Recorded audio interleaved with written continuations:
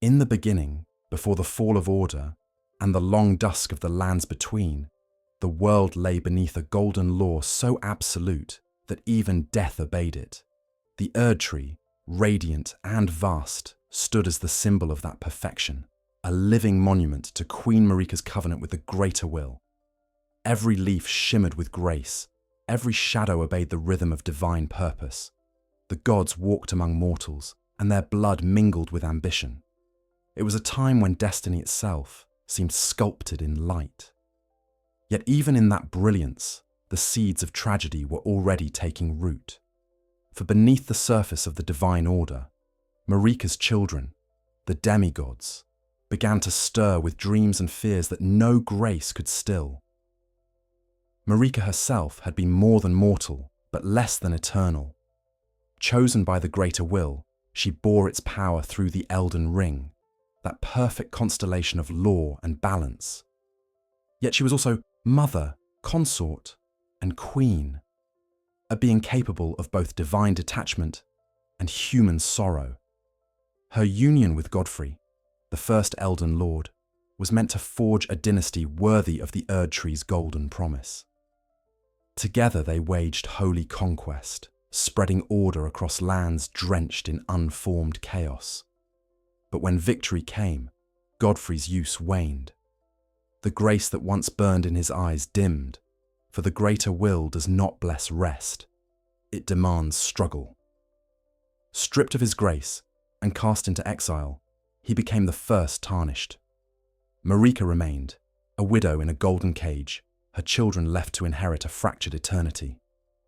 Among those children, the tragedy began with one name: Godwyn the Golden.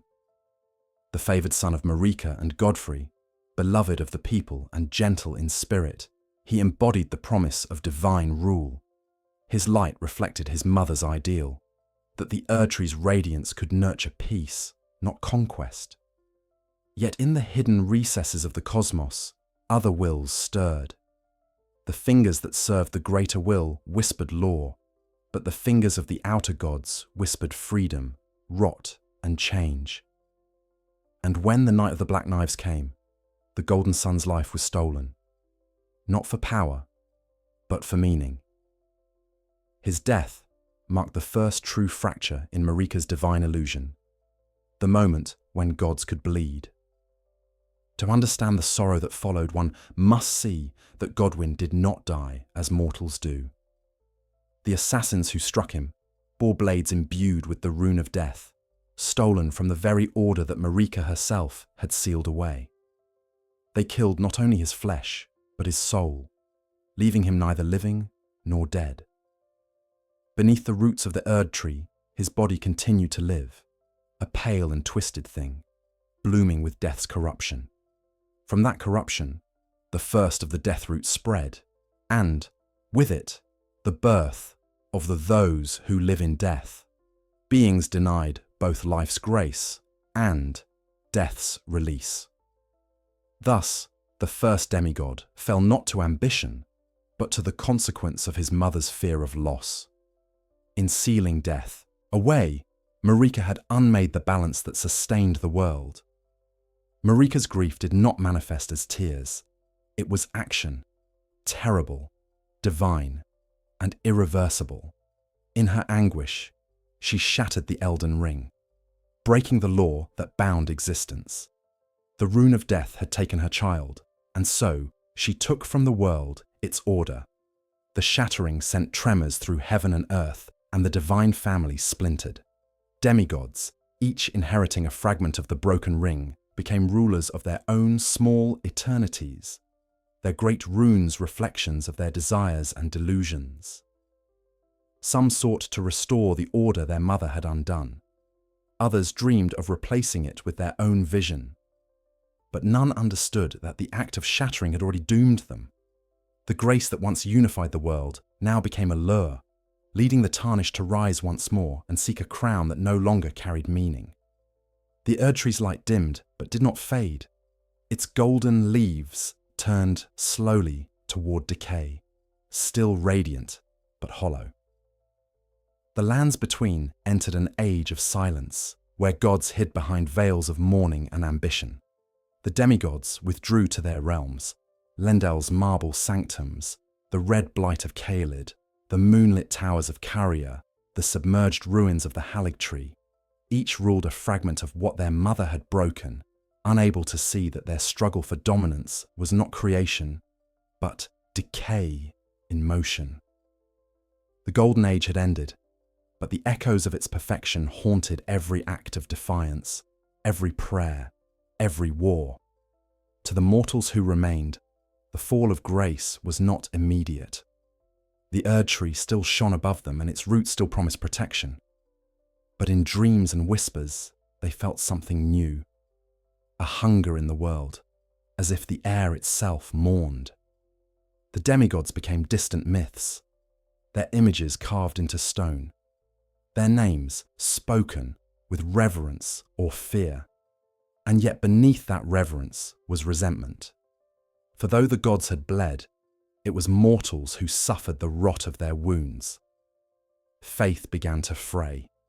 The two fingers offered guidance, but their words became cryptic, as though even the greater will grieved the consequences of its own perfection. When Godwyn's body began to sprout beneath the capital, spreading tendrils of pale rot through the roots of the Erdtree, some called it a miracle. Others called it blasphemy. In truth, it was neither. It was a mirror, a reflection of what happens when divine will and mortal emotion collide without balance. The Golden Child had become the Prince of Death, a title not chosen but imposed by cosmic error. Through him, the world learned that immortality is not grace but stagnation, that to deny death is to invite corruption. The Erdtree's radiance began to feel colder, less alive, and those who once knelt beneath it began to dream of freedom from its shadow. In the halls of Lendel, Marika's absence became an open wound. Some said she had vanished into the Erdtree itself, imprisoned by her own act. Others whispered that she still watched, split within herself, her other half taking form as Radagon, the red-haired champion who would later stand as both her consort and reflection. But in that first quiet aftermath of the Shattering, there was only silence. The demigods stirred in their isolation, each convinced that their mother's divine mantle could still be restored. Yet none could see that what was broken was not merely the ring, but the very idea of unity. The greater will had turned away, leaving its creations to devour one another in pursuit of meaning. Across the lands between, omens and portents began to bloom. In the sewers below the capital, malformed children were born beneath the Erdtree's roots. In the distant north, the stars themselves began to halt, their movement bound by unseen magic. And in the south, the swamps darkened with rot, as if the world's blood had turned foul.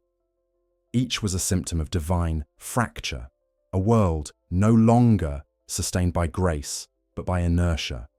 The gods still lived, but their divinity had soured into obsession. To rule was no longer to protect, but to justify existence. In that twilight of order, the first tarnished began to dream of returning. The Erdtree's light, faint though it was, reached beyond the fog and called them home. Not as saviors, but as remnants of a forgotten purpose. They would walk the broken lands and find the demigods who had once ruled them. Gods now hollowed by ambition, their greatness corroded by grief.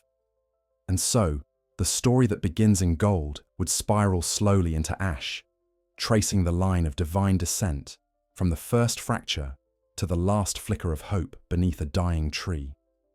For the demigods, each would face their own undoing, not through battle alone, but through the slow realization that grace cannot be reclaimed once it has been lost. Some would cling to their mother's memory, others to their own madness, but all would reach the same quiet end, a recognition that divinity, like all power, is merely the echo of something already broken. And yet, in that recognition lies something almost human. Beneath the ruins of faith and ambition, in the hollow thrones and fading light, one can still sense a kind of love. Twisted, ancient, unyielding. The love of a mother for a son who cannot die, of siblings bound by hatred and longing, of a world that remembers what it once was and mourns what it became. It is here, in this silence between ruin and remembrance, that the tale of the demigods truly begins. Their tragedies are not separate, but one endless shattering, and through their fates we may yet glimpse the reflection of our own, how even the divine, when they reach too far for perfection, must learn to live with what cannot be mended. The age of grace had ended, but the story of its ghosts was only beginning. Before the world fractured beneath the weight of divine sorrow, there was a time when strength was worshipped as grace itself. In that era, Godfrey, the first Elden Lord, stood at the height of mortal and divine glory. His golden armor, forged in the reflection of the Erdtree's light, shone across battlefields that stretched to the horizon. He was the consort of Marika, father to her first demigod sons, and the embodiment of the greater will's power made flesh. Yet for all his might, there lingered within him the quiet tragedy of purpose, that once victory was won, his place in the order of the world would fade, for gods do not honor stillness. Godfrey was once known by another name, Huara, the warrior chieftain of a distant tribe before the Erdtree's light ever reached his people. In that age of blood and chaos, he had fought not for faith, but for survival. When Marika chose him as her consort, she did so not merely for love or alliance, but for what he represented, the raw, untamed force of mortal will that could be shaped into divine order. Together, they conquered the lands between, bending kingdoms and tribes alike beneath the golden banner of the Erdtree. The Erdtree's glow was their law, and Huara became Godfrey, a name sanctified by victory. But strength, once tamed, begins to rot. The moment conquest ends, a warrior's heart grows restless. Godfrey's triumphs became parades, his battles turned to ceremony, his axe rusting beneath the gilded halls of Lendil. The Erdtree's light no longer reflected in his eyes. It had turned inward, dimmed by the absence of struggle. Marika, ever the vessel of cosmic will, saw what he could not, that in peace his grace would wither. For the greater will demands motion, and a god's law cannot coexist with the stillness of contentment. And so, when the Golden Order reached its zenith, Marika did what only a god could. She took from her husband the very thing that made him divine. His grace was withdrawn, his eyes clouded with the first shadow of exile. In that moment, Godfrey ceased to be Elden Lord. But the punishment was not death. It was banishment, a command to wander the earth until the day he understood the meaning of struggle once more. He became the first of the tarnished, those stripped of divine favor, condemned to seek purpose beyond the reach of grace. The exile of Godfrey marked the beginning of the slow unraveling of Marika's golden family. His sons, Godwyn, Morgott, and Mohg, watched their father leave, bearing away the weight of their lineage upon his back. Some saw his exile as a betrayal of faith, others as a quiet act of love. For in sending him away, Marika had preserved something human within him, the capacity to strive, to suffer, to change.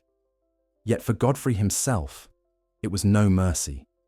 As he crossed the threshold of Lendil and stepped into the world beyond the Erdtree's shadow, he felt not freedom, but emptiness. The light that had guided him all his life was gone, and what remained was the echo of his own name whispered in the wind. The tarnished who would later follow in his wake inherited more than his strength. They inherited his loss. To be tarnished is to be hollowed by longing, to walk beneath a sun that no longer acknowledges your existence. And yet, it was within that suffering that Godfrey began to rediscover the essence of strength not as domination, but as endurance. His journey through the Outer Lands became legend, though few know it as the pilgrimage of a god relearning mortality. He gathered followers, not through conquest, but through kinship. Warriors without grace, outcasts and dreamers, those abandoned by the light, but not by purpose. Together, they forged a silent fellowship, bound by a promise that one day, when the Erdtree called again, they would return. This promise became the foundation of the tarnished myth, the belief that exile is not the end of faith, but its beginning. For in the absence of divine law, will itself become sacred. To understand the tragedy of Godfrey is to see how grace devours its champions. The greater will, in its unyielding perfection, requires its servants to embody ideals that no being can sustain. To be the Lord of Order is to sacrifice one's humanity. To be tarnished is to reclaim it. Godfrey's exile, then, was not a punishment, but a transformation, the birth of rebellion disguised as obedience. While Marika ruled the Golden Realm, he carried the memory of what the Erdtree's order had cost them both. But exile does not erase devotion. In his heart, Godfrey remained faithful to Marika, not as goddess, but as woman.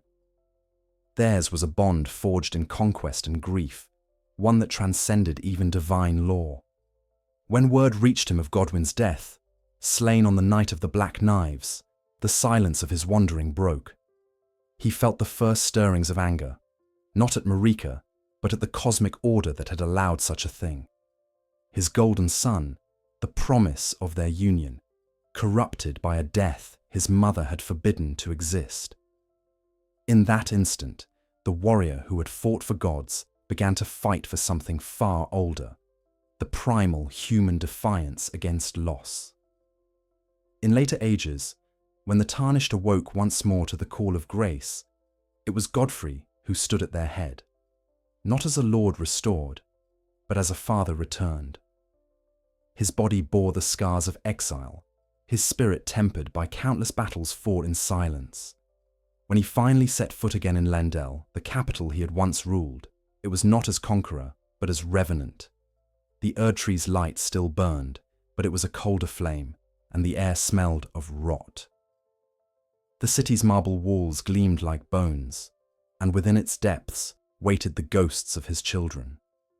His return was not triumph, but reckoning. Beneath the golden canopy, he faced the remnants of his lineage, the demigods twisted by ambition and sorrow. Each bore a piece of the broken ring. Each believed themselves worthy of becoming Elden Lord. But Godfrey's eyes saw through their illusions. He had learned in exile that lordship is not granted by grace, but earned through pain. The Erdtree's blessing, he knew now, was both gift and trap, a light that blinds as much as it guides. In his final moments, when he faced the Tarnished, who would claim the throne in his stead, Godfrey fought not out of pride, but understanding. His axe fell like thunder, not in rage, but in acceptance. He recognized in that mortal challenger the reflection of what he once was, a vessel of purpose in a world without certainty. As he fell, his voice carried not curse but benediction. At last, my strength returns to me. It was the cry of a soul freed from the weight of divinity, a man remembering that struggle itself is life. And thus ended the tale of the first Elden Lord, not with the reclaiming of grace, but with the acceptance of its loss. Godfrey's tragedy lies not in exile or death, but in the cruel perfection of the system he served. For in Marika's world, even love becomes a mechanism of divine purpose, and even strength becomes a sin when it no longer serves the Golden Order. Yet in the quiet after his fall, one might sense that his exile had achieved something neither the gods nor their champions could comprehend.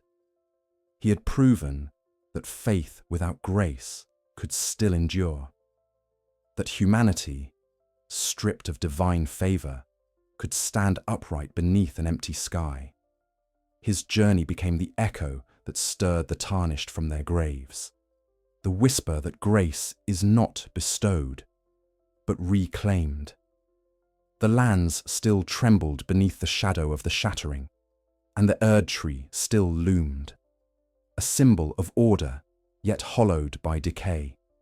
In its golden light, the demigods warred for fragments of power, each believing themselves destined to restore what had been lost.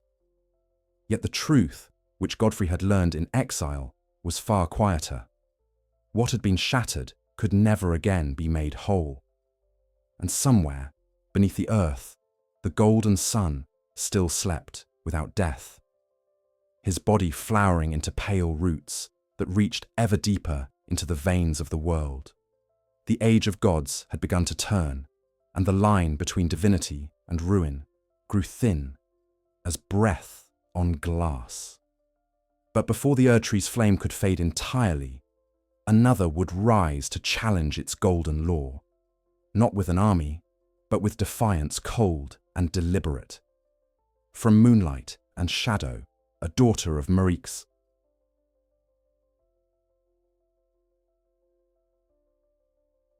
would shape her own rebellion, not of strength but of will. For as the Erdtree withered, the stars began to stir once more, and the destiny of the demigods turned toward the dark horizon of the night. In the cold expanse of the northern highlands, where the Erdtree's light dimmed and the night sky spread vast and untouched, another of Marika's children chose not war, but silence. She was known as Ranni the Witch, daughter of Radagon and Radagon, heir to both the celestial grace of the moon and the austere brilliance of the Golden Order. Yet from her earliest moments, Ranni stood apart. Where others sought to inherit the radiance of the Erdtree, she gazed upward toward the distant stars, hearing in their quiet motion a song older than any god. Hers was a fate not of conquest, but of quiet rebellion, and her tragedy lay not in loss of power, but in the deliberate act of severing herself from grace. To understand Ranni's story, one must first recall the strange bond that united and divided her parents. Radagon, who was once the champion of the Golden Order, and Radagon, queen of the full moon and leader of the Carian royal family, represented the two great faiths of the lands between, one of sunlit order, the other of lunar mystery. Their union was meant to bring balance between the Erdtree's radiant law and the moon's reflective wisdom. For a time, it did. Under their rule, the Academy of Raya Lucaria flourished as the heart of magic and reason, its scholars drawing power not from the greater will, but from the stars themselves. Yet within this union, an unseen fracture grew. For Radagon was not merely a man, nor only Renala's consort. He was, in secret and in essence, a fragment of Marika herself, the same divine soul split across two forms, bound by contradiction. When the greater will called him back to Lindell, commanding him to abandon Renala and take Marika's place as her consort, he obeyed, not from love, but from inevitability. The Queen of the Full Moon was left with her children and her grief, her brilliance dimmed by the weight of divine betrayal. Ranni witnessed this abandonment. She watched her mother's light flicker and fade, and within that sorrow, she saw the truth that the Erdtree's order could not bear contradiction. It demanded perfection, obedience, unity at the expense of all else. And so she turned from it. Where her siblings warred for fragments of the Elden Ring, Ranni sought the freedom of the stars, the cold, distant order of the cosmos beyond the Erdtree's golden cage. But her rebellion was not loud. It was an act of quiet precision, one that began with a choice more terrible than any war. on the night of the Black Knives, when assassins crept through the halls of the gods and slew Godwyn the Golden. It was Ranni who orchestrated the theft of the Rune of Death from her mother's control. Yet she did not do so to destroy her kin, but to sever her own divine flesh from her immortal soul. In that single act, she rejected both the blessing and the curse of the greater will. Her body died, and her spirit took new form, a cold, pale vessel, untouched by grace, a spirit of moonlight bound to a doll. This act, the self-inflicted death of a demigod, was unprecedented. It was neither rebellion nor suicide, but a declaration that she would no longer serve the will that had bound even her mother to despair. In killing her flesh, she freed her will. In rejecting the Erdtree's light, she embraced the cold and distant guidance of the moon. From that moment onward, Ranni became something both less and more than divine, a fragment of defiance wrapped in serenity, a ghost of grace who sought not dominion, but freedom from the cycle itself. The lands beneath her tower grew still. The scholars of Raya Lucaria, long torn between faith and reason, whispered her name as both curse and promise. Some called her apostate, others called her visionary. The lunar princess, they said, who would trade gold for silver and flame for frost. Yet Ranni herself spoke little. Her words came in calm tones, measured and distant, as though she were already speaking from another world. "I was born of the two fingers," she once said, "and yet I would abandon them. I would reject their order." Her followers reflected this divergence.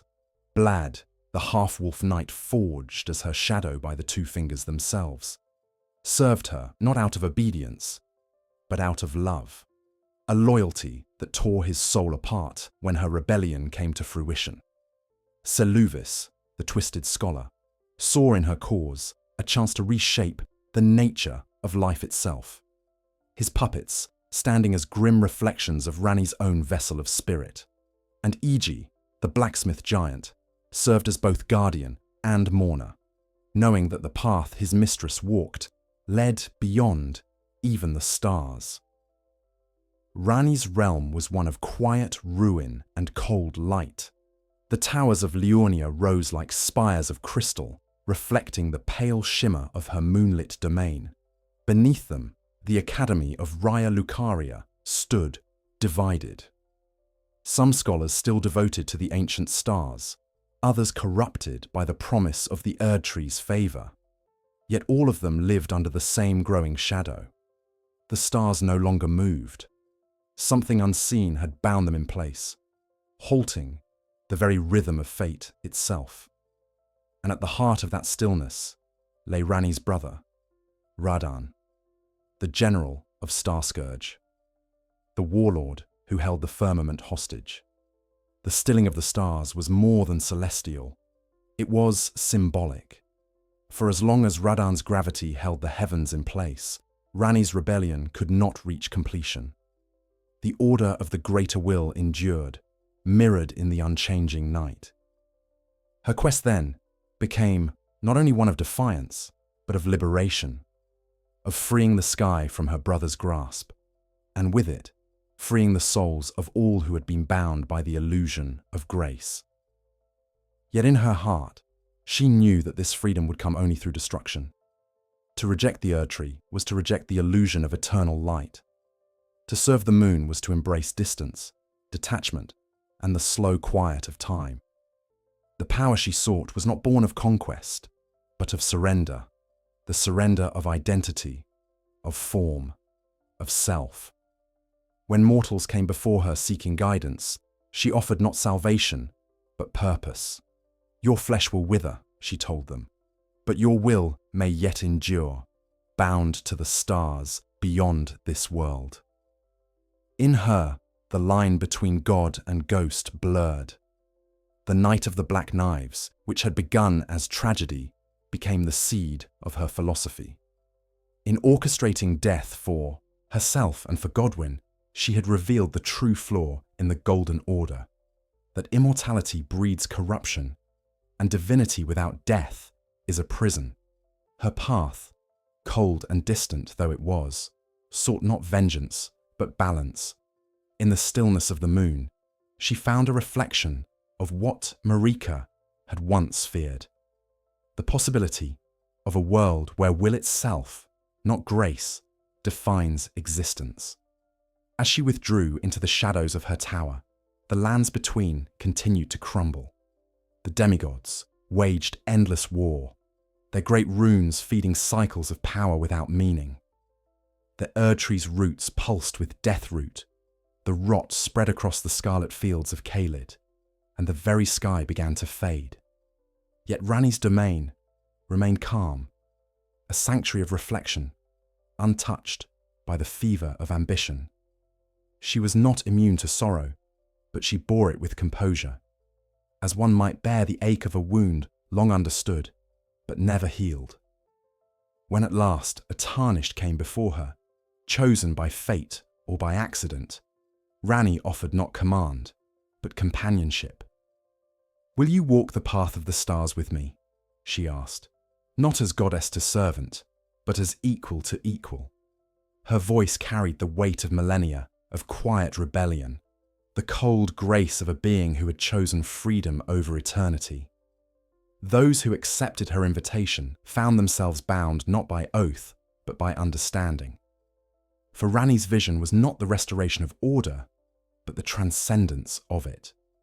The birth of an age where the light of the Erdtree would fade, and the gentle, eternal silver of the moon would guide all life instead.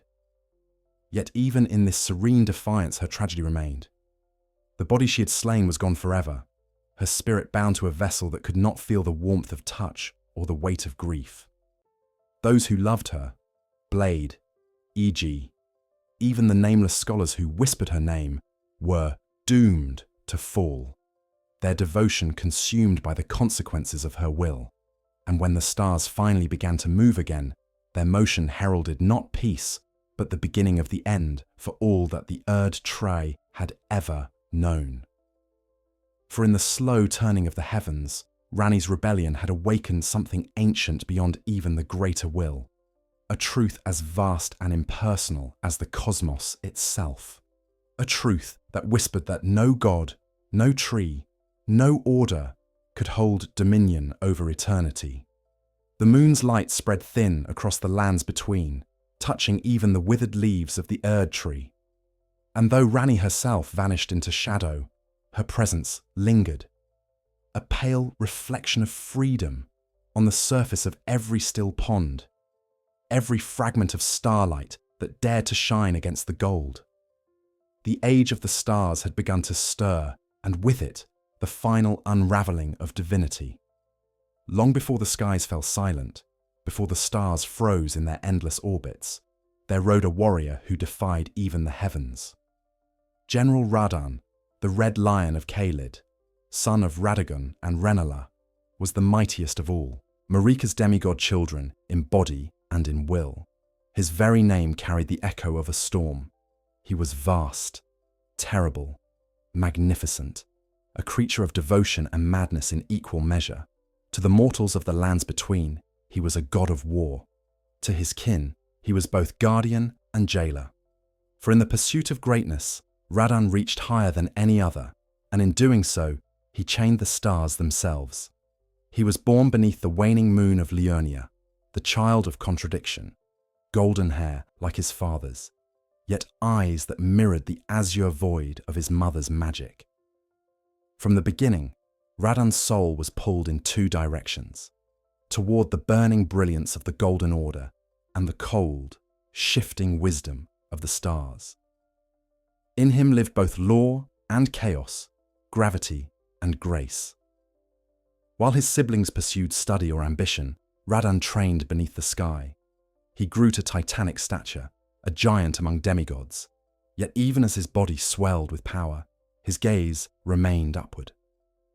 He longed not merely to conquer lands, but to master the cosmos that spun above them. The scholars of Raya Lucaria once told him that the stars governed all fates.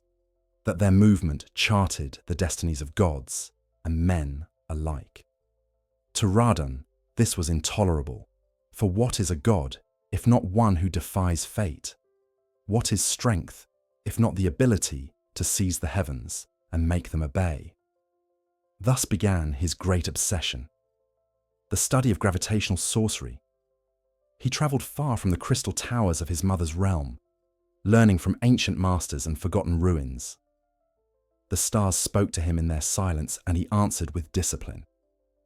Through his mastery of gravity, he bent the laws of heaven and earth to his will, until even the moon seemed to pause in reverence. But his power came at a cost. The more he commanded the cosmos, the more it bent around him, until finally the stars ceased to move altogether. In freezing their course, Radahn had done what no demigod had before. He had defied the cosmic rhythm itself. The astrologers of Liurnia fell into despair. The skies no longer revealed their prophecies. The great constellations held fast as if bound in fear. It was as though destiny itself had been chained. And though the scholars cursed his name, Radahn smiled, for in that stillness he saw proof of his dominion. He had become a god not only of war, but of fate. The lands between trembled beneath his campaigns. Armies followed his banner, not because they loved him, but because he made them feel immortal. He rode at the head of legions like a comet descending to earth. His greatsword cleaved through demigods and mortals alike, each blow a testament to his belief that strength was the only true order left in a world of divine decay. And yet, for all his power, he remained strangely human in his affections. His loyal steed, Leonard, was a small and aging horse, too frail to bear his colossal weight. Rather than abandon the creature, Radahn used his mastery of gravity to lighten his own body so that Leonard could still carry him. It was a small act of tenderness from a being otherwise consumed by pride. In that simple gesture, one sees the last flicker of his humanity, a love preserved in defiance of his godhood. But strength is a hunger that cannot be sated.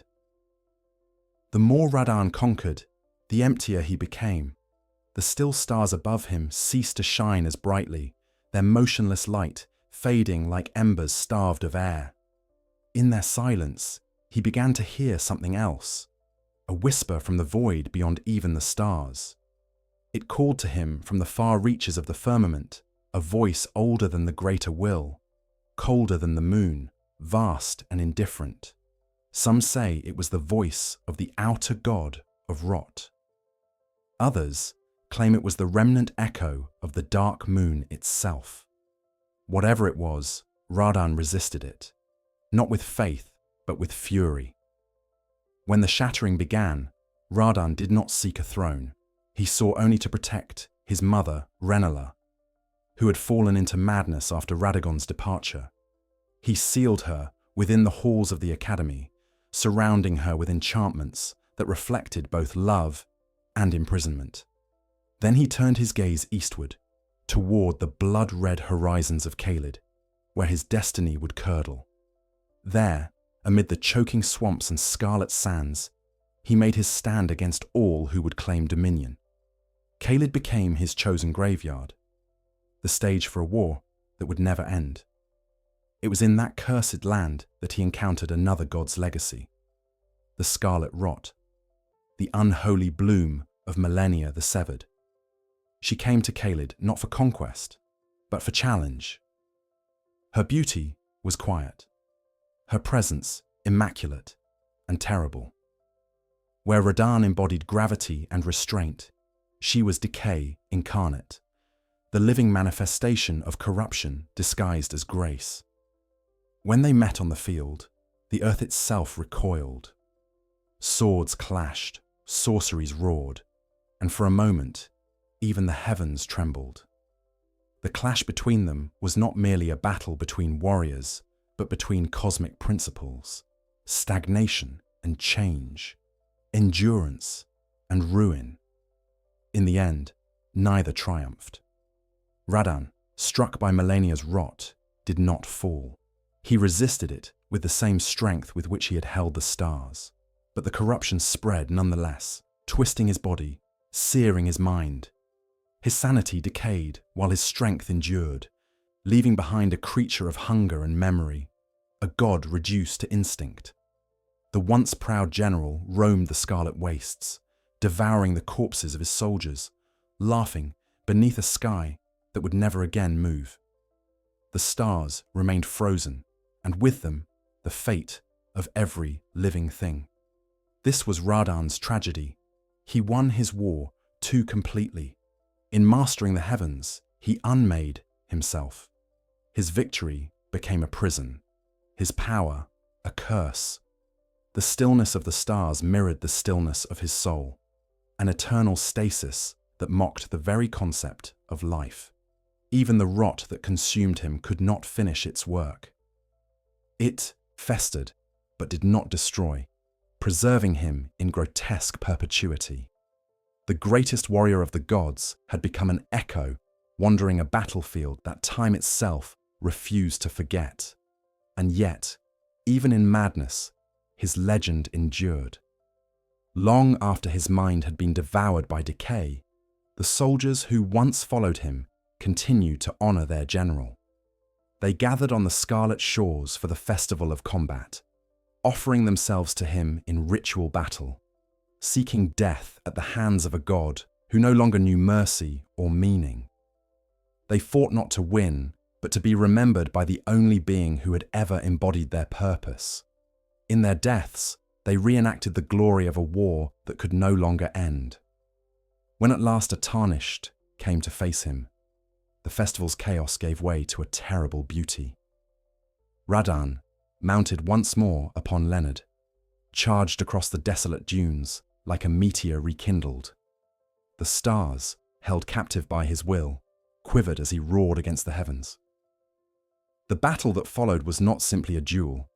It was a reenactment of the cosmos itself tearing apart. And when the tarnished's blade finally struck him down, the chains that bound the stars broke. The sky, long frozen in grief, began to move again. The fall of Radahn was both liberation and lament. As his body collapsed into the red sand, the heavens wept light. The constellations resumed their course, and the astrologers of Liurnia cried out in awe. Yet for Ranni, far away in her tower of moonlight, it was the quiet signal she had awaited for ages. The stars were free once more, and with them, fate resumed its march. Her brother's death had unbound her destiny, but it had also marked the end of the last true god of strength. For Radahn's defiance had preserved the world's rhythm even as it halted it. His will had kept the heavens from falling into chaos, while the gods above tore themselves apart. When he fell, the balance shifted irrevocably. The stars moved, but they no longer sang. Their light was colder now, emptier. The gods who remained would no longer be defined by strength, but by decay, by what they had lost and what they could no longer endure. Thus did Radahn's tale become the turning point of the demigod's tragedy. His frozen sky had been the last semblance of order in a broken world. With his passing, that world descended fully into entropy. His might, his honor, his love for his mother, all were swallowed by rot and silence. And yet, his legend lingered. The stars he once commanded continued to trace his story across the night, a memory written in light for those who still looked upward. In the quiet after the war of falling stars, the lands between began to change. The moon's pale glow spread wider, touching the ruins of Caelid with soft illumination. The Erdtree, though still towering, seemed smaller somehow, its gold dimmed by the returning constellations. And far to the west, in the city of Lendal, the forgotten children of Marika stirred once, more. For while the sky mourned its fallen warrior, another sun plotted in shadow. Where Radahn sought dominion through gravity and law, this one sought it through blood, His name was Mohg, and the throne he desired was not of gold or moonlight, but of crimson and ruin. In the dark recesses beneath the Erdtree's radiant roots, far from the sight of sun or moon, a child was born, twisted by his mother's divine perfection. His name was Mohg, the omen of blood, son of Marika and Godfrey, twin to Morgott, and one of the first victims of the Golden Order's cruel insistence on purity. From the moment he drew breath, his fate was sealed. Horns erupted from his flesh, the mark of omen curse, and what should have been a prince of grace became a creature of abomination. The Erdtree, symbol of order and divinity, rejected him. His mother's court turned its face away, and thus, before he could even speak, Mohg learned the first lesson of godhood in the lands between, that the divine do not love what they cannot control. He was cast into the sewers beneath Lendl, chained with his twin brother among others marked as defiled. The omens lived in darkness, their roars echoing through the tunnels like memories of a forgotten creation. In that subterranean exile, the young Mohg's heart hardened. He watched his brother Morgott, dutiful even in captivity, whisper prayers to the Erdtree that would never answer. Mohg, however, prayed to nothing. Where Morgott clung to faith, Mohg fed on defiance. Every drop of blood spilled in those dark tunnels became a hymn of vengeance. Every scream an offering to a power older and deeper than gold. Time is difficult to measure in places without light, but somewhere in that endless dusk, Mohg heard a voice. It did not come from the Erdtree, nor from the stars. It came from within the blood itself, a whisper that pulsed with hunger and promise. The voice belonged to an outer god, the formless mother, whose essence flowed through the crimson of every living being. To mortals, she was unseen. To gods, she was forbidden. But to Mohg, she became salvation. Where Marika's golden law had cast him away, the mother's voice welcomed him. It did not demand purity, it demanded devotion. And so, in the filth of the sewers, Mohg offered himself to her, body and soul. The pact was sealed in agony. His blood boiled, his veins darkened, and his horns grew into crowns of living scarlet. The stench of rot and incense filled the air as he transformed. When at last he rose, he was no longer merely an omen. He was anointed. The Lord of Blood had been born beneath the city that had rejected him. He left the depths behind and began to build his own kingdom in secret, far below the Erdtree's roots, where the old laws could not reach. The dynasty he envisioned was not one of gold or grace, but of crimson ascension. He called it the Godwyn dynasty, a realm where blood would be the source of power, where corruption would be sanctified, and where the divine would kneel to hunger itself. The faithful who followed him were not nobles or scholars. They were the broken, the disfigured, the forgotten. Each drank from the chalice of his blood and felt the mother's pulse within them. They became apostles of scarlet faith, their chants echoing through catacombs older than the Erdtree. "Soak the cloth in my blood," they murmured, "and be reborn in crimson." Yet even in his rising, Mohg's heart remained divided. For though he despised the Erdtree, he could not entirely sever himself from the lineage it had cursed him for. He longed for legitimacy, for the acknowledgement denied him since birth. To become a true god, he needed a consort, a figure through whom his dynasty could claim divine right, and so his gaze turned toward the remains of his family's tragedy, to Miquella, the unalloyed, twin brother of Malenia and the purest of Marika's offspring. Miquella, forever childlike and serene, embodied everything Mohg was not. Where Mohg's blood burned with corruption, Miquella's was stainless, untouched by curse or ambition. He sought to heal the broken world, crafting the Haligtree as refuge for those forsaken by the Golden Order. In Miquella's devotion to mercy, Mohg saw not weakness, but opportunity. The unalloyed could sanctify the Lord of Blood's reign. If Miquella could be bound to him, willingly or otherwise, the Mohg dynasty would inherit legitimacy that even the Erdtree could not deny. Thus began Mohg's most blasphemous act. Through rituals carved from the mother's whispers, he reached beyond the walls of the Erdtree, past its roots and its dreams. There, within a cocoon of silver branches, Miquella slept, his body abandoned by the world, his soul wandering a realm between dreams and waking. Mohg approached this sanctum not as supplicant, but as thief. He pierced the cocoon, drew the sleeping god into his arms, and carried him deep beneath the capital to his blood-soaked palace. What he intended was not mere abduction, but communion. In the chambers of Mohg Palace, amid pools of red light, he offered Miquella to the formless mother, seeking to awaken him as his consort, a god to his godhood. But the ritual never completed. Miquella's body remained unresponsive, his divine essence unreachable, his dreams sealed beyond Mohg's comprehension. Still, the Lord of Blood persisted. He whispered to the sleeping god, calling him dearest Miquella, promising him a kingdom that would eclipse even their mothers. His voice softened with longing, yet trembled with delusion.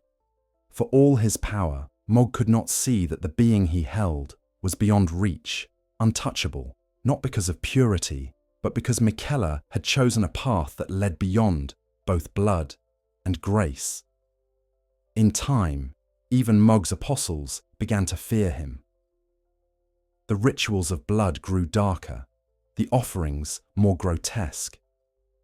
They painted the walls with the names of the forsaken, calling to the mother whose form could never be seen. The more Mohg communed with her, the more his humanity decayed.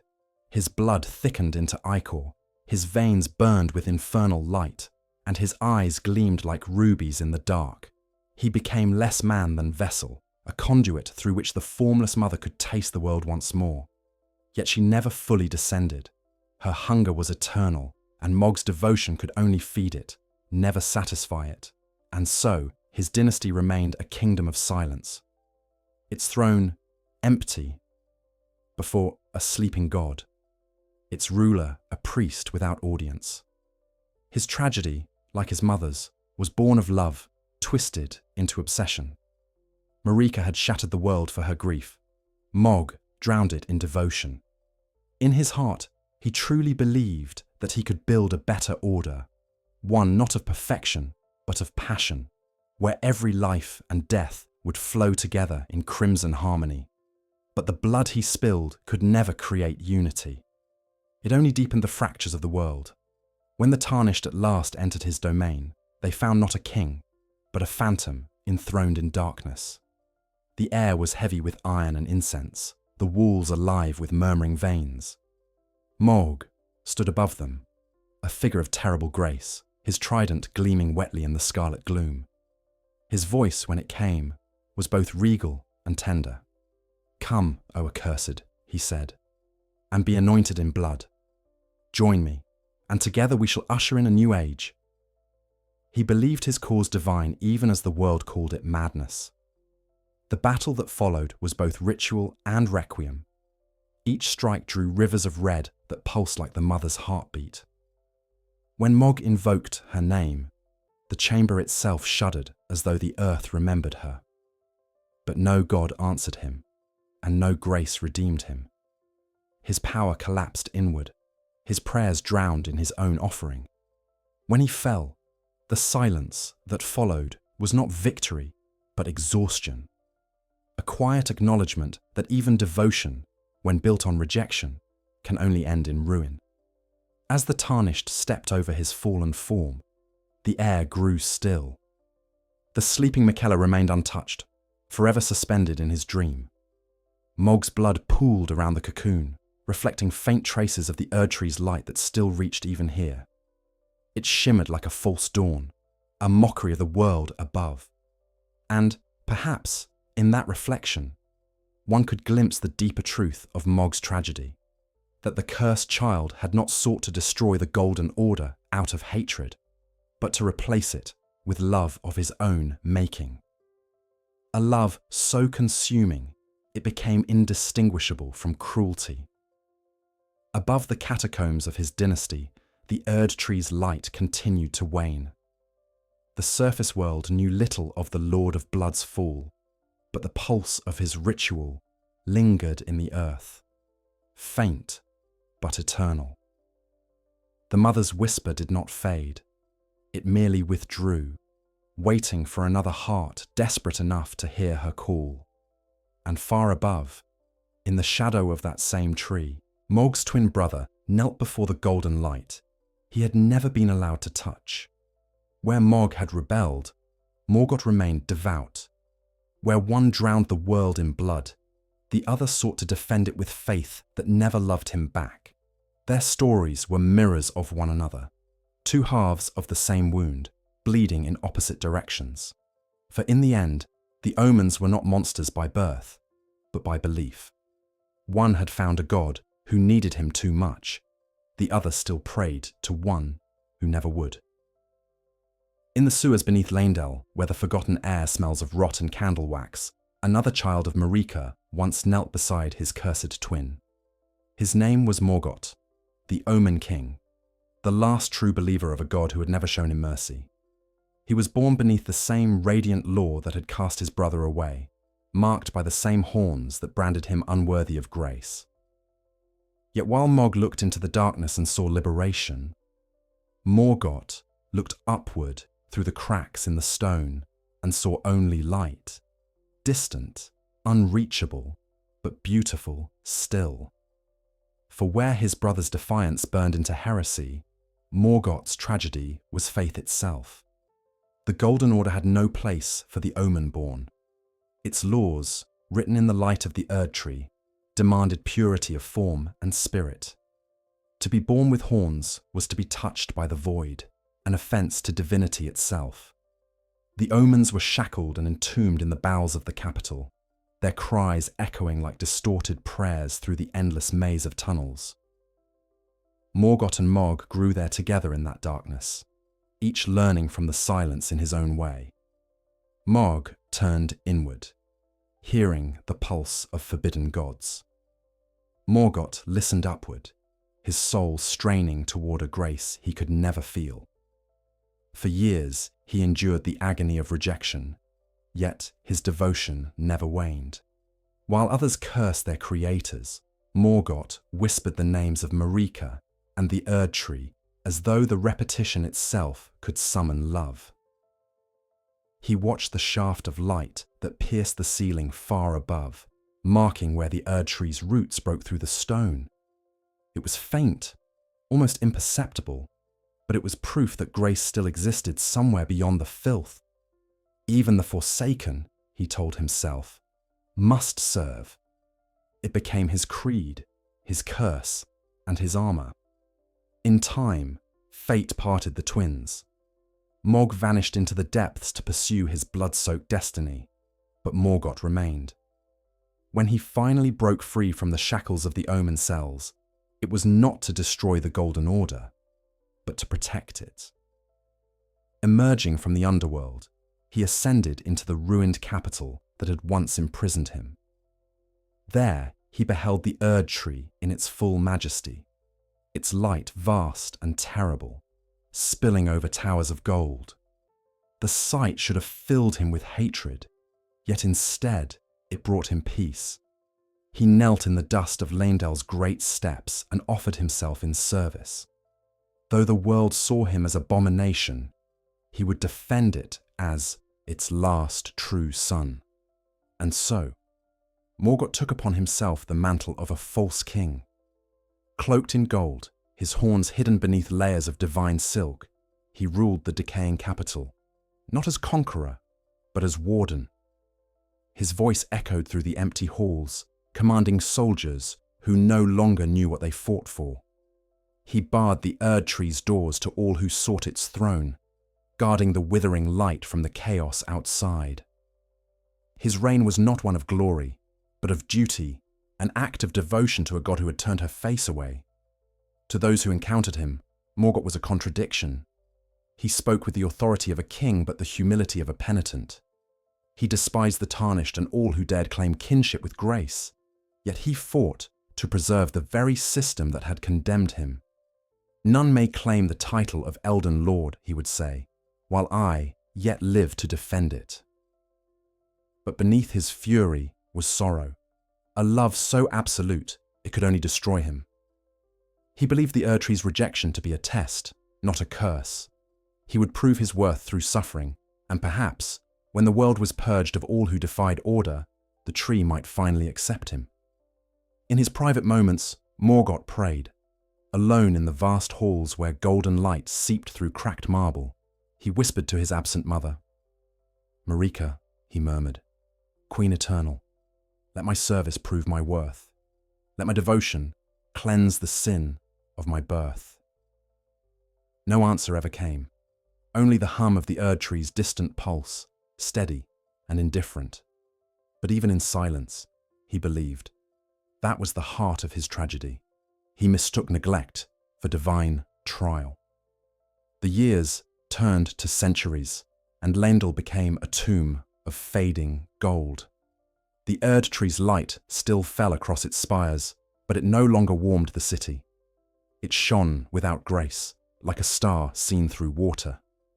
The citizens fled or died, the knights turned hollow, and Morgott remained alone among relics of devotion. He fought off invaders, cursed warriors, and would-be lords, his strength unbroken by age or despair. He became the immortal sentinel of a god who no longer cared. Each victory brought him no joy, only confirmation that his duty remained unfinished. Yet deep within, cracks began to form in his faith. When word reached him of Mohg's heresy, of the blood cult rising beneath the roots, he did not rage. He only wept. "My brother," he said, "even in sin, you have found a God who hears you. Why then does mine remain silent?" For the first time, doubt touched him. Perhaps grace was not absent. Perhaps it simply had nothing left to say. Still, he persisted. When the tarnished finally reached Leyndell, drawn by the promise of the throne, they found not a tyrant, but a guardian standing alone at the gates. His voice rang through the still air. "I am Morgott, the veiled monarch, the last of all kings, born of the Erdtree, yet denied its embrace." He spoke not with pride, but with the weary reverence of one who has suffered too long in the service of a forgotten cause. His blade, forged in the image of sacred flame, burned with the light he had never known. Borrowed brilliance, wielded by hands unworthy of it. The battle that followed was a ritual of faith undone. Every strike Morgott delivered carried the weight of centuries of worship, and every wound he received was a prayer unanswered. He fought not for victory, but to protect the illusion of meaning. When at last he fell, collapsing on the marble steps of his mother's temple, he did not curse her. He looked up toward the Erdtree, its roots glowing faintly above him, and whispered, "Why must I be denied?" His body slumped, but his eyes did not close. Even in death they lingered on the light, as though waiting for a sign that never came. When the tarnished moved past him into the heart of the capital, the gates of the Erdtree remained sealed. Morgott's death had not opened them, for grace did not reward loyalty. His blood darkened the golden floor, and for the first time in ages, the sanctum was silent. Those who came after would see his body and speak of him as tyrant or fool, but neither title captured the truth. Morgott had been both the Erdtree's most faithful son and its greatest victim. He had protected the light even as it burned him away. The irony of his fate is that his devotion achieved what rebellion never could. It preserved the Erdtree long enough for its rot to spread unseen. For even as Morgott guarded its doors, deathroot and decay crept through its roots, feeding on its divine stillness.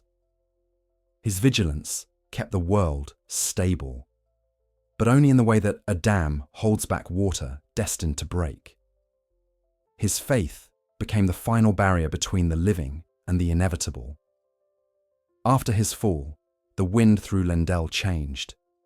The banners no longer fluttered with pride, but with the quiet rhythm of mourning. The golden halls echoed with emptiness. In the depths below, where Mohg's blood rituals still pulsed faintly, the brothers were united once more in absence, each a reflection of the other's impossible hope. Above them, the Erdtree glowed faintly, its light pure but hollow. And far to the north, in the boughs of the Tree, another of Marika's children wept in silence. She too had been cursed by perfection, her body ravaged by divine disease. Like Morgott, she clung to faith, not in gods, but in her brother, the eternal child who would never awaken. Her name was Malenia, the Severed, and her tragedy would be the mirror of Morgott's. Where he served an unfeeling god, she served an unreachable dream. There are places in the lands between where even the light of the Erdtree dares not fall. In those shadowed reaches of the south, where the air itself glows faintly red, and the soil steams with corruption, the earth remembers the footsteps of a goddess both beautiful and terrible. Her name was Malenia, the Severed, daughter of Marika and Radagon, twin to Miquella, the Unalloyed. To some she was the blade of Miquella, to others the goddess of rot. But to herself she was only a vessel of devotion, born to suffer for the sake of love. Hers was not the tragedy of pride, nor of rebellion. It was the tragedy of perfection decaying into ruin. When she first came into the world, Malenia's body was broken. Her divine blood, a mingling of Marika's golden grace and Radagon's radiant flame, carried within it an affliction that no magic or medicine could mend. She was cursed with rot, a disease that consumed both flesh and spirit, turning vitality into bloom, beauty into corrosion. Her body rejected even the healing light of the Erdtree. Where others basked in its radiance, she burned beneath it. In that rejection, she shared the fate of all her kin. Beloved by gods in word, forsaken by them in truth, it was her brother Miquella who saved her, not by curing the rot, but by loving her despite it. Together they withdrew from the Golden Order's hollow perfection and began to dream of a new world. Miquella, untouched by curse and guided by innocence, envisioned a realm free of the Erdtree's cruel hierarchies, a sanctuary where those forsaken by divinity could find peace. To that end, he created the Tree, a living symbol of mercy. It was not golden like the Erdtree, but pale and silver green, a reflection of what grace might have been, had it chosen compassion over control. Malenia swore her sword to him. "I am Malenia," she said, "blade of Miquella, and I have never known defeat." The oath was both vow and illusion, for though her blade never faltered, her flesh betrayed her with every breath. The rot within her body spread like quiet fire, eating away her limbs until she stood on prosthetics of sacred steel. Each motion was agony, yet she bore it in silence, her every victory another act of defiance against the god who had cursed her at birth.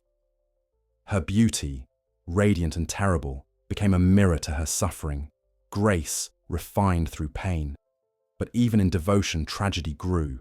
The Tree flourished under Miquella's care, but its roots could not reach the world beyond. The Erdtree's shadow fell over it always, a reminder that no sanctuary escapes the law of its parent. When Miquella entered his cocoon to weave the dream that might heal both himself and his sister, he left Malenia to guard their sanctuary. She waited with the patience of eternity, her sword always drawn, her gaze fixed on the horizon. Yet when Miquella did not return, her heart began to falter. The rot, long restrained by her brother's grace, stirred anew.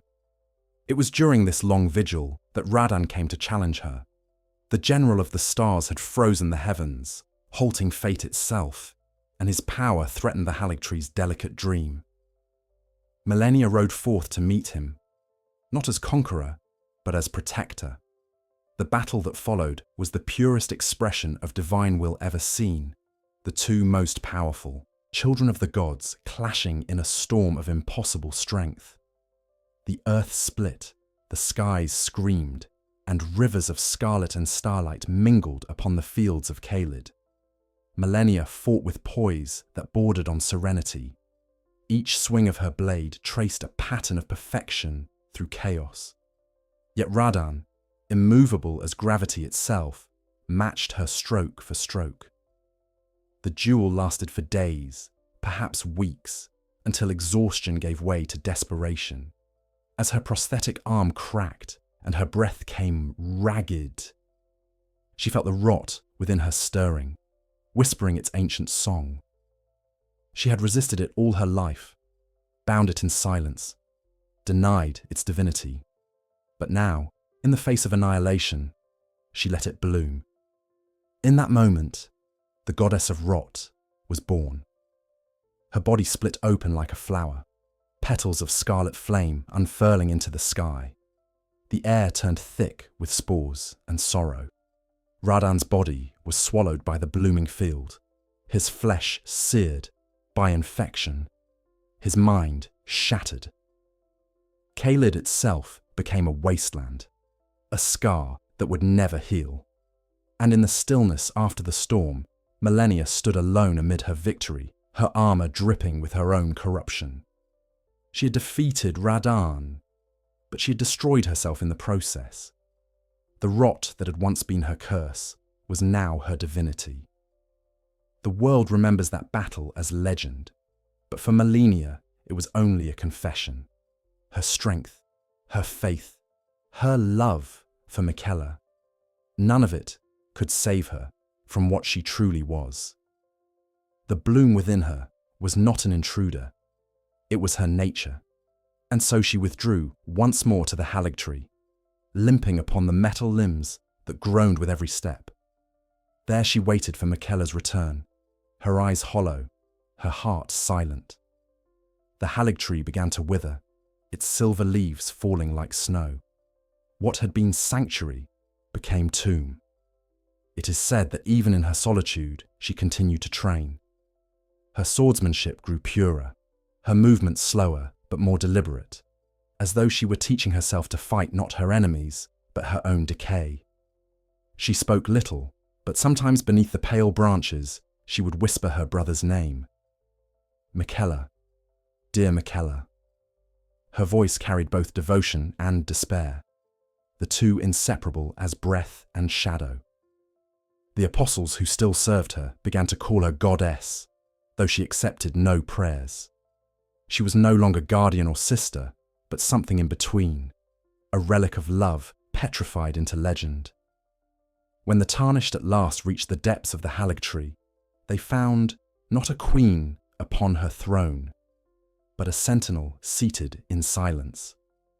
Malenia sat cross-legged amid the roots, her blade resting upon her knees, her armor flecked with rot.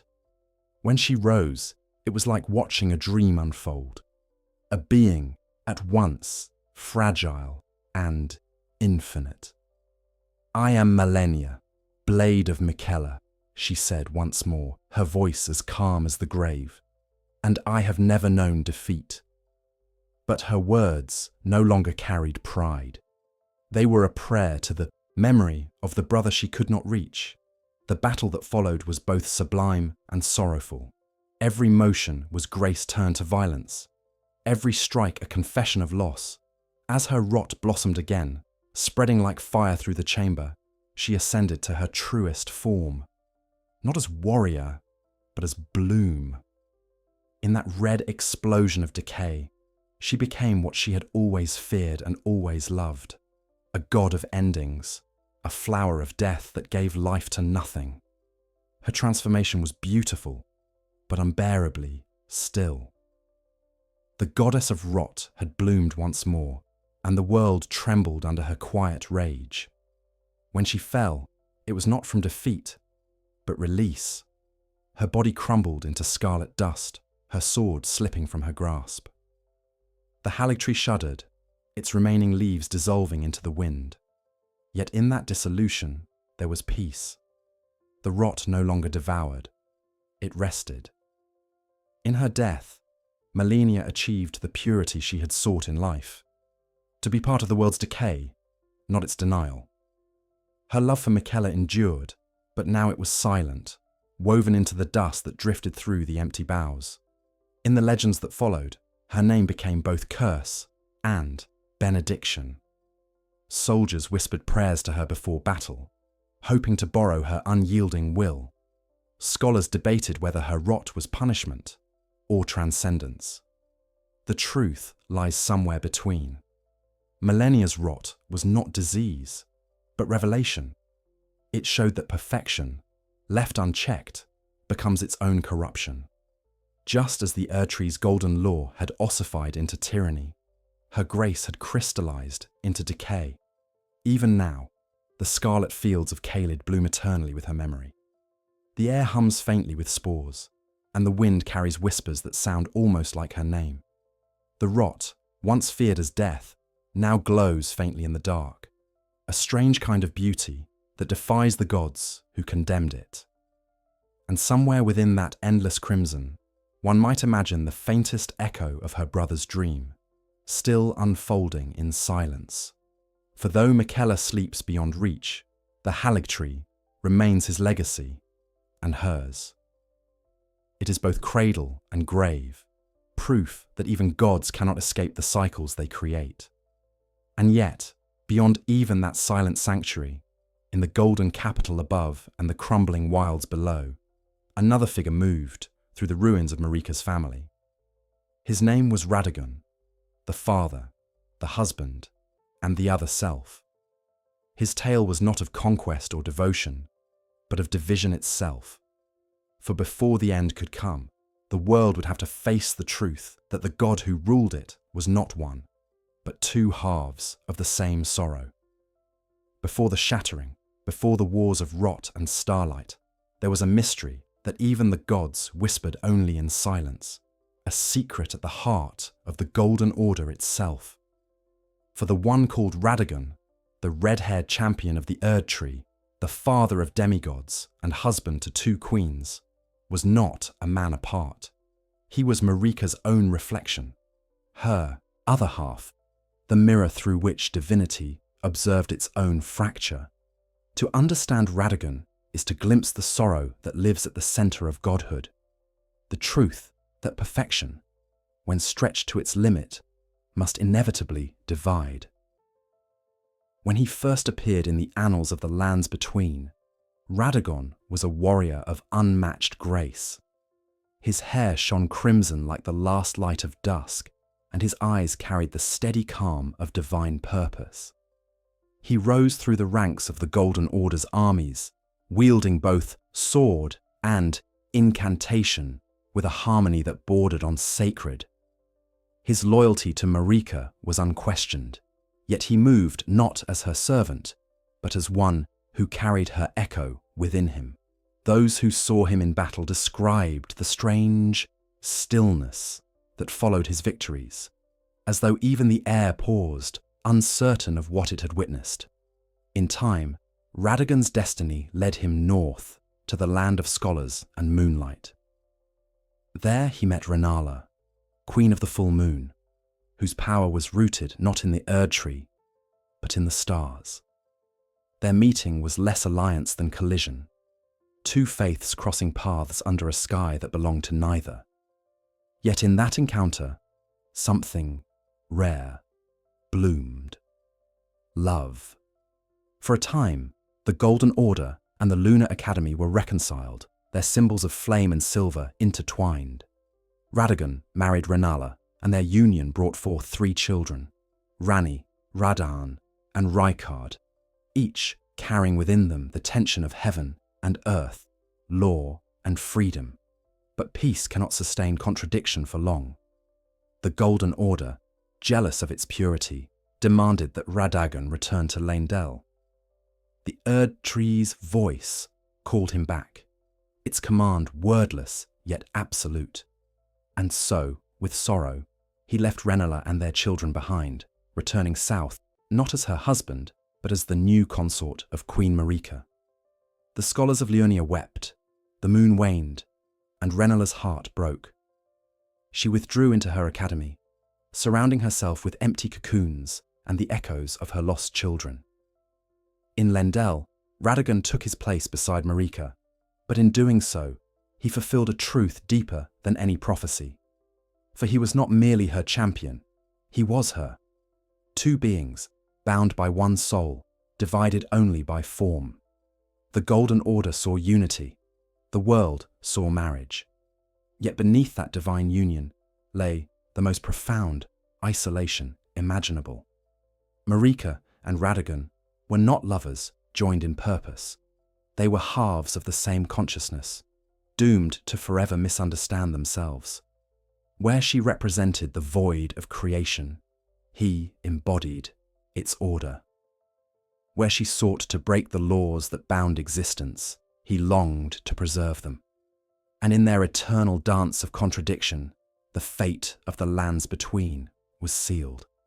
Their children reflected this rift. The offspring of Radagon and Marika bore within them the impossible tension of perfection turned inward. Malenia's body rotted from the conflict between her mother's divine blood and her father's structured flame. Miquella, though uncorrupted, withdrew from the world entirely, seeking purity beyond even grace. Their births were not blessings, but symptoms of an irreconcilable truth. The divine cannot reproduce without breaking itself further. Through them, the world saw what happens when divinity breeds with itself. Creation that is not expansion, but echo. And so the cracks widened.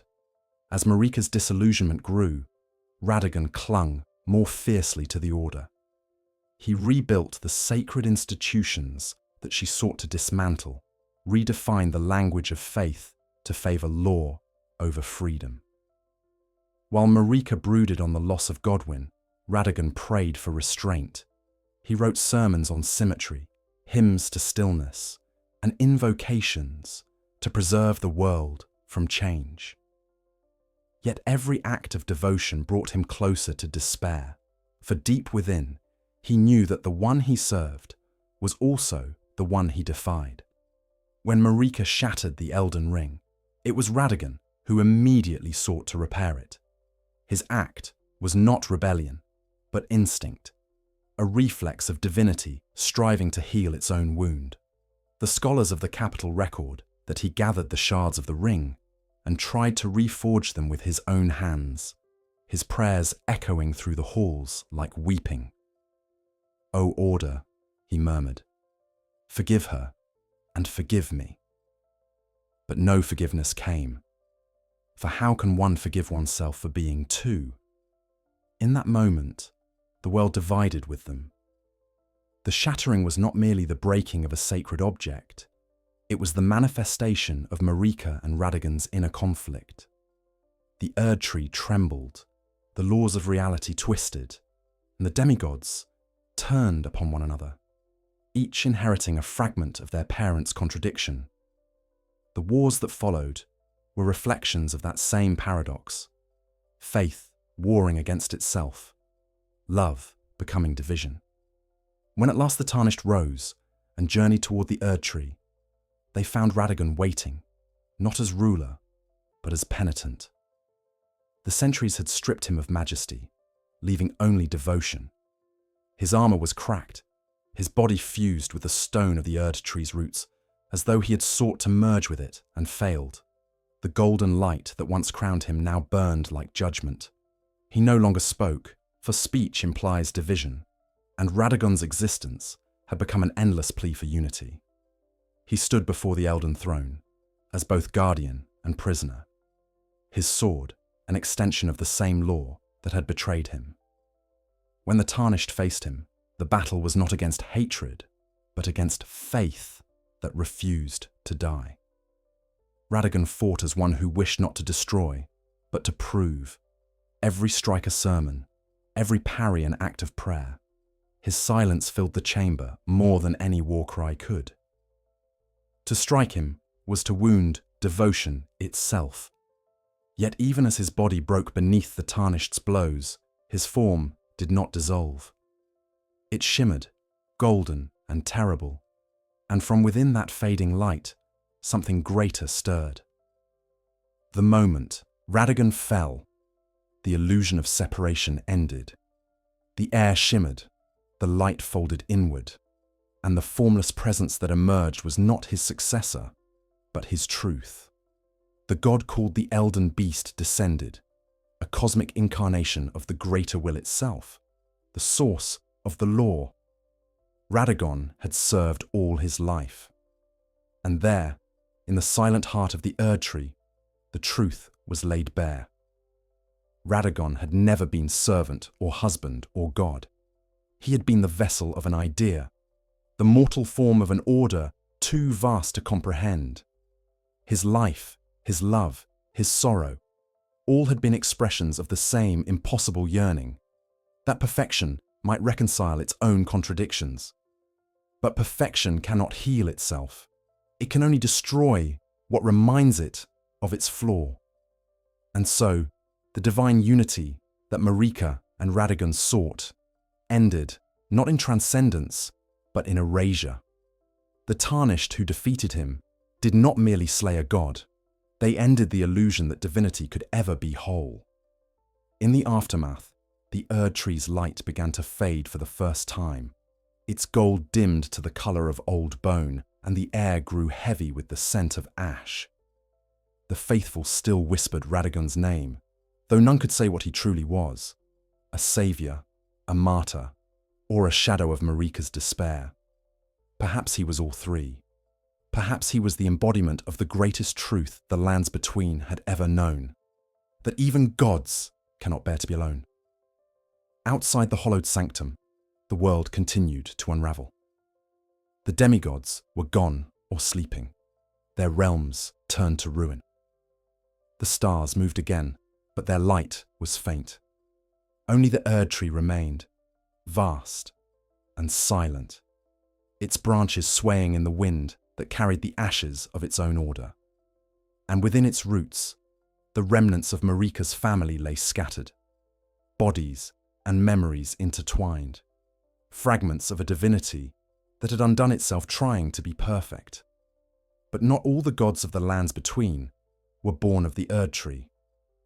Beyond the capital, in the blackened depths where the golden roots meet the abyss, another will stirred, one not of law or light, but of pure hunger. It was the echo of something that had watched long before grace, long before Marika. The people called it the frenzied flame, and its coming would burn away what little sanctity the world still claimed to possess. Beneath the Erdtree's roots, where no light of grace can reach and no god's law can claim dominion, there lies a place older than divinity itself, a cavernous heart of molten stone and whispering madness. It is here, in the tunnels beneath Lendal's glittering corpse, that the world's most ancient truth still burns. The frenzied flame, the will that predates order, predates reason, and hungers for one thing only: unmaking. It has no face, no name, and no desire for worship. It is the primal consequence of creation, the fire that waits for the moment when every perfection must collapse beneath its own weight. To understand the frenzied flame is to confront the idea that even the gods of the lands between were not architects, but accidents, brief lights flickering atop an endless furnace. When Marika shattered the Elden Ring, the world above splintered into fragments of divine ambition, but deep below, something laughed. The frenzied flame had always been there, waiting beneath the golden order like a disease beneath polished skin. The Erdtree, in its radiance, had sought to seal it away, weaving roots of grace through the stone to bury its chaos. But the flame cannot be destroyed. it can only be forgotten, and forgetting is not the same as victory. Over centuries, its heat seeped upward, soft and unseen, breathing madness into those who wandered too far beneath the city. The desperate heard its whispers first, the outcast, the faithless, the broken. It offered them release, not salvation. To those who listened, the flame spoke not in words, but in feelings. The memory of pain, the yearning for silence, the unbearable truth that all separation, God and mortal, order and chaos, self and other, is illusion. The yellow eye of madness that blossoms in the infected is not a mark of evil, but of understanding. For the frenzied flame does not destroy, it reveals. It unmakes the boundaries that keep beings apart, melting them back into one infinite suffering. It is the mirror image of grace, where the Erdtree binds all things through law, the frenzied flame unites them through dissolution. Long before the Tarnished awoke, the flame had already found disciples. They called themselves the Eyes of Chaos, wandering prophets who anointed their followers with fire that did not burn, but consumed identity itself. Theirs was a faith of surrender. They built no temples, raised no banners. They whispered to one another in the ruins, saying, "All are one in torment, and in torment all are pure." Their madness was not frenzy but clarity, the peace that comes when meaning finally collapses. Yet even this primal will found a vessel, deep beneath Lendel, where the stone dripped like candle wax, and the air trembled with heat. A being of scarred flesh waited in silence. Some call him the Three Fingers, though that name captures only a fraction of what he is. To see the Three Fingers is to behold the body of fire given form, a living conduit of the frenzied flame's will. When they reach toward you, their touch is not violence. It is invitation. They do not speak, but their gesture carries infinite meaning. Abandon law, abandon form, and return to the warmth of the beginning. When the Tarnished descended into those depths, they found no glory there, only inevitability. The walls pulsed with living heat, and the whispers of the forgotten grew louder, merging into a single tone of infinite lament. Those who approached did not do so, seeking power, but understanding. The Tarnished, who had walked the ruins of gods and witnessed the decay of every order, came to see the truth that the world above could not bear, that all things, even the Erdtree's light, exist only by denying the fire beneath.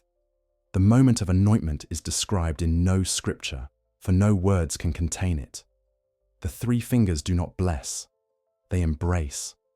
Their searing touch consumes the flesh, branding it with spirals of smouldering eyes, symbols of unity through agony.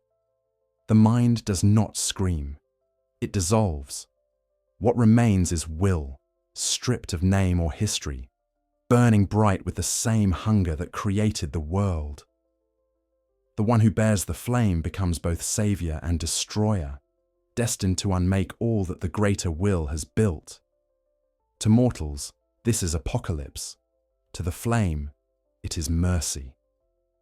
The frenzied flame's philosophy is simple and unbearable, that separation is suffering, and the only cure is to erase it.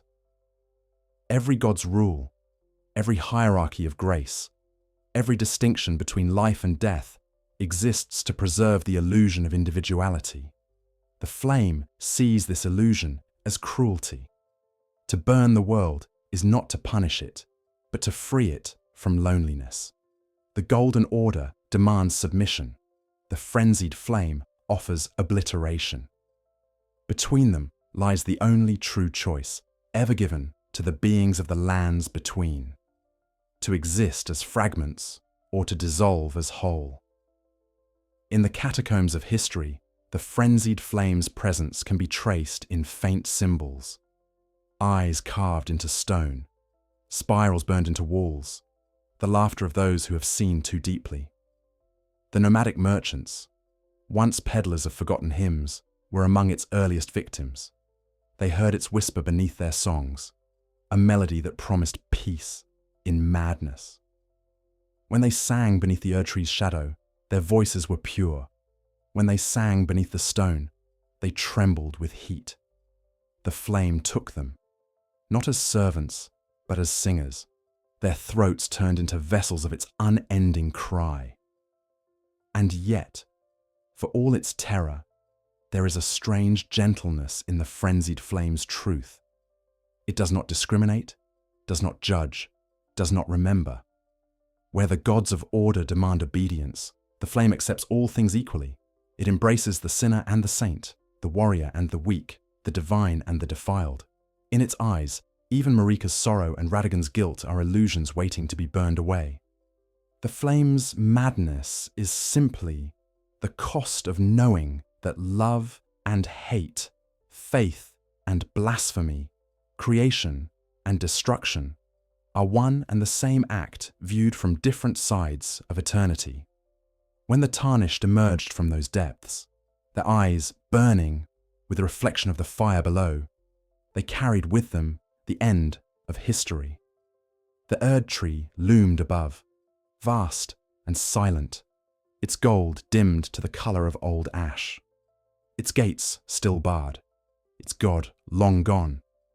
It waited for the hand that would decide whether to preserve what remained or to return it to nothing. The frenzied flame offered not conquest, but completion, the final symmetry of existence consuming itself. In some tellings, the one who bears the flame walks forth as Lord of Chaos, and the world ends not with thunder, but with a sigh of release. The Erdtree ignites, its golden branches turning black as the sky cracks with heat. The seas boil, the stars fall, and every living thing is folded back into the fire from which it came. The scream that follows is not anguish, but song. The world does not perish. It remembers what it was before the lie of order. But there are those who resist even this ending, for not all who see the truth of fire accept it. In the depths of despair, some still cling to the dream of restoration, that the Erdtree might yet be healed, that grace might still redeem what was lost. One of these was Miquella, the unalloyed, who sleeps even now within his cocoon, dreaming of a world without division. His vision stands as the only counter to the flame, a unity not of destruction, but of mercy. If the frenzied flame would bind all things through annihilation, Miquella would bind them through love that asks nothing in return. Thus, the final struggle of the lands between is not between gods or warriors, but between two interpretations of compassion, the burning that frees and the mercy that heals. Both are absolute, both divine, both doomed. For whether through rot, blood, or flame, the world is already ending. The question that remains is only what form that ending will take. Above the ashes, the Erdtree still stands, a skeleton of light reaching into the clouds. The wind that blows through its branches carries two whispers. One speaks of the flame that waits to consume all. The other speaks of the dream that might save it. And somewhere between those two, in the silence that follows both destruction and hope, lies the last secret of the demigods, the one that even gods could not bear to speak. For there was yet one more who lived between worlds, neither god nor mortal, who walked the edge of shadow and light in search of meaning beyond both. His name was Godwyn the Golden, and though he died first, his story was not yet done. Before the wars of blood and rot, before the frenzy and the flame, there was a single death that began them all. It was not a death of mortals, nor of beasts, but of something that was never meant to die. His name was Godwyn the Golden, firstborn of Queen Marika and Godfrey, beloved by the people, and the light of the Erdtree made flesh. His face was carved on coins, his victories sung in temples. To his kin, he was the hope of the Golden Order's future, the proof that divinity could walk among men with gentleness rather than pride. But when the night of the Black Knives came, that same light was extinguished, and the world began its long descent into shadow. His was the first death in a realm that had sealed death away, and for that reason, it was not an ending. It was the beginning of everything that would break. The night itself remains an enigma. The historians of Lendal describe it in cautious tones, a stillness like breath before dawn, a darkness that clung even to flame. Across the lands between, people awoke to silence and dread. The moon hung low, bloodless, and the stars hid their eyes. Somewhere unseen, blades of black glass cut through the air. They were not ordinary weapons, but relics forged with stolen power. The power of destined death, the very force Marika had long ago sealed within her shadow, Malekith.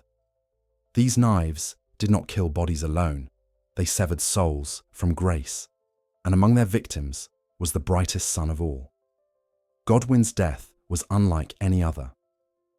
When the assassin struck, his body fell, but his spirit did not depart. The blow that should have freed his soul from flesh instead inverted the natural law, leaving his spirit dead and his body still alive.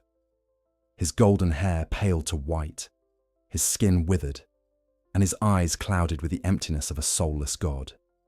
He did not decay like a corpse, but persisted, growing cold and soft, like something caught between life and death.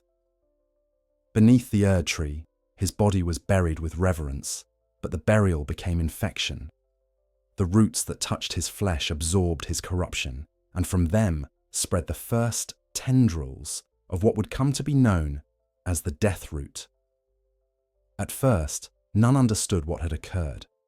The priests of the Golden Order proclaimed his death a mystery of divine purpose. They built monuments, lit candles, and spoke of him as ascended rather than slain. But in secret, the corruption grew. The earth beneath the capital turned dark. The roots of the Erdtree pulsed like veins filled with ash, and faint whispers echoed in the tunnels.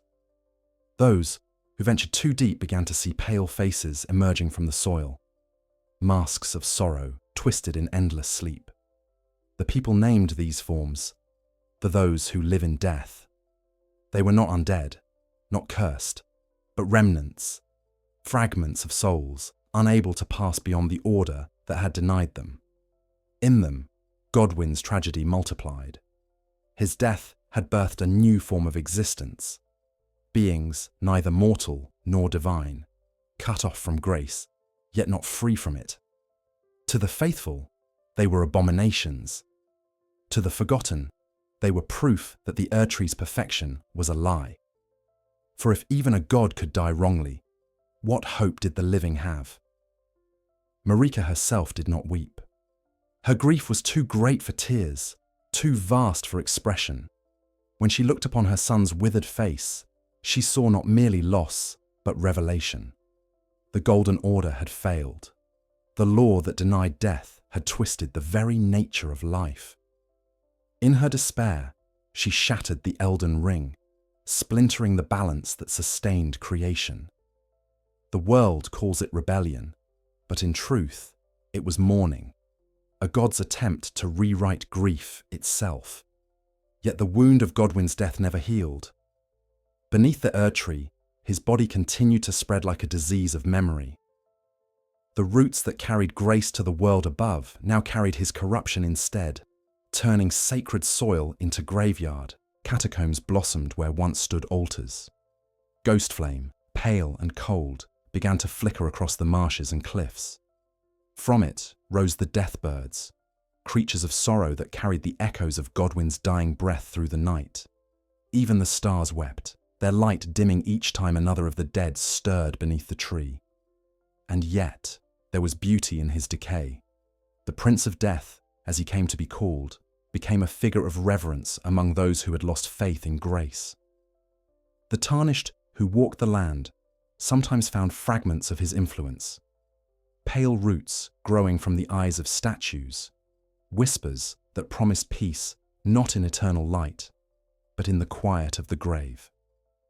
His presence haunted the world like a memory that refused to fade, a reminder that even divinity must answer to the laws it once denied.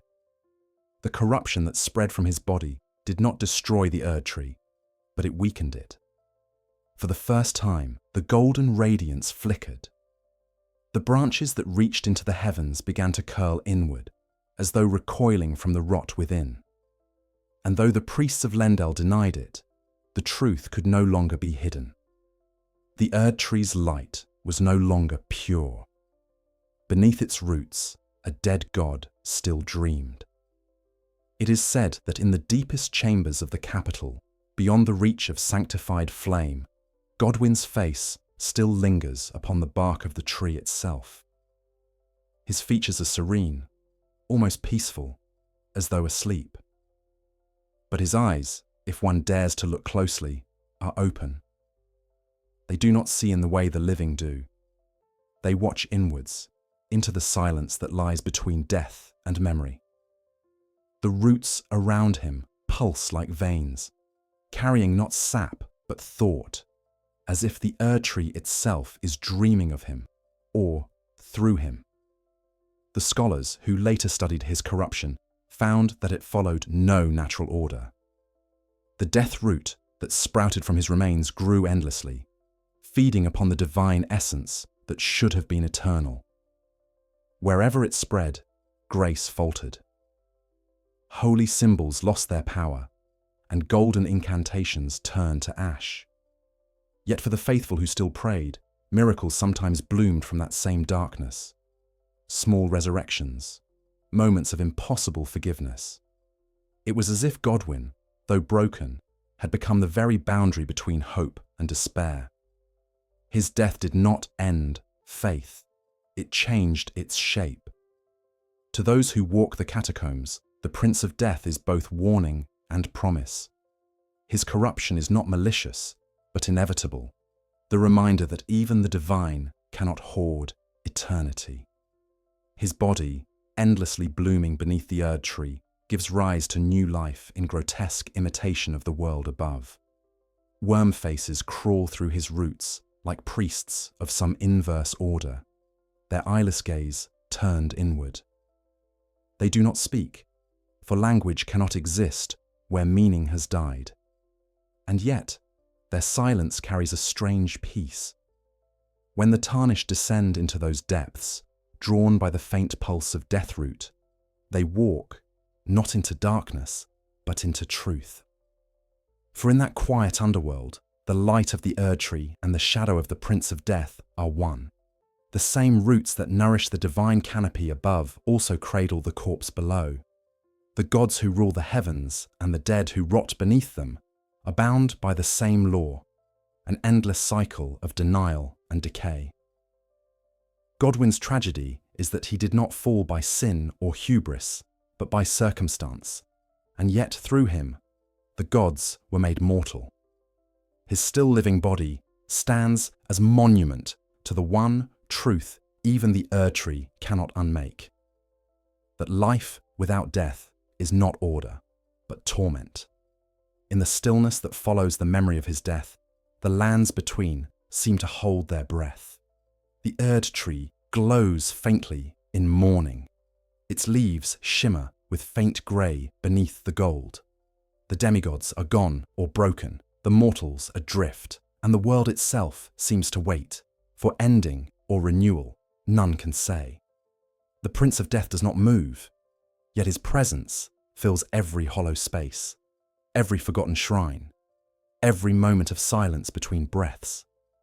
Above, the sky remains divided between moon and gold. The stars move again, but their rhythm feels wrong, as though time itself hesitates. For even as the Erdtree decays, something within it still resists, the old divine will that refuses to release its hold on the world.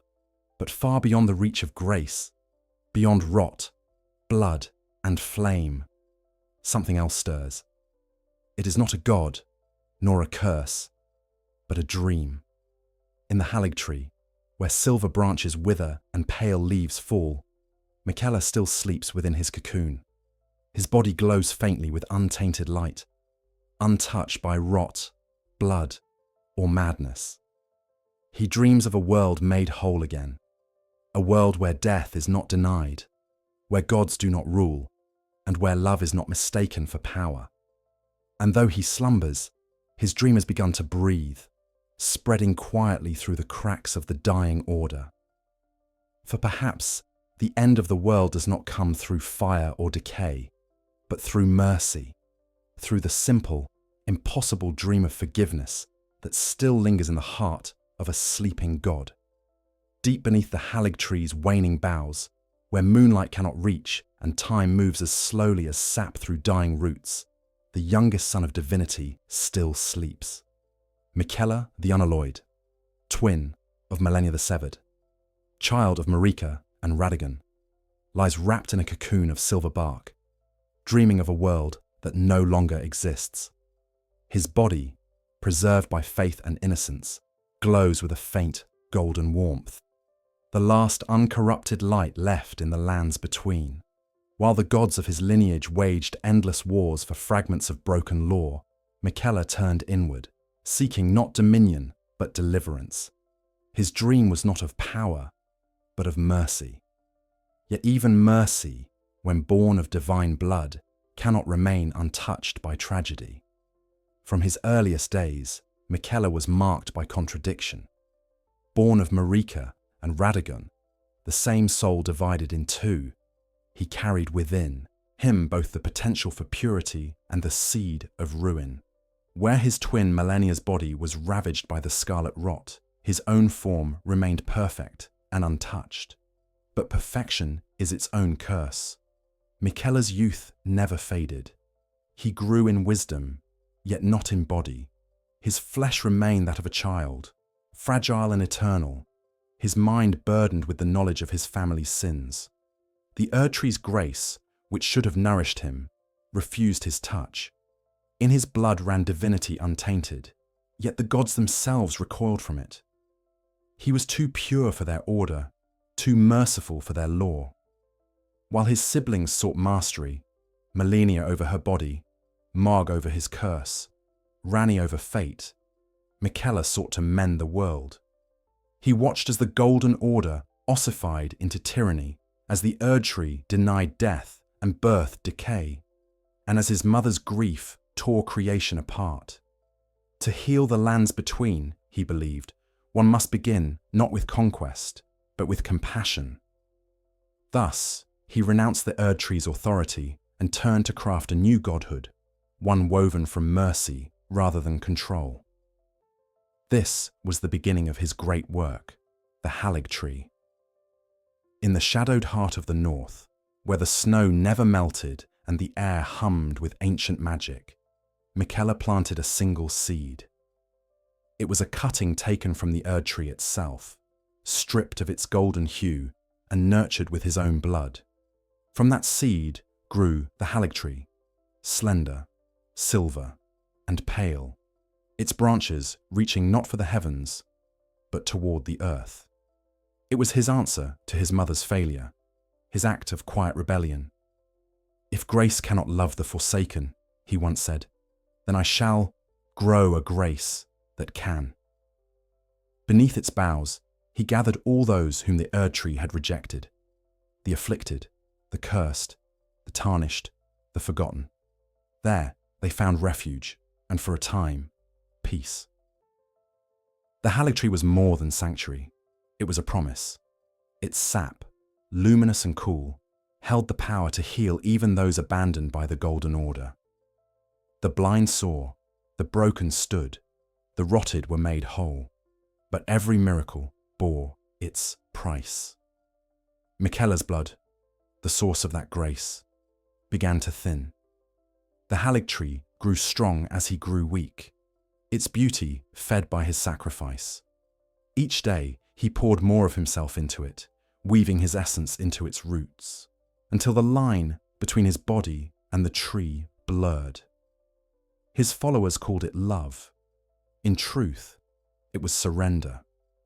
To sustain this new grace, Miquella built the unalloyed gold, an alchemical fusion of his own blood and the essence of celestial silver, purified beyond corruption. It was meant to resist the influences of the outer gods, to protect the world from the madness, rot, and flame that gnawed at its edges. He crafted charms and relics from it, each a barrier against despair.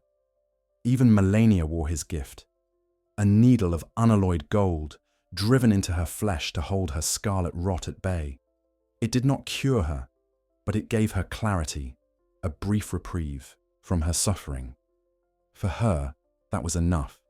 In that fragile grace between them, his mercy, her endurance, the broken ideal of their mother briefly flickered to life.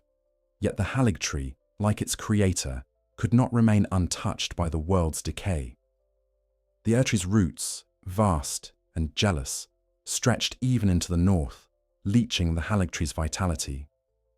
Its leaves began to fall, its light dimmed, and its sap grew thin.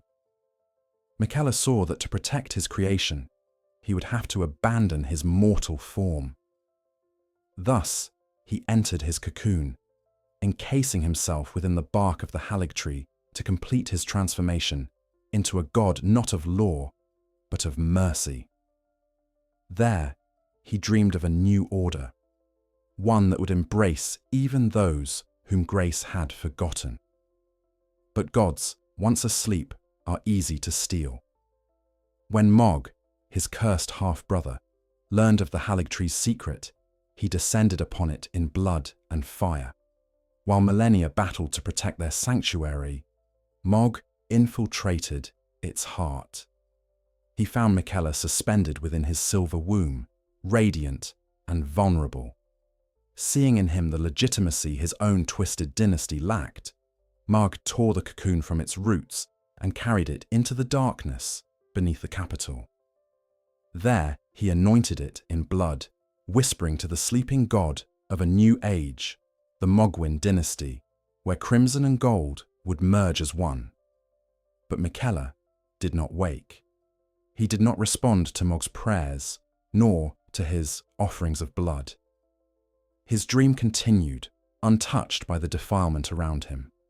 Some say his spirit had already passed beyond the reach of gods.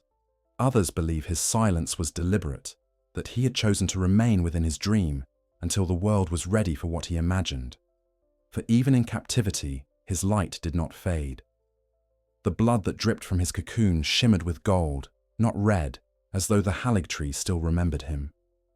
To this day, those who approach the slumbering god beneath Godwyn Palace report feeling both warmth and sorrow.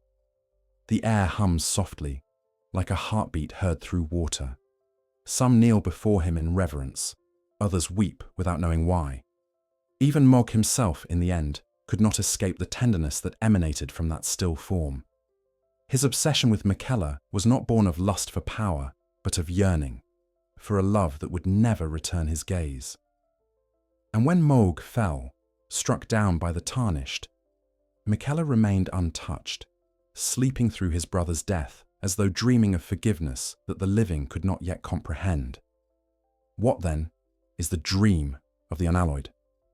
Perhaps it is not salvation, but release. The idea that mercy is stronger than divinity because it asks for nothing. Miquella's dream envisions a world without hierarchy, without curse or grace, where life and death, God and mortal, coexist without fear. In that world, even the rot would bloom without pain. Even the flame would burn without destruction. It is a dream that denies the premise of the Erdtree itself, a world that does not need perfection to be whole. But such a dream cannot awaken easily. For every age that ends, another must begin, and every new dawn must choose between preservation and transformation. The Erdtree, now hollow, still stands as monument to that choice. Its pale branches sway in the northern wind, scattering leaves that shimmer like tears. Those who walk among its roots speak of faint whispers, voices carried from the dream beyond. Do not despair, they seem to say. The world remembers kindness. In the lands between, mercy is the rarest form of strength. It cannot rule, cannot conquer, cannot endure the cruelty of gods. Yet Miquella's dream endures in the hearts of the weary, the tarnished who fight without promise of reward, the forgotten who still plant seeds in poisoned soil, the broken who forgive even the gods who broke them. Perhaps that is the true legacy of the unalloyed. Not a kingdom, but a capacity to hope in the face of eternal decay. The Erdtree remains, though its sap runs thin and its protector has long since fallen. Snow drifts through its silent halls, blanketing the remains of Malenia's warriors and the withered branches of her brother's dream. The cocoon glows faintly still, like an ember buried in ash. And though the world above burns with chaos and the Erdtree crumbles beneath the weight of its own divinity, that small, quiet light continues to breathe. For if there is to be a dawn beyond the age of ruin, it will not come from gold or flame, but from that single, sleeping dream, a mercy that waits, unspoken, at the heart of death itself. In the heart of the lands between, rising higher than mountains and deeper than memory, stands the Erdtree. Its radiant boughs once crowned the sky with unbroken light, its roots carved through the world like veins of molten gold. Every leaf shimmered with grace, every shadow sang of order. To live beneath it was to live within a god's heartbeat, to be nourished, judged, and known.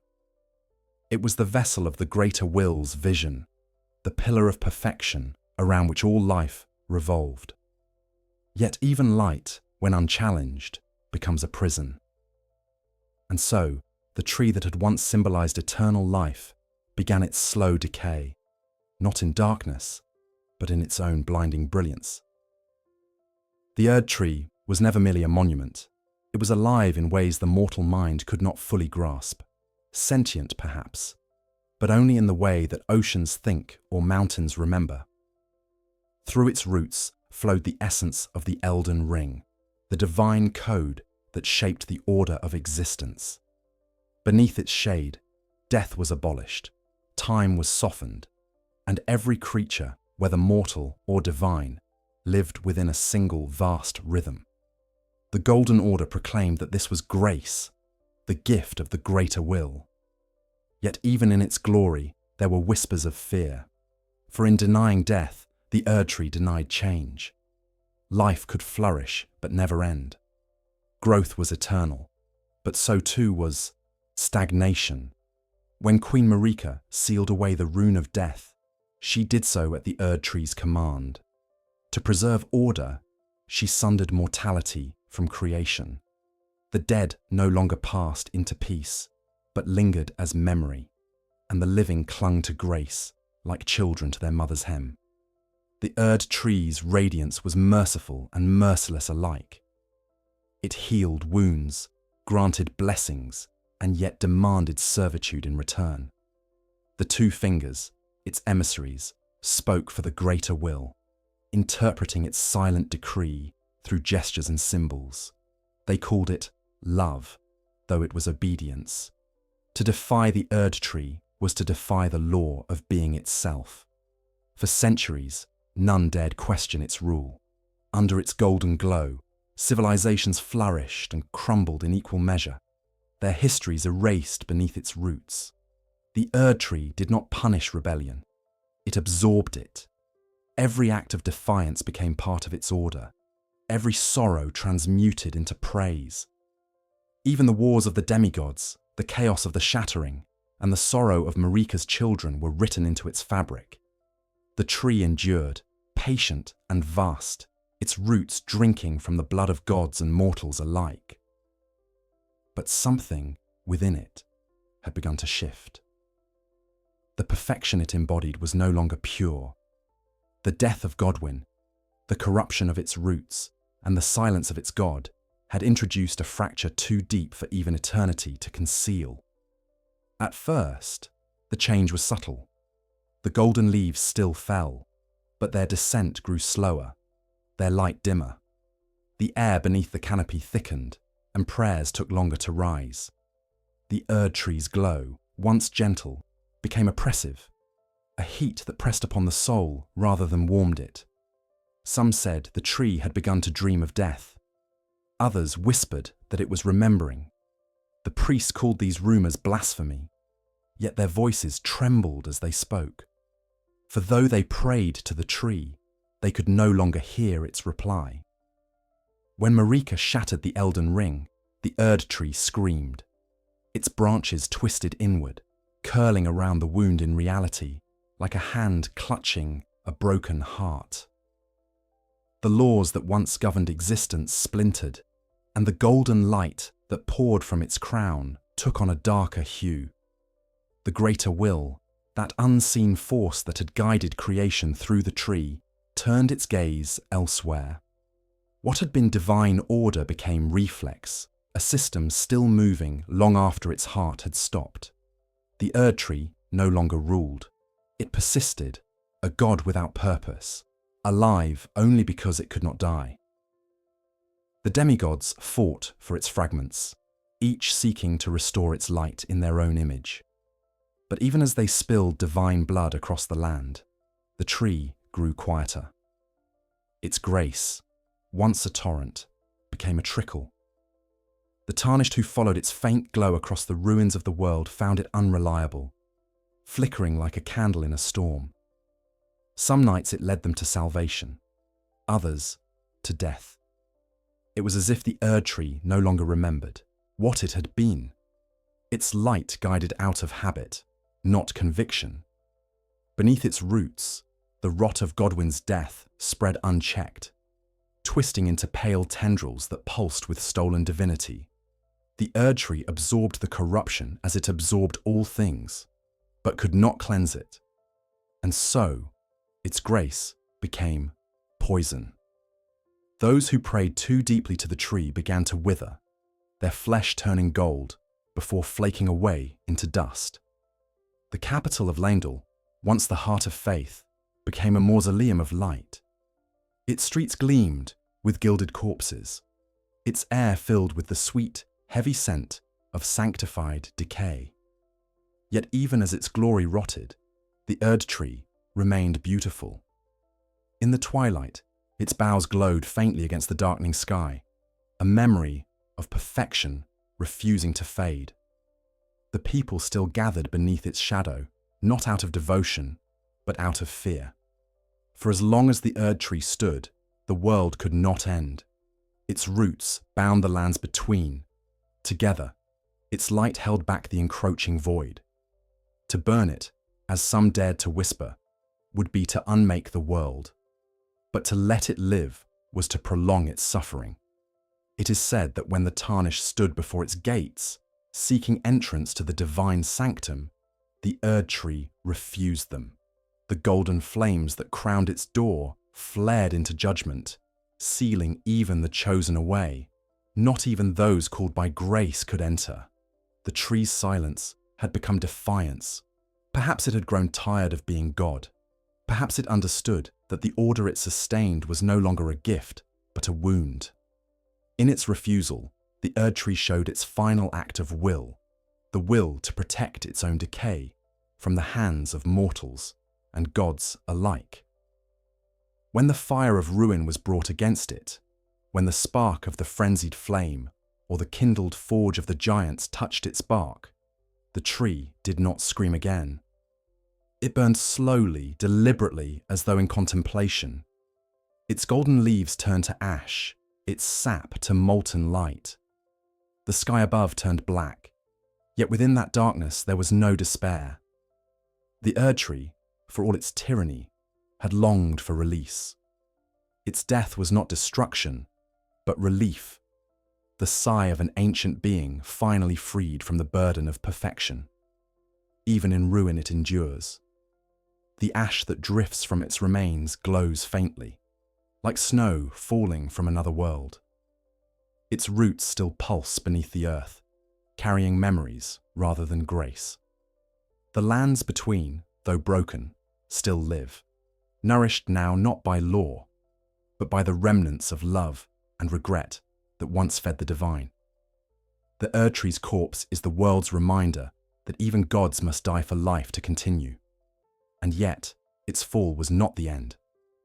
From its ashes, new fires began to smoulder, fires of rebellion, of chaos, of quiet hope. The tarnished who walked its ruins would soon face the final choice, whether to rebuild the order that had failed, or to embrace the freedom that its death had given. But before that decision could be made, one last secret awaited beneath the blackened bark. For within the heart of the burned Erdtree, entombed in gold and sorrow, the goddess herself still lingered, Marika, the eternal, bound to the throne of her own making. At the very heart of the Erdtree, where gold once burned brighter than the sun, there lies a chamber of stillness, a sanctum where time itself seems to hold its breath. Here, upon the seat of the Elden throne, sits Queen Marika, the eternal. Once radiant, now silent, her form has fused with the roots and marrow of the tree she both created and destroyed. To look upon her is to see not life, but consequence, a god who bore the weight of eternity until eternity broke her in return. Her eyes, if one could call them that, are neither open nor closed, but caught in that infinite moment between revelation and despair. The story of Marika is not simply one of rebellion or sorrow. It is the story of what happens when a being meant to embody perfection learns that perfection is a kind of death. Marika's origins are older than the Erdtree itself. She was born in the age before Order, when the greater will first cast its gaze upon the lands between. From among the new men, an ancient race of mortals said to dwell close to the realm of the divine, she was chosen, not for purity, but for potential. The greater will saw in her a vessel through which its cosmic law could take root in the physical world. To her, it granted the Elden Ring, not a circle of metal, but a metaphysical construct, a collection of runes representing life, death, form, and meaning. With it, she shaped the lands between into harmony. Through her, grace flowed, and the first age of gold began. In the beginning, she was beloved. The people saw her as mother and goddess alike, her image reflected in every act of creation. She established the Golden Order bound mortals and demigods in shared law, and raised the Erdtree as the living symbol of her covenant with the greater will. But her reign was not born of freedom. It was servitude sanctified. Every miracle she wrought was dictated by a power beyond her comprehension. Every law she gave inscribed by another's hand. The greater will called her eternal, but eternity, she would learn, is the cruelest form of captivity. Her consort, Godfrey, the first Elden Lord, shared her golden dream for a time. Together they waged holy conquest, spreading the Erdtree's light across lands untamed. But when the wars ended and peace settled, the greater will demanded new motion. Godfrey's grace was withdrawn, and Marika watched her husband, the symbol of strength and love, cast into exile as tarnished. That was the first crack in her faith. For if grace could be given and taken, if love could be weaponized, then the order she upheld was not divine harmony, but manipulation. In that realization, something within her began to fracture. She remained upon the throne, still divine in form, but increasingly human in thought. Her heart turned inward, haunted by the limits of her own creation. She saw her children born cursed and broken, Morgott and Mohg, horns marking them as blasphemies. Godwyn, doomed to become the first of the undying dead. Malenia, consumed by rot, and Miquella, trapped in eternal youth. Every act of creation had birthed a wound. Every attempt at perfection only deepened the imperfection it sought to erase. Her children were mirrors of her own rebellion, reflections of the flaw at the center of godhood. Then came the night of the black knives. When she saw Godwyn's lifeless eyes, she did not rage against his killers. She raged against the law that had made his death impossible and thus made it wrong. For the first time, she saw that the Erdtree's grace was not mercy but denial. To strip death from creation was to strip meaning from life. Her grief became a revelation. A God that forbids death is a God that cannot love. In that moment, Marika made her fateful choice. She shattered the Elden Ring, the very embodiment of order, not out of vengeance, but out of sorrow.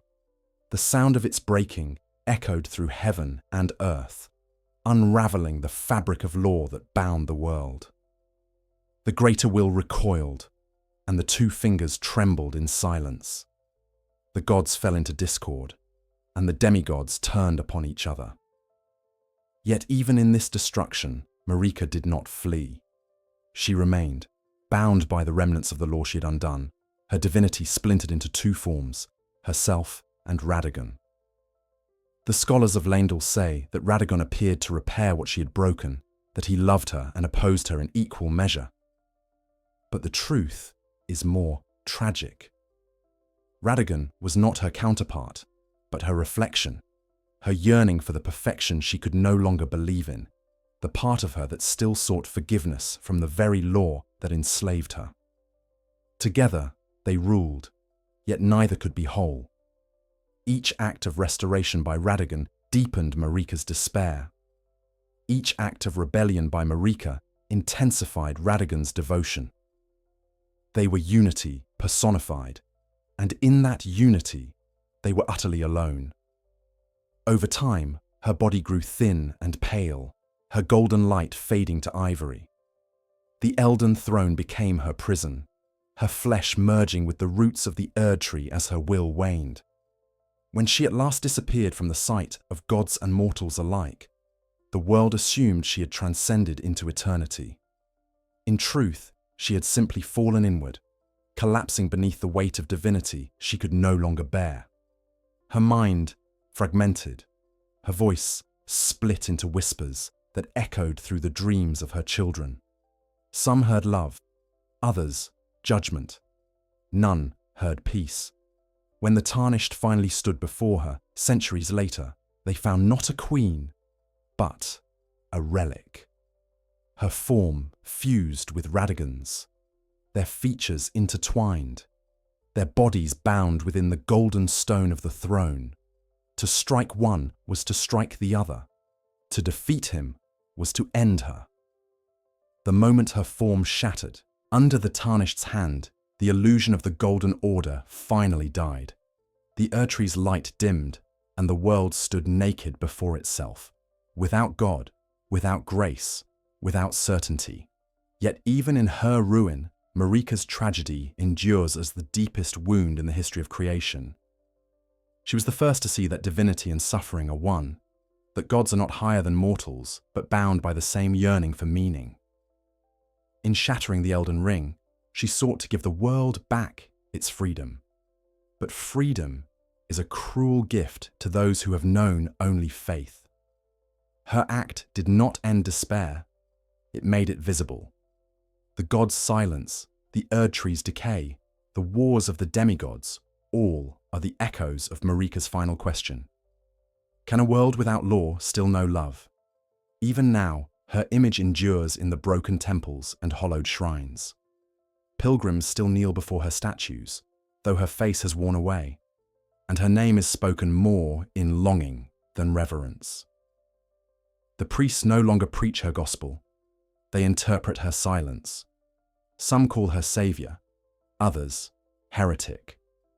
But beneath their debate lies the same quiet truth. Every act of creation carries within it the seed of destruction, and every god, in the end, must learn to die for the world they made. The ashes of the Erdtree still glow faintly above her throne, The roots whisper her name in the language of sap and sorrow.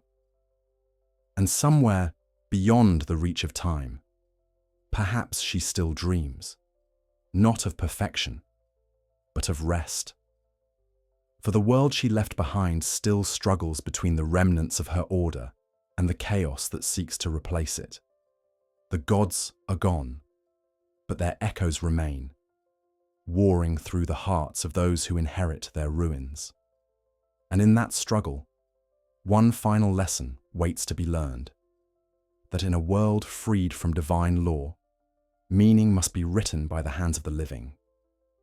Long after Marika's light dimmed, when the Erdtree's gold had cooled to ash and the gods had turned to silence, a faint glimmer stirred across the dying world. It began not in the heavens, but in the dust, the faint shimmer of forgotten souls rising from the soil of memory. They were the tarnished, the once chosen and long cursed mortals exiled from grace in ages past. Cast out when the Golden Order deemed them unworthy, they had wandered the lands beyond death, stripped of the Erdtree's blessing, and left to fade into myth. Yet in the twilight of divinity, when grace itself began to flicker like an ember refusing to die, they were called back. The gentle light that reawakened them was not the brilliance of the gods, but something humbler, a whisper of longing, a question left unanswered. The return of the tarnished marked the beginning of the final age of the lands between. They awoke beneath ruined skies, their bodies weak, their memories hollow. They remembered the old wars as one might recall a dream, blurred by centuries, gilded by longing. The voice that called them was soft, neither command nor plea, but invitation. It spoke not from the Erdtree, but from something within, a remnant of grace carried deep in their marrow.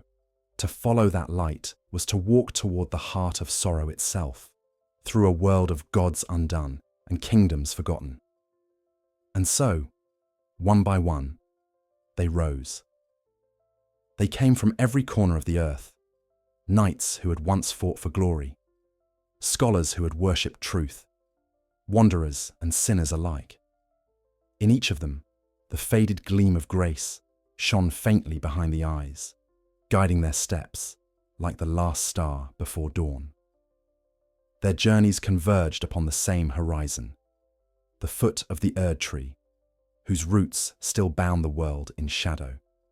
For though its radiance had dimmed, its call remained irresistible. It promised meaning, redemption, or perhaps simply an end. The tarnished were not heroes. They carried the scars of countless ages, the guilt of wars waged under false gods, the despair of seeing eternity fracture the burden of their own forgotten sins. Yet it was precisely in their imperfection that grace found its reflection. The gods, in their pursuit of purity, had destroyed themselves. The tarnished, in their weakness, had endured. Their curse had become their strength, to live without divine certainty, to walk without command, to hope without promise. In them, the world found a second chance. Guiding them were the finger maidens, pale figures who spoke in the language of the two fingers. Though their gods had long since fallen silent, they offered no revelations, only purpose. The faint suggestion that by gathering the great runes, by piecing together the shattered fragments of order, the tarnished might one day become Elden Lord and restore what had been lost. But even the maidens did not know what that restoration meant. Would it rebuild the tyranny of the Golden Order, or reshape it into something new? The light that led them was the same that had once blinded the world, but in its dimness there was freedom. As they journeyed, the tarnished encountered the remnants of the old world. The castles of demigods stood hollow, their banners shredded by wind. Rivers of rot and blood wound through the land like scars that refused to close. And yet, amid ruin, life persisted. Birds sang in the dead forests. The wind moved through fields of ash, and people small and uncertain, continued to pray. Every ruin they passed was both warning and memory, a reminder that grace, once absolute, had demanded everything and given nothing in return. In their travels, the Tarnished gathered the fragments of the Elden Ring, each one representing a truth the gods had sought to control. The Rune of Death, stolen by Marika and bound by Malekith, whispered of inevitability. The Rune of Blood, carried in Mohg's veins, murmured of passion turned to obsession. The Rune of Rot, blooming through millennia, taught that beauty and decay are one. And somewhere in the forgotten dream of Miquella, the unalloyed Rune of Mercy still shimmered, unclaimed. The Tarnished bore all these fragments, though they did not understand them. Their task was not to comprehend the world, but to carry it forward. When they reached Lendal, the once capital now buried in golden dust, they found the city hollowed by faith. Its streets were lined with statues whose eyes no longer shone, its air thick with the scent of forgotten prayers.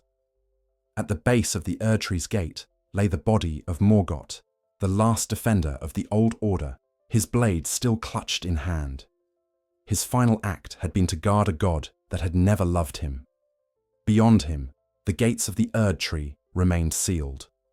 No Tarnished, no demigod, no prophet could enter. The light that had once accepted all, now refused even the faithful. It was in that refusal that the Tarnished made their most dangerous choice. To open the path to the throne, they would have to burn the Erdtree. It was a decision that echoed Marika's rebellion, though made by mortal hands.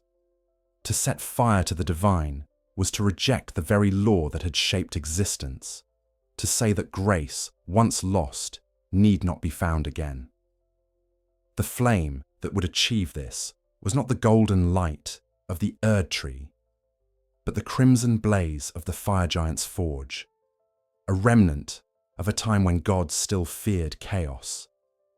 To claim it was to carry the sin of the world itself.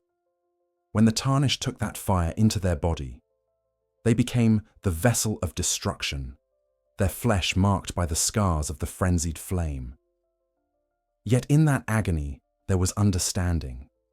The Erdtree, for all its beauty, had become a cage. Its roots held the world in stasis. To burn, it was not blasphemy, but mercy.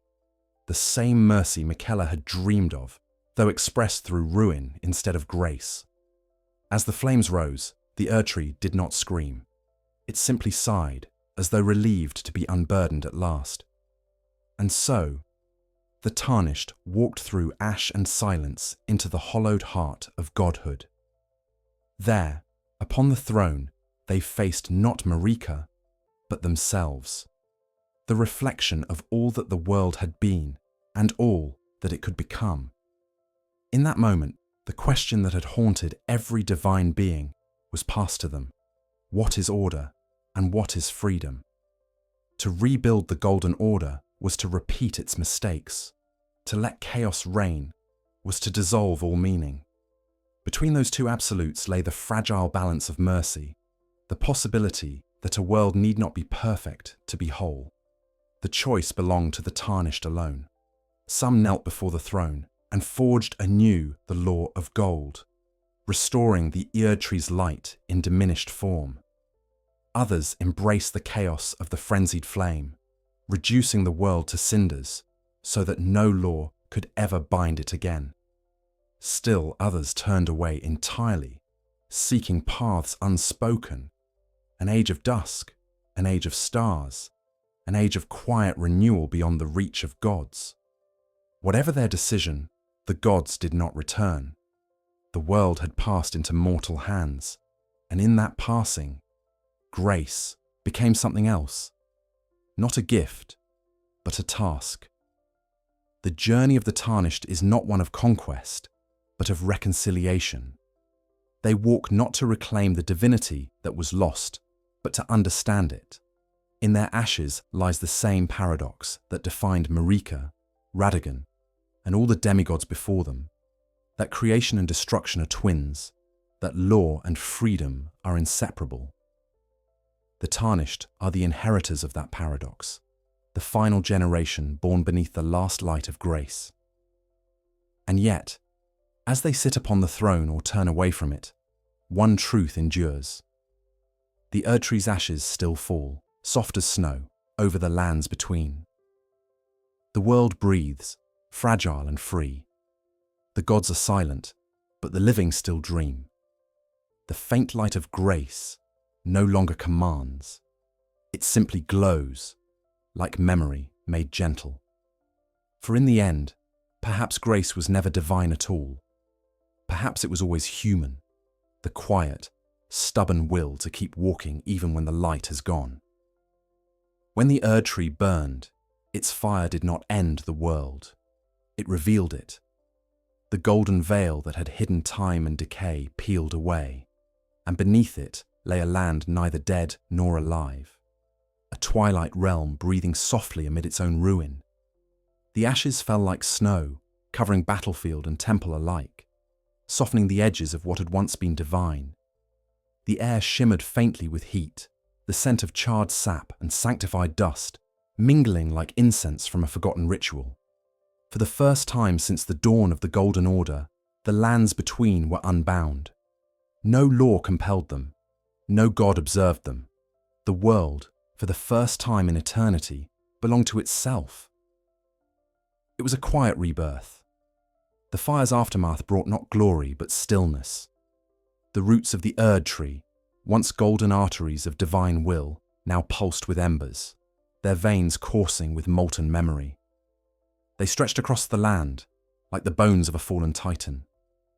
Rivers turned to mirrors, reflecting a sun that no longer burned so bright. The skies dimmed to grey gold, neither day nor night, as though the heavens themselves had paused in mourning. And yet, amid that silence, new sounds emerged. The wind through broken leaves, the call of unseen birds, the first hesitant voices of people stepping from the shadows of worship into the fragile dawn of freedom. The cities that had served gods now stood empty, their towers cracked, their idols toppled by neglect rather than revolt. Lendel, the capital once bathed in eternal light, lay half buried in ash. Its golden domes had melted into twisted relics, its streets swallowed by the roots of the dying tree. Yet life crept through its ruins. Moss grew upon the thrones of kings. Vines wove through the halls of the Erdtree's faithful. In the stillness, nature began to reclaim what law had denied it. Where grace had once chosen who might flourish, the earth now made its own decisions. The people changed as well. The faithful, once servants of order, found themselves untethered. Many could not comprehend a world without divine command. They gathered in the ruins, lighting candles before statues of Marika, praying for a voice that would never again answer. But others, those who had lived in the margins, the tarnished and the forgotten, began to build. They did not speak of grace or destiny, but of survival. They planted gardens where the soil was still warm from fire, raised shelters from the bones of fallen beasts, and sang songs not of gods, but of one another. The age of miracles was gone. In its place came an age of memory. Still, the shadow of the divine lingered. The ashes of the Erdtree held within them traces of its old magic, fragments of light that glowed faintly in the dusk. Those who touched them felt not blessing, but remembrance. They saw visions of the world as it had been, the Erdtree in full bloom, the demigods radiant and proud, the wars that had shaped creation. And when the visions faded, they wept, not in worship, but in understanding. The Golden Order had been both prison and paradise, and its loss was both liberation and grief. In the north, the halig tree stood silent, its branches blackened but unbroken. Beneath it, the snow fell red with the memory of rot, yet the cocoon of Miquella still glowed faintly. Those who sought it spoke of hearing a heartbeat within, slow and patient, It was said that even in the age of ash, the dream of mercy endured. Pilgrims began to gather there, not worshippers, but seekers. They brought offerings of water and seed, not gold. For they believed that if Miquella ever woke, it would not be to rule, but to forgive. To the south, in the depths where Mohg's blood dynasty had once thrived, the scarlet rivers dried into veins of crystal, their glow fading to faint amber. The apostles of the formless mother scattered, their chants dissolving into the silence of defeat. And yet, some among them spoke of strange peace, that the Lord of Blood had not truly fallen, but had at last found what he sought. For in the world reborn in ash, even curses found rest. The frenzied flame, too, flickered and waned. Its followers, once driven mad by revelation, found their fires dimmed to embers of comprehension. The truth they had burned for, the unity of all suffering, no longer needed expression. The world itself had become that unity. The people began to speak of the lands between not as kingdom, but as wound, a place where divinity had bled into the soil, leaving behind both poison and possibility. The trees that grew from the ashes were pale and twisted, their leaves shimmering faintly with residual light. The rivers reflected the sky's dim gold as though the heavens had sunken into them. The air itself felt heavy with memory, as if each breath carried a fragment of the old world. Those who lived here learned to move slowly, to speak softly, to listen. They knew they walked upon sacred ruin. And what of the tarnished, those wandering souls who had brought the fire? Some vanished into legend, their deeds recited in whispers around new hearths. Some became kings, forging small realms of peace amid the wreckage. Others renounced the throne entirely, choosing exile over dominion. For them, the act of burning the Erdtree had not been victory, but absolution. They had not slain the gods to rule in their place. They had done it so that no one would ever have to kneel again.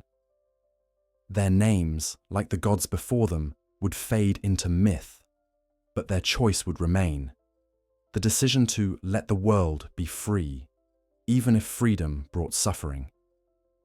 The ashes, meanwhile, continued to fall.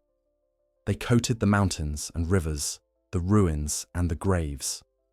Over time, the people began to use them as soil, planting seeds that grew into strange, luminous flora. Trees whose bark glowed faintly at night, grasses that shimmered like starlight. These new plants drew upon the divine residue of the Erdtree's remains, giving life a beauty, not of perfection, but of imperfection redeemed. The world had not been restored to what it was, nor remade into something new. It had simply continued, quietly, humbly, and in that quiet persistence lay a new form of grace. No longer the radiant will of a distant god, but the simple human rhythm of endurance. The people began to call it the low grace, not bestowed from above, but born from below. It was the grace of those who plant knowing they may never harvest, of those who remember even what should be forgotten, of those who forgive without reason. It was the grace that the gods had never understood, the one Marika had perhaps glimpsed in her final sorrow, the one Miquella still dreamed of beneath his silver shell.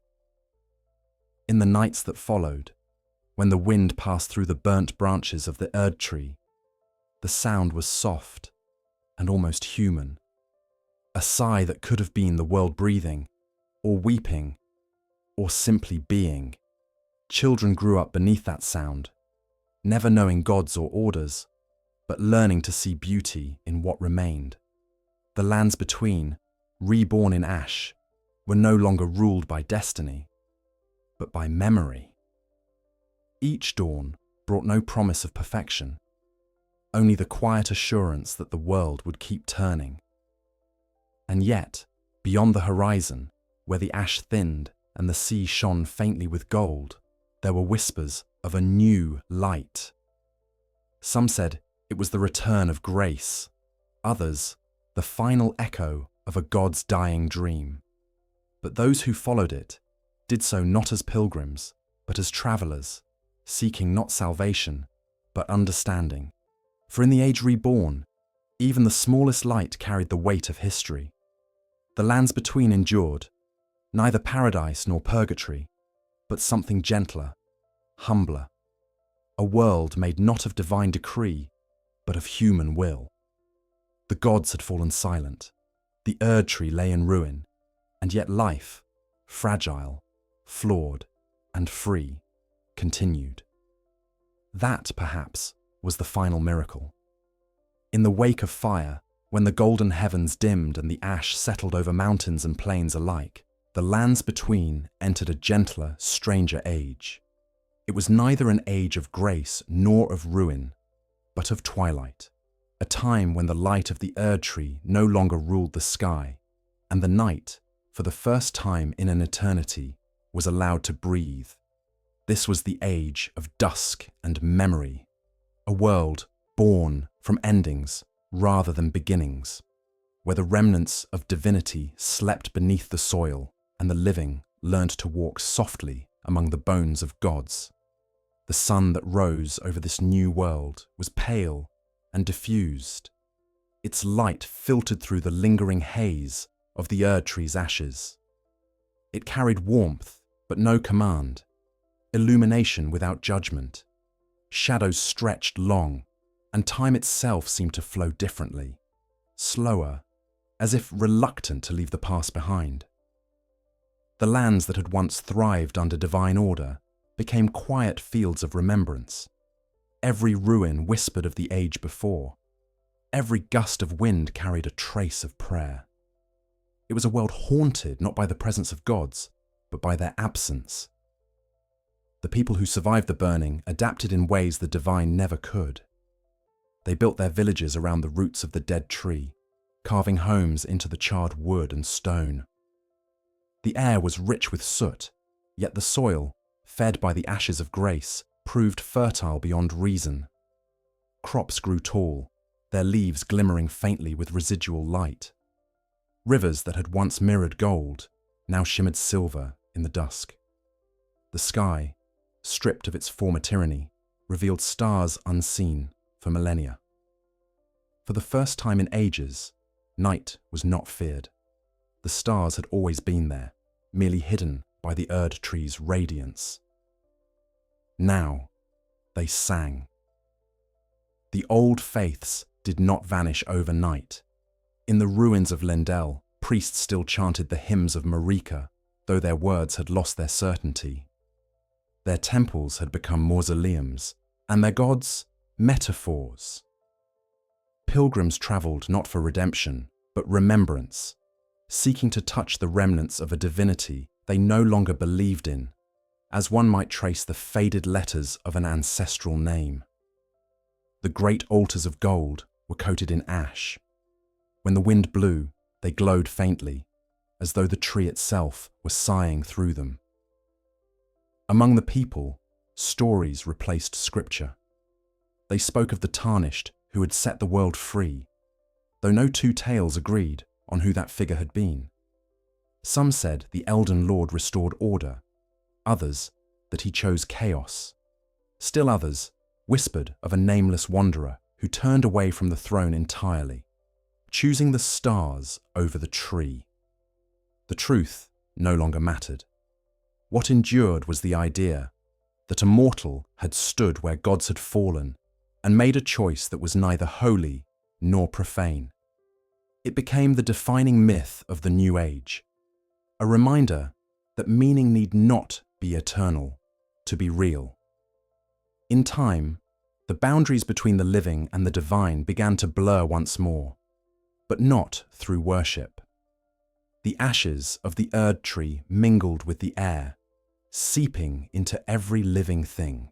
Those born after the fire carried faint traces of light in their blood, small sparks that glowed beneath their skin in the dark, not as signs of grace, but as memories of what the world had been. Some could heal wounds with a touch. Others saw visions of the past in their dreams. Yet these gifts brought no prophecy, no burden of destiny. They were simply echoes, gentle reminders that the divine had not died, but changed form. The gods were gone, but their memory lived within the living. As generations passed, the people began to understand the quiet rhythm of their new world. Life and death, once kept apart by divine law, now moved freely between one another. The dead were no longer banished to the roots of the Erdtree. Their bodies returned to the soil, their spirits to the wind. Villages planted trees upon their graves, calling them memory trees. These trees grew pale and translucent, their branches humming faintly when touched by the breeze. At night, their leaves glowed with the light of the departed, and families would gather beneath them to listen. It was said that the voices of the dead lived within that glow, not speaking, but remembering. This communion between life and memory became the quiet religion of the New Age. It required no temples, no commandments, no gods. It was faith without hierarchy, prayer without expectation. The people learned that remembrance was a kind of grace, the act of keeping alive what time would otherwise erase. In this way, the world began to heal, not through miracle, but through gentleness. Yet even as peace settled over the lands between, traces of the old powers stirred beneath the ash. In the far west, where the land cracked into jagged canyons, a faint crimson glow could sometimes be seen at night, the remnant of Mohg's blood, pulsing faintly like a heart that refused to stop beating. Travelers spoke of figures wandering those lands with eyes like embers, seeking not worship, but closure. In the east, the rot fields of Caelid began to bloom once more, not in corruption, but in strange, luminous beauty. Scarlet flowers rose from the soil, swaying gently in the wind, their glow neither poisonous nor divine. Many said they were the final blossoms of Malenia, the last act of a goddess who had learned to make peace with her own decay. And far to the north, the Erdtree endured, its roots tangled and black, its silver leaves drifting endlessly into the snow. Within its hollow heart, Miquella's cocoon still pulsed softly with golden light. Those who approached it in reverence reported dreams of vast fields bathed in twilight, where no gods reigned and no voices commanded, only quiet, endless kindness. It was said that in this dream, the sleeping god smiled. The age of dusk was not without sorrow. The remnants of the frenzied flames still haunted the depths beneath Lendel, flickering like fever in the veins of the world. Sometimes, when the night was too still, a voice could be heard from the deep caverns, a low hum of heat, promising unity through dissolution. Few listened. Humanity had grown wary of any salvation that required surrender. The flame, like the gods before it, had become only another memory. In this dim light, the world learned a new kind of balance. The days were shorter, the nights longer, yet the seasons flowed without interference. The stars moved once more in their eternal paths. Rain fell upon fields of ash, and from that mixture of death and renewal, a gentler earth was born. The people no longer sought eternity, they sought continuity. Their songs were quieter, their joys smaller, their griefs more honest. They no longer prayed for protection. They remembered, and in remembering they endured. And though the Erdtree was gone, its presence lingered like a ghost in the light of dusk. The silhouette of its charred trunk still marked the horizon, vast and solemn. Children born in the New Age would ask their elders what it had been. A god, some would answer. A cage, others would say. But most would simply smile and reply, a story. The world, now ruled by memory rather than mandate, no longer needed gods to define it. Its grace, had become internal, its miracles mundane. The lands between had entered an age of silence, but not of emptiness. For in that silence, life had found its own voice at last. Yet deep beneath the roots of the burned tree, where molten veins still glowed and the last whispers of gold clung to the stone, something stirred. Not divine, not human, something between. A remnant of the will that had once ruled all creation, flickering faintly, like a thought refusing to be forgotten. For though the age of dusk had brought peace, memory itself is a fragile thing. And sometimes, what sleeps within memory dreams of waking. Deep beneath the burnt roots of the Erdtree, where the last embers of divine sap glowed like veins of liquid gold, the world still dreamed. It was not the dream of mortals, nor of gods, but of the land itself. A slow, endless remembrance woven through soil, ash, and bone. In that subterranean silence, beneath layers of ruin and memory, the heart of the world still beat faintly. And within that heartbeat, the remnants of divinity whispered to themselves, unable to forget what they had been. The tunnels beneath Lindell, long ago home to the Omen and the forgotten dead, had become catacombs of history. Golden roots curled through the stone like frozen lightning, their glow dim and uncertain. Pools of amber sap glistened in the dark, reflecting not the world above, but visions of the past. Marika kneeling before the Elden Ring, Godwyn's body sinking into the earth, the tarnished walking through fire. The deeper one descended, the more these reflections stirred, as if memory itself were alive. Some who ventured there spoke of hearing voices carried through the roots, murmuring names long erased by time. Others claimed to glimpse faint figures, children of gold, wandering through the dark, their faces serene, their eyes hollow. This dream beneath the ash was not benevolent. It did not guide or judge. It simply remembered, endlessly repeating the echoes of creation's sorrow. For when the gods fell and the Erdtree burned, their essence did not vanish. Divinity, after all, cannot die. It can only change shape.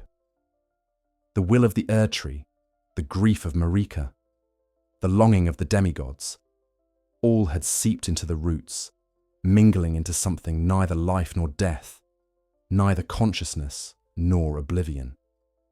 The world had become its own memory, dreaming of itself in silence. At the core of this buried dream, there was a presence, ancient, patient, incomplete. Some said it was Marika, still bound to the roots. Others believed it was the echo of the greater will, refusing to release its hold. But the oldest myths spoke of something simpler, the heart of the world itself, remembering its creation and longing to begin again. The people of the Age of Dusk called it the Sleeper, though no one had seen it and lived unchanged. The Sleeper was said to pulse like a buried star, sending waves of warmth through the soil, calling gently to all who still carried fragments of divinity within them. Those who heard the call often mistook it for destiny. Scholars, priests, and dreamers descended into the roots, seeking revelation. They returned with stories more haunting than holy. One claimed to have seen fields of golden light beneath the earth, where trees grew downward into an endless sky.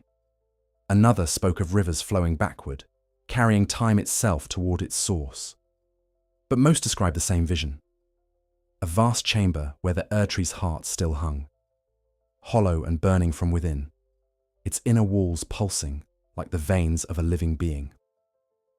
At its center, a figure floated, neither man nor woman, neither god nor mortal. Its face was blank, its body radiant and decayed all at once. When it spoke, its voice came from every direction at once, saying only, "The dream continues." This, perhaps, was the last echo of the divine will, the instinct of creation refusing to end. It did not command as the greater will once had. It did not promise salvation or threaten ruin. It only dreamed. Through that dreaming, the world remained suspended between rebirth and oblivion, caught in an eternal dusk where nothing could truly die. It was mercy and cruelty intertwined. A world that could never decay completely, and therefore could never be reborn. The dream touched the living in subtle ways. In the villages above, people began to report strange visions during sleep. Forests of gold growing from blackened soil, rivers whispering with voices of the dead, stars descending like tears. Children woke, speaking words in forgotten tongues. Farmers found their crops, glowing faintly before harvest, the roots pulsing with warmth. Even the air shimmered faintly at dawn, as though the world itself were remembering what it had once been. Many called it blessing. Others feared it as a curse. But all agreed on one thing: the land was not done with its gods. In the north, near the remains of the Erdtree, those sensitive to grace felt the dream's pulse most clearly. Some said it was Miquella's influence, his mercy bleeding into the collective memory of the world. Others claimed it was the Erdtree's root system extending its last reach, trying to reclaim what had been lost. In truth, there was no distinction. Miquella's dream and the world's memory were one and the same, two halves of a lingering hope that refused to die. In his cocoon, the unalloyed still slept, his consciousness woven into the dream beneath the ash. Through him, mercy endured as echo and promise. But the dream was not kind to all. In the ruined catacombs of the capital, the those who live in death stirred once more. The death root, still nourished by Godwyn's half-living flesh, pulsed faintly with golden veins. The Prince of Death, though unmoving, had not been forgotten. His presence, entombed within the roots, drew the sleeper's attention, and through that connection, the dead began to dream. Their bodies lay still, but their spirits wandered the same inner world as the living, walking the mirrored landscapes of memory. There, beneath the surface of reality, death and life mingled indistinguishably. Some of the living found their way into that dream, not through death, but through longing. The priests of the New Age called them the dream-touched. They would fall into deep sleep, sometimes for weeks, their bodies unmoving while their minds wandered the luminous caverns below. When they awoke, they spoke of meeting loved ones long gone, of hearing the Erdtree whisper forgiveness, of seeing Marika herself sitting beside the ruined throne, smiling with weariness rather than wrath. They wept not out of fear, but out of release. Yet for every dream-touched who returned with peace, another never woke at all, their soul absorbed into the great memory that pulsed beneath the world. The dream beneath the ash was not salvation. It was continuity, the instinct of existence refusing to end. The gods had fallen, but their longing to be remembered persisted, and in that persistence, the world itself had become a vessel of memory. The Erdtree's death had freed the lands between from law, but it had not freed them from nostalgia. Even without worship, the divine still lingered in the marrow of creation, whispering that the story was not over, that something must rise from the ashes. And yet, perhaps this was not tragedy, but grace of a quieter kind. For what is a dream, if not the soul's way of remembering that it once lived? The lands between, stripped of their gods, had become their own dreamer, sustaining themselves through recollection. The fire had ended eternity, but memory had preserved meaning. On nights when the wind passed through the hollow trunk of the burned Erdtree, travellers would sometimes hear a low hum, like the breath of a sleeping giant. Some swore it was the earth dreaming aloud. Others said it was Marika's final lullaby to the world she had broken, but most listened in silence, feeling something between sorrow and peace, a reminder that endings too must be remembered, or else the world forgets why it was ever alive. And deep below, In that endless chamber of golden ash and molten root, the sleeper continued to dream. The dream had no end, no beginning, only the slow pulse of remembrance. From that pulse, perhaps, something new would one day awaken. Not a god, not an order, but a truth born of everything the world had lost. Beneath the layers of time and ruin, below the molten roots that once fed the Erdtree's divine heart, the sleeper dreamed on. Its pulse was slow as stone, yet every beat resonated through the veins of the world, like the echo of an old word trying to remember its meaning.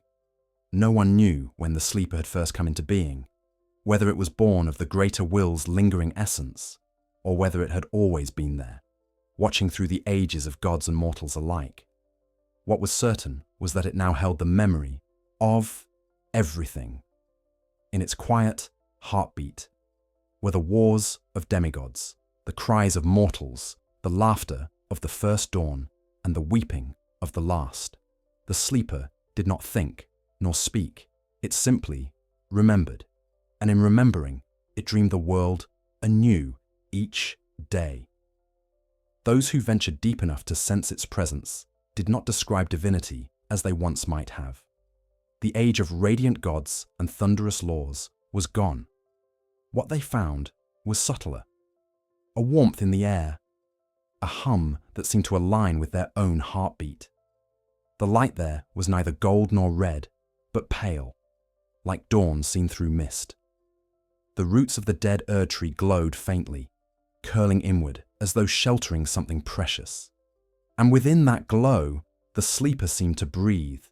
Some called it Marika's last form, the crystallized will of a goddess who had tried to destroy perfection, and in doing so, became part of it.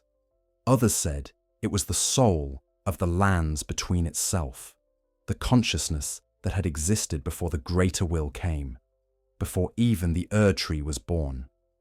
The priests of the New Dusk spoke of it as the memory of creation, the lingering echo of the first time the world chose to exist. They taught that the sleeper was not a god in the old sense, for it demanded nothing and promised nothing. It was merely witness, endless and still. The few who dreamed deeply enough to see it described visions beyond comprehension. They said the sleeper's form changed constantly, sometimes a child, sometimes a tree, sometimes a vast expanse of light folding endlessly into itself. Its voice, when it spoke, was not heard but felt, like the weight of a truth pressing gently against the soul.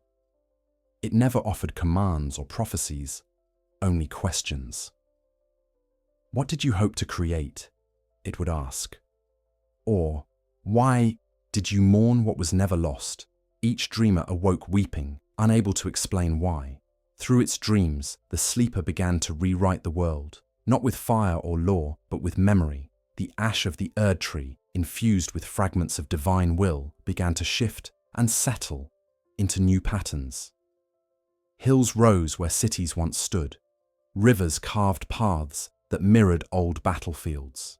Forests of pale bark sprouted through the ruins, their branches glowing faintly at dusk. These were not acts of creation, but of remembrance. The world was not being reborn. It was retracing itself, rediscovering what it had been before grace had tried to perfect it. And so, the living began to sense the dream within themselves. Farmers who tilled the blackened soil would sometimes pause, their hands trembling with déjà vu, as though they had once done the same thing in another life. Children were born with eyes that shimmered faintly in the dark, seeing echoes of places long buried. The storytellers of the New Age began to find their tales blending into one another, histories and myths, dreams and memories, all becoming one continuous song. The people no longer distinguished between what had been and what was. The world, in its quiet dusk, had become one vast remembering. In that twilight peace, the divisions that had once defined the world began to fade. The living and the dead were no longer separate, but part of the same memory.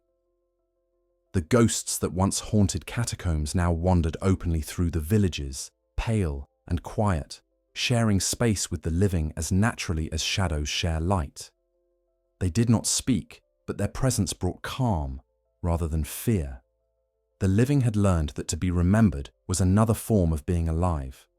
The scholars of this age, those few who still studied rather than simply lived, began to write of a strange phenomenon they called the softening of time. Days no longer followed one another cleanly. Seasons blended. Memories overlapped. People awoke unsure of when they had slept. A mother might speak to her daughter and feel as though she were also speaking to her grandmother. The world's rhythm had become circular rather than linear, more dream than waking. It was as if the sleeper's pulse had replaced the clock of heaven. For some, this was peace. For others, it was unbearable. Those who longed for clarity, who yearned for the order and direction of the old golden age, began to form small sects, seeking to awaken the sleeper.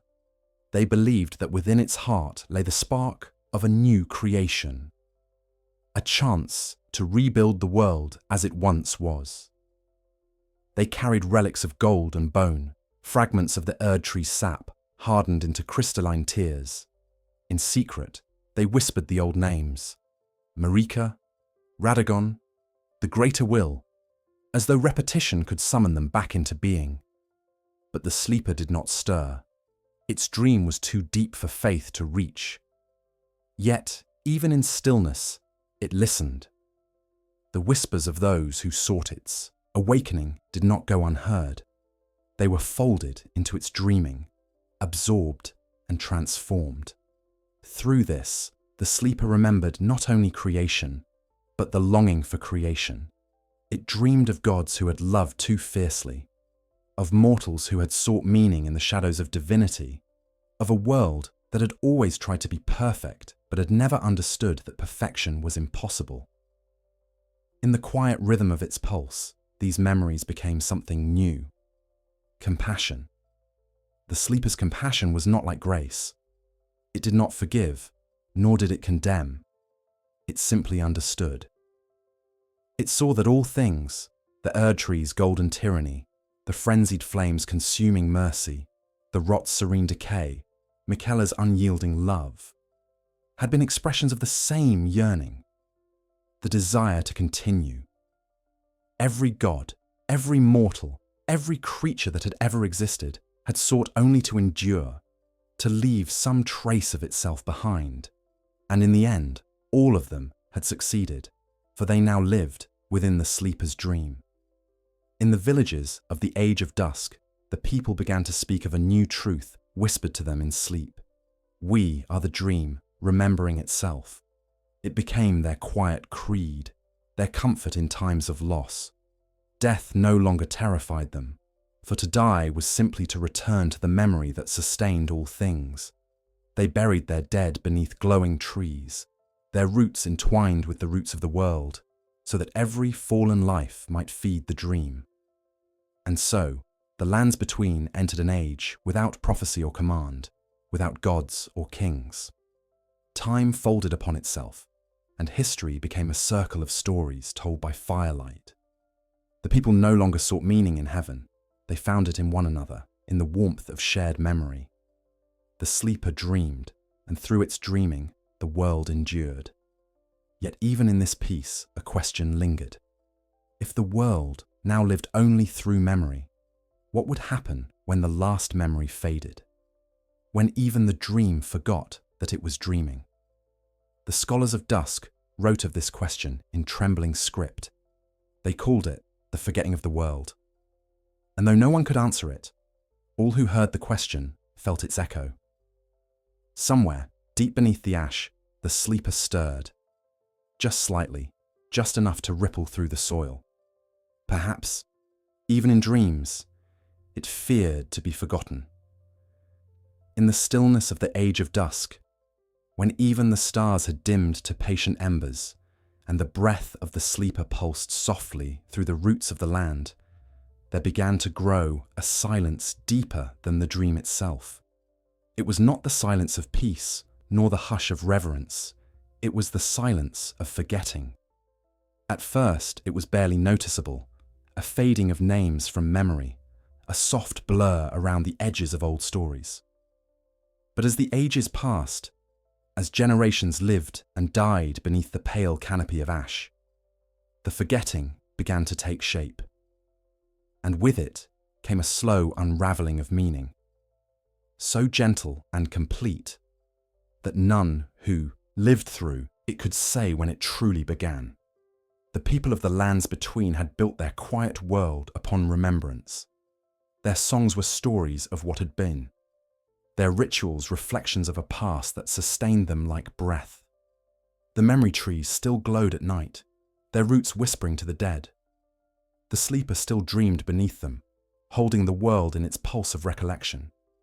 Yet memory, no matter how sacred, is a fragile thing. It requires those who will keep it alive, and the people had grown weary of remembering. They had found peace in the rhythm of their lives, in the unbroken dusk that stretched like an eternal evening across the land. And so, little by little, they began to forget. It began with the names of the gods. The people had long since ceased to worship, yet they still spoke the old names in lullabies and harvest songs. But one by one, those syllables lost their shape. Marika became simply the mother. The Erdtree became the Great Rune. Even the tarnished, whose legend had once bound the hearts of mortals, became a faceless wanderer, a nameless figure who had walked through fire. The world remembered the motions of its myths, but not their meanings. The stories still shimmered, but their purpose was gone. In time, even the memory trees began to fade. Their light dimmed, not from decay, but from neglect. The people no longer gathered beneath them to listen to the whispers of the past. Children played among their roots without reverence, unaware that they trod upon the resting places of their ancestors. The ghosts that once moved gently among the living withdrew into the shadows, their forms thinning like mist in sunlight. The world was not cruel. It was simply forgetting itself. The scholars of the Dusk Age, the last who still recorded rather than dreamed, saw this unravelling with quiet dread. They wrote of it in their fading script. The dream weakens. The sleeper stirs not from longing, but from loneliness. They believed that the world's memory was tied to the sleeper's rest, that each act of forgetting sent a tremor through the roots. Indeed, travellers in the northern reaches began to speak of strange quakes shaking the ground, of faint rumbles echoing beneath the surface, like a heart beating out of rhythm. The sleeper, it seemed, could feel itself being forgotten, and the thought frightened even the earth. Yet the people above did not feel fear. To them, the world's fading was not tragedy, but gentleness, a soft easing into emptiness. The nights grew longer, but not darker, the stars fewer, but larger, glowing with the quiet patience of memories too vast to vanish entirely. The fields still bloomed, though the soil had lost its golden warmth. Time flowed so slowly that no one noticed it moving at all. It was a peace so deep it bordered on non-existence. But peace is not the same as life. Without memory, even the kindest world begins to hollow. Villages once filled with stories became quiet beyond reason. Songs lost their melodies, reduced to simple humming without words. The faces carved into old monuments blurred as wind and rain wore them smooth. There was no grief, no mourning, only the steady erasure of what had been. Even the sleeper's dream, once radiant with visions of creation and sorrow, began to dim. Where once it had dreamed of fields and rivers and the laughter of the living, it now dreamed only of grey light and still air. One night, beneath the waning stars, a traveller, one of the few who still wandered the ashlands, arrived at the heart of the world. The Erdtree's hollow trunk rose before them, its inner walls gleaming faintly with veins of molten gold. The air there trembled with quiet power like the memory of a song half remembered. The traveller knelt, pressing their ear to the roots, and for the first time in centuries, they heard the sleeper's voice. It was faint, like the echo of a word spoken underwater. "Do you still remember me?" The traveller did not know what to answer. They had never seen the Erdtree in bloom, never known the gods whose stories lingered only in fragments. All they knew was the weight of the silence and the warmth of the soil beneath their hands. And so they whispered, "I do not know you, but I remember that there was something worth remembering." The ground trembled softly in response, as though the world itself sighed with relief. Perhaps, even in the face of forgetting, the act of wanting to remember was enough. Still, the forgetting spread. The rivers began to dry, their courses filling with mist. The stars overhead drifted farther apart, their constellations unmade. The living felt no pain, no loss, only a strange lightness, as though their hearts were growing hollow to match the world. The scholars wrote one last entry before their ink ran dry. "We are becoming the dream." After that, there were no more records, only silence and wind. In the depths below, the sleeper began to fade. Its golden glow dimmed to a dull pulse, its warmth cooling with each forgotten name. Yet, even as it dwindled, it did not despair. Perhaps it understood that all dreams must end, even those that sustain the world. It began to release its hold on memory, letting the images of gods and wars, of sorrow and grace, drift away like leaves on a current. In their place came something simpler, something pure. It dreamed of light without form, of sound without word, of stillness without fear. This, then, was the final mercy of forgetting, to let go of the weight of remembrance, to dissolve into the quiet unity from which all things had come. The sleeper did not die. It returned to its beginning. Its heartbeat slowed until it was indistinguishable from the rhythm of the world. The last of its dream spread outward, seeping through the soil and air, erasing the distinction between dreamer and dream. The lands between, once the stage of endless conflict and divine ambition, became at last what it had always longed to be, a place of rest. And yet, even in the silence that followed, something lingered. In the faint shimmer of the air, in the way the ash drifted like slow snow, there remained a subtle awareness, a memory of warmth. It was not a god's voice, nor a mortal thought, but the faint echo of creation itself, whispering across eternity, "Remember me." Perhaps that whisper would one day find an answer. Perhaps, after ages beyond measure, something would stir again.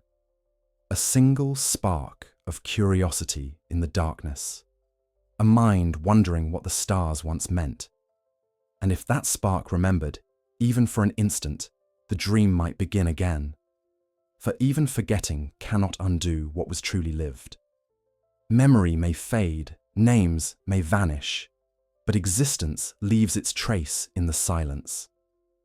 The world forgets, but being remembers. And somewhere, beneath the eternal ash, the sleeper's last breath still trembles, waiting for the next dream to take its place. It is said that before the final forgetting, when the ashes had grown so thick they fell like quiet rain, there remained a single light in the lands between. It did not shine from the sky, nor from the burned husk of the Erdtree, nor from any relic of God or man. It came from beneath the earth, from deep within the last beating vein of the sleeper's dream, a faint, trembling luminescence that refused to fade. The people of that waning age, few though they were, called it the last light. Some said it was the world's heart remembering itself. Others believed it to be the final echo of grace. But those who saw it up close knew it was something simpler and more profound. It was memory made visible. The light was said to appear only in moments of absolute stillness. When no wind stirred the trees, when no creature moved upon the land, when the entire world seemed to be listening, a glow would rise from the soil, soft as breath. It pulsed faintly, not with rhythm, but with recognition, as though it awakened only when something in the living heart of the world remembered what it had once been. The glow would spread across the ground in thin threads of gold, winding through the ash like veins of starlight. Those who followed these trails would find themselves drawn toward the center of the land, to the hollow trunk of the Erdtree, where the sleeper lay dreaming its final dream. Few reached it. The journey itself was strange, as though the air thickened with memory the closer one came. Travelers would see flashes of the past, shadows of the old world projected onto the grey landscape. They would see Marika walking among her children, her face serene and tired. They would glimpse Malenia dancing in crimson fields, her blade a ribbon of sorrow and beauty. They would hear faint laughter, feel the warmth of golden light filtering through leaves that no longer existed. Some fell to their knees in awe. Others wept, unable to bear the weight of so much remembrance. At the heart of the land, the last light pooled in the hollow of the Erdtree's remains. The trunk stood vast and blackened, its inner walls lined with veins of translucent gold. The ground there was smooth as glass, as if polished by centuries of wind and prayer. And from the very center of that emptiness rose the light. A sphere no larger than a heart, suspended in air, pulsing with quiet grace. Its glow was neither divine nor earthly, neither fire nor flame. It was simply presence, the distilled memory of all that had ever lived, all that had ever loved. Those who stood before it described feeling every sorrow and every joy of the world at once. They saw the gods in their splendor and their downfall. They saw the mortals who had served and defied them, their courage and their futility intertwined. They saw the ages rise and fall like waves, each carrying its own dream of perfection, each breaking upon the same shore of impermanence. The light showed them everything, and then, in a single instant, it showed them nothing. Not emptiness, but peace. The kind of peace that comes when all need to remember has finally been fulfilled. Some fell asleep in its glow and never woke. Their bodies dissolved into ash, joining the dust that blanketed the world. Others turned away, unable to face the tenderness of it. But a few remained, watching as the last light pulsed more slowly with each passing moment, its brightness fading not in defeat but in acceptance. It was as if the world itself had decided that the time for remembering was over, that to truly rest, even light must learn to close its eyes. And yet, in its final pulses, the light began to change. It did not die. It transformed. Its golden hue softened into silver, then into pale white, then into something beyond color altogether. It ceased to glow outward and began to shine inward, folding into itself like a star collapsing into a dream. The people who watched said they felt it move through them, as though the light were being gathered into their own hearts. One by one, they closed their eyes and felt warmth spread through their bodies. In that warmth, they remembered, not the gods or the wars or the sorrow, but the simple fact of being alive. When the light finally vanished, the world did not grow darker. On the contrary, it became clear. The air felt lighter, the ash gentler underfoot. The stars, though few, seemed closer, their reflections shimmering in every grain of dust.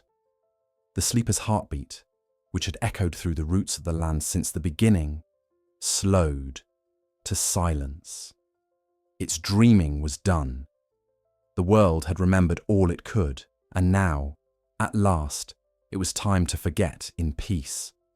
In the quiet that followed, the people, those few who still remained, found themselves changed. They no longer dreamed as they once had. Their sleep was deep and untroubled. their waking hours serene. They no longer spoke of the gods, nor of grace, nor of history.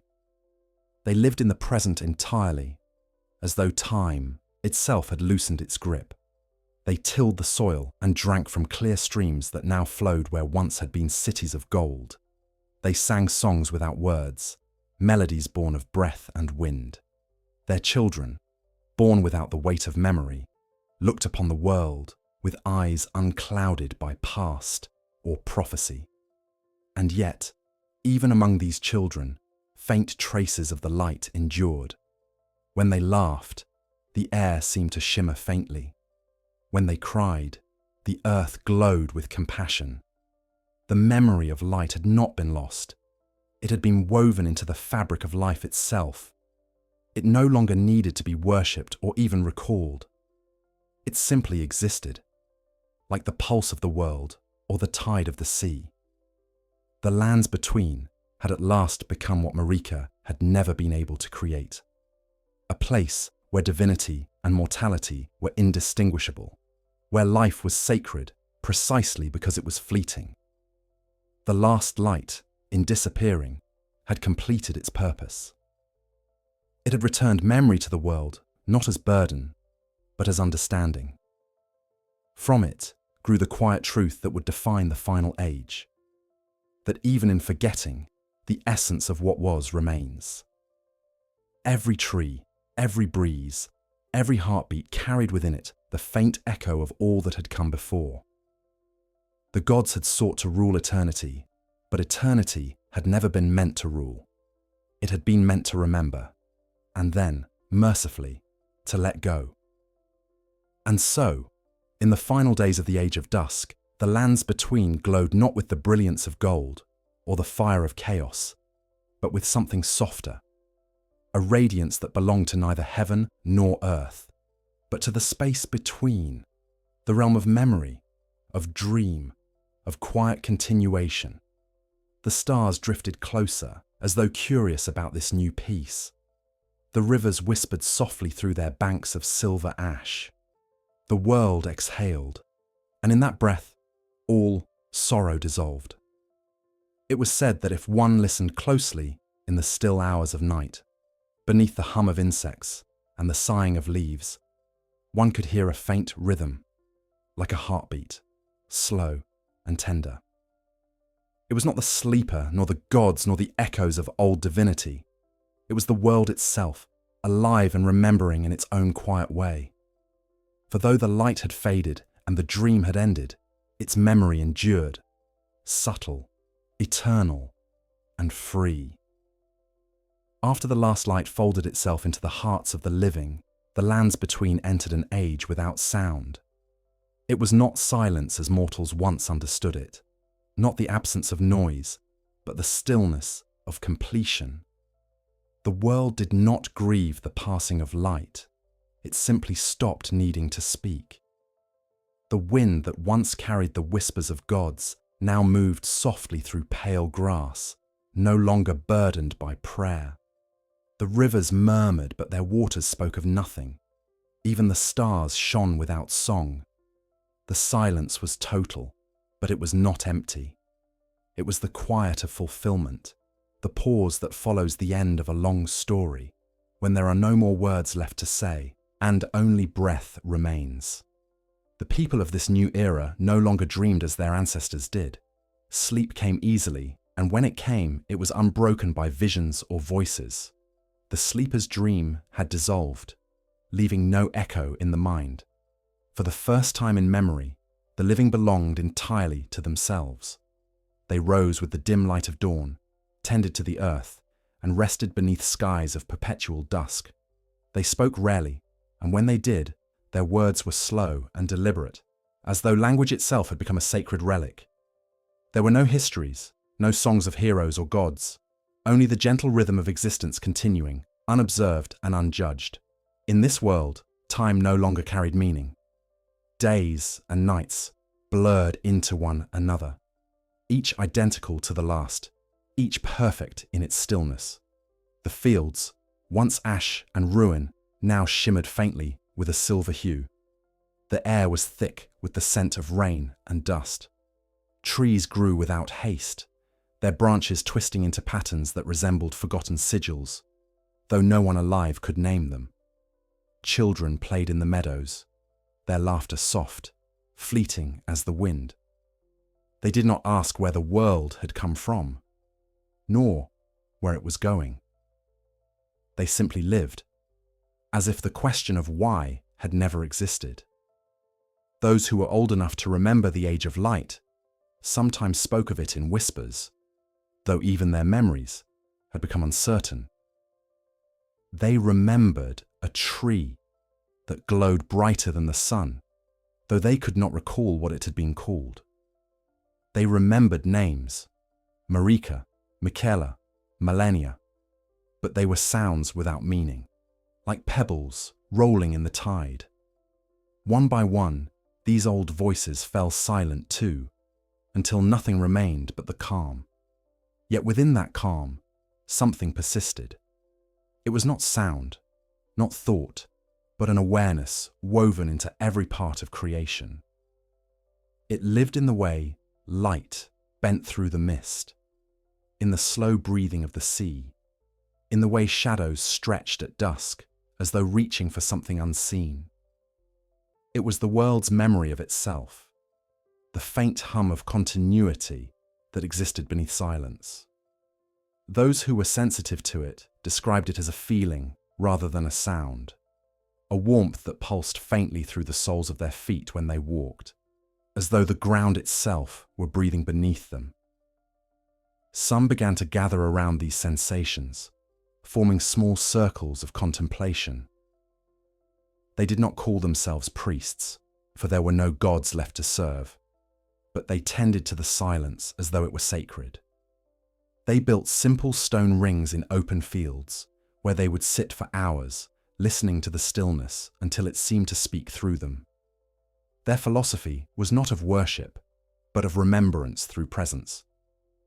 They taught that the silence was not absence. It was the voice of everything that had ever been, speaking all at once, too vast for human hearing. And so, the people learned to live within that voice. They did not rebuild cities or raise monuments. They did not seek to control the world or to explain it. They simply moved through it, part of its quiet rhythm. The world had become an echo of its former self, and yet it was more alive than it had ever been. Without gods, without law, without memory, life had returned to its simplest form, being. But there were nights when the silence deepened beyond comfort. The stars, distant and pale, seemed to draw closer, watching with their cold light. On such nights, some felt the weight of something vast pressing down, a presence not of the old gods, but of the world's own awareness, ancient and patient. They described dreams without images, thoughts without words. Some said they could feel the heartbeat of the sleeper still faintly echoing beneath the soil, not as command or plea, but as a reminder. It was as though the world itself was ensuring that its silence was not mistaken for death. And yet, there were places where that silence thinned, where faint traces of the old world's sound lingered. In the Far East, across the withered plains where Caelid once festered with rot, travellers heard faint music carried by the wind, a melody so soft it might have been imagined. It was said to come from the last of the memory trees, whose leaves still glowed faintly at night. They called it the tree that sings, though it did not sing as mortals do. When the wind passed through its hollow branches, the air vibrated with tones of gold and silver, echoes of voices long gone. Some said it was the Erdtree's final sigh. Others believed it was the world's first attempt to speak again. The pilgrims who visited the tree that sings left offerings of silence rather than words. They would sit beneath its glow for days, saying nothing, their presence itself a kind of prayer. Many claimed that in that silence they heard faint words, not in their ears, but in their bones. Be still, you are remembered. Whether this was truth or illusion did not matter. In a world without faith, the smallest echo of remembrance was enough. As centuries passed, even the silence began to evolve. It was not broken, but reshaped. The people no longer thought of it as the absence of sound, but as harmony too vast for comprehension, the balance of being and non-being, of creation and release. They began to tell their children that the silence was where the gods had gone, not into death, but into rest. And when the children asked why the gods had left, the elders would smile softly and answer, because they finished their work. It was a strange kind of peace, the peace that follows completion, where even longing has been fulfilled. The lands between had finally found what all its ages of war, worship, and ruin had sought. Not immortality, but repose. The light had been remembered. The dream had been lived. The silence that remained was the final gift. And yet, within that silence, somewhere deep beneath the roots and the dust, a single spark still lingered. A flicker of curiosity, small as a heartbeat, fragile as breath. Perhaps it was the echo of the last light. Perhaps it was something new. It stirred faintly, not out of grief, but out of wonder, for even silence, it seemed, could not last forever. It began as a tremor, too faint to shake the ground, too gentle to disturb the stillness that had become the pulse of the world. Those who lived in that endless dusk did not at first notice it, for it was not a sound or a quake, but a feeling, the faintest flutter beneath the skin of existence, like a thought half formed in the mind of creation itself. The world had slept long and well, its memories dissolved into the tranquil silence that blanketed the lands between. But beneath that silence, deep under the weight of forgotten ages, something remembered how to wake. The spark was not light in the old sense. It did not blaze or burn. It shimmered softly, like the reflection of a distant star upon still water. It moved not through air or flame, but through memory, the thin web of awareness that lingered between all things. Wherever that web stretched, the spark travelled. It drifted through the roots of the dead Erdtree, through the bones of fallen demigods, through the ashes of burned cities, and the veins of rivers long run dry. It was not fire, nor grace, nor will. It was possibility. No one could say what called it forth. Perhaps it was the last breath of the sleeper, now dispersed across the world, gathering itself once more. Perhaps it was the echo of the last light, that final pulse of remembrance returning for one last glance at what it had made. Or perhaps it was something entirely new, a thought born not of gods or history, but of the world itself, quietly yearning to know what it still was. Whatever its origin, it moved gently, without haste, for there was no time to measure it against, and no destination to reach. As it travelled, the spark brushed against the remnants of memory that had survived the forgetting. It touched the withered branches of the tree that sings, and for a moment, its hollow tones deepened, resonating with a warmth that had not been heard in centuries. It drifted through the silver grasslands, where the wind had long forgotten its own voice, and the air hummed softly, as though remembering how to breathe. It passed over still waters that had not reflected light in an age, and for a single instant, stars appeared within their depths. When the spark reached the villages of the Dustborn people, none saw it, yet all felt its passage. They paused in their quiet tasks, their hands hovering in mid-motion, their hearts slowing to listen. Some said they felt warmth at the center of their chest. Others described the faint sensation of being watched, but not by anything fearful. It was as though the world itself had turned its gaze inward, curious about its own existence. For the first time in countless generations, The air seemed to hold its breath and anticipation. In the deepest hours of the night, when the stars were dimmest and the horizon had dissolved entirely into mist, a child was born beneath the shadow of the tree that sings. The midwives, accustomed to the silent rhythm of birth, whispered that the air felt different, that the world itself seemed to lean closer, as though listening. The child cried, and her voice, clear and steady, echoed through the hollow branches. The sound was small, but in a world where no voice had broken the silence for centuries, it was as if creation itself had exhaled. The people gathered, awestruck, for they had not heard a true cry of life in living memory.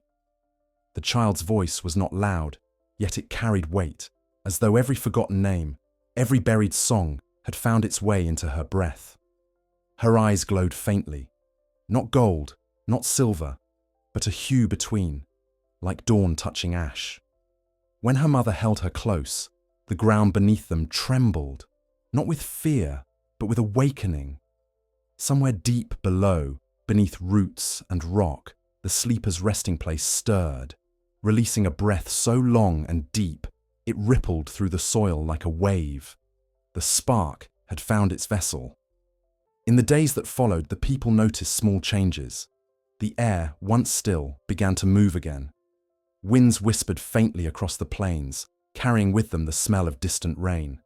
The stars, which had seemed fixed and unchanging, began to shift their patterns, drawing slow new constellations across the sky.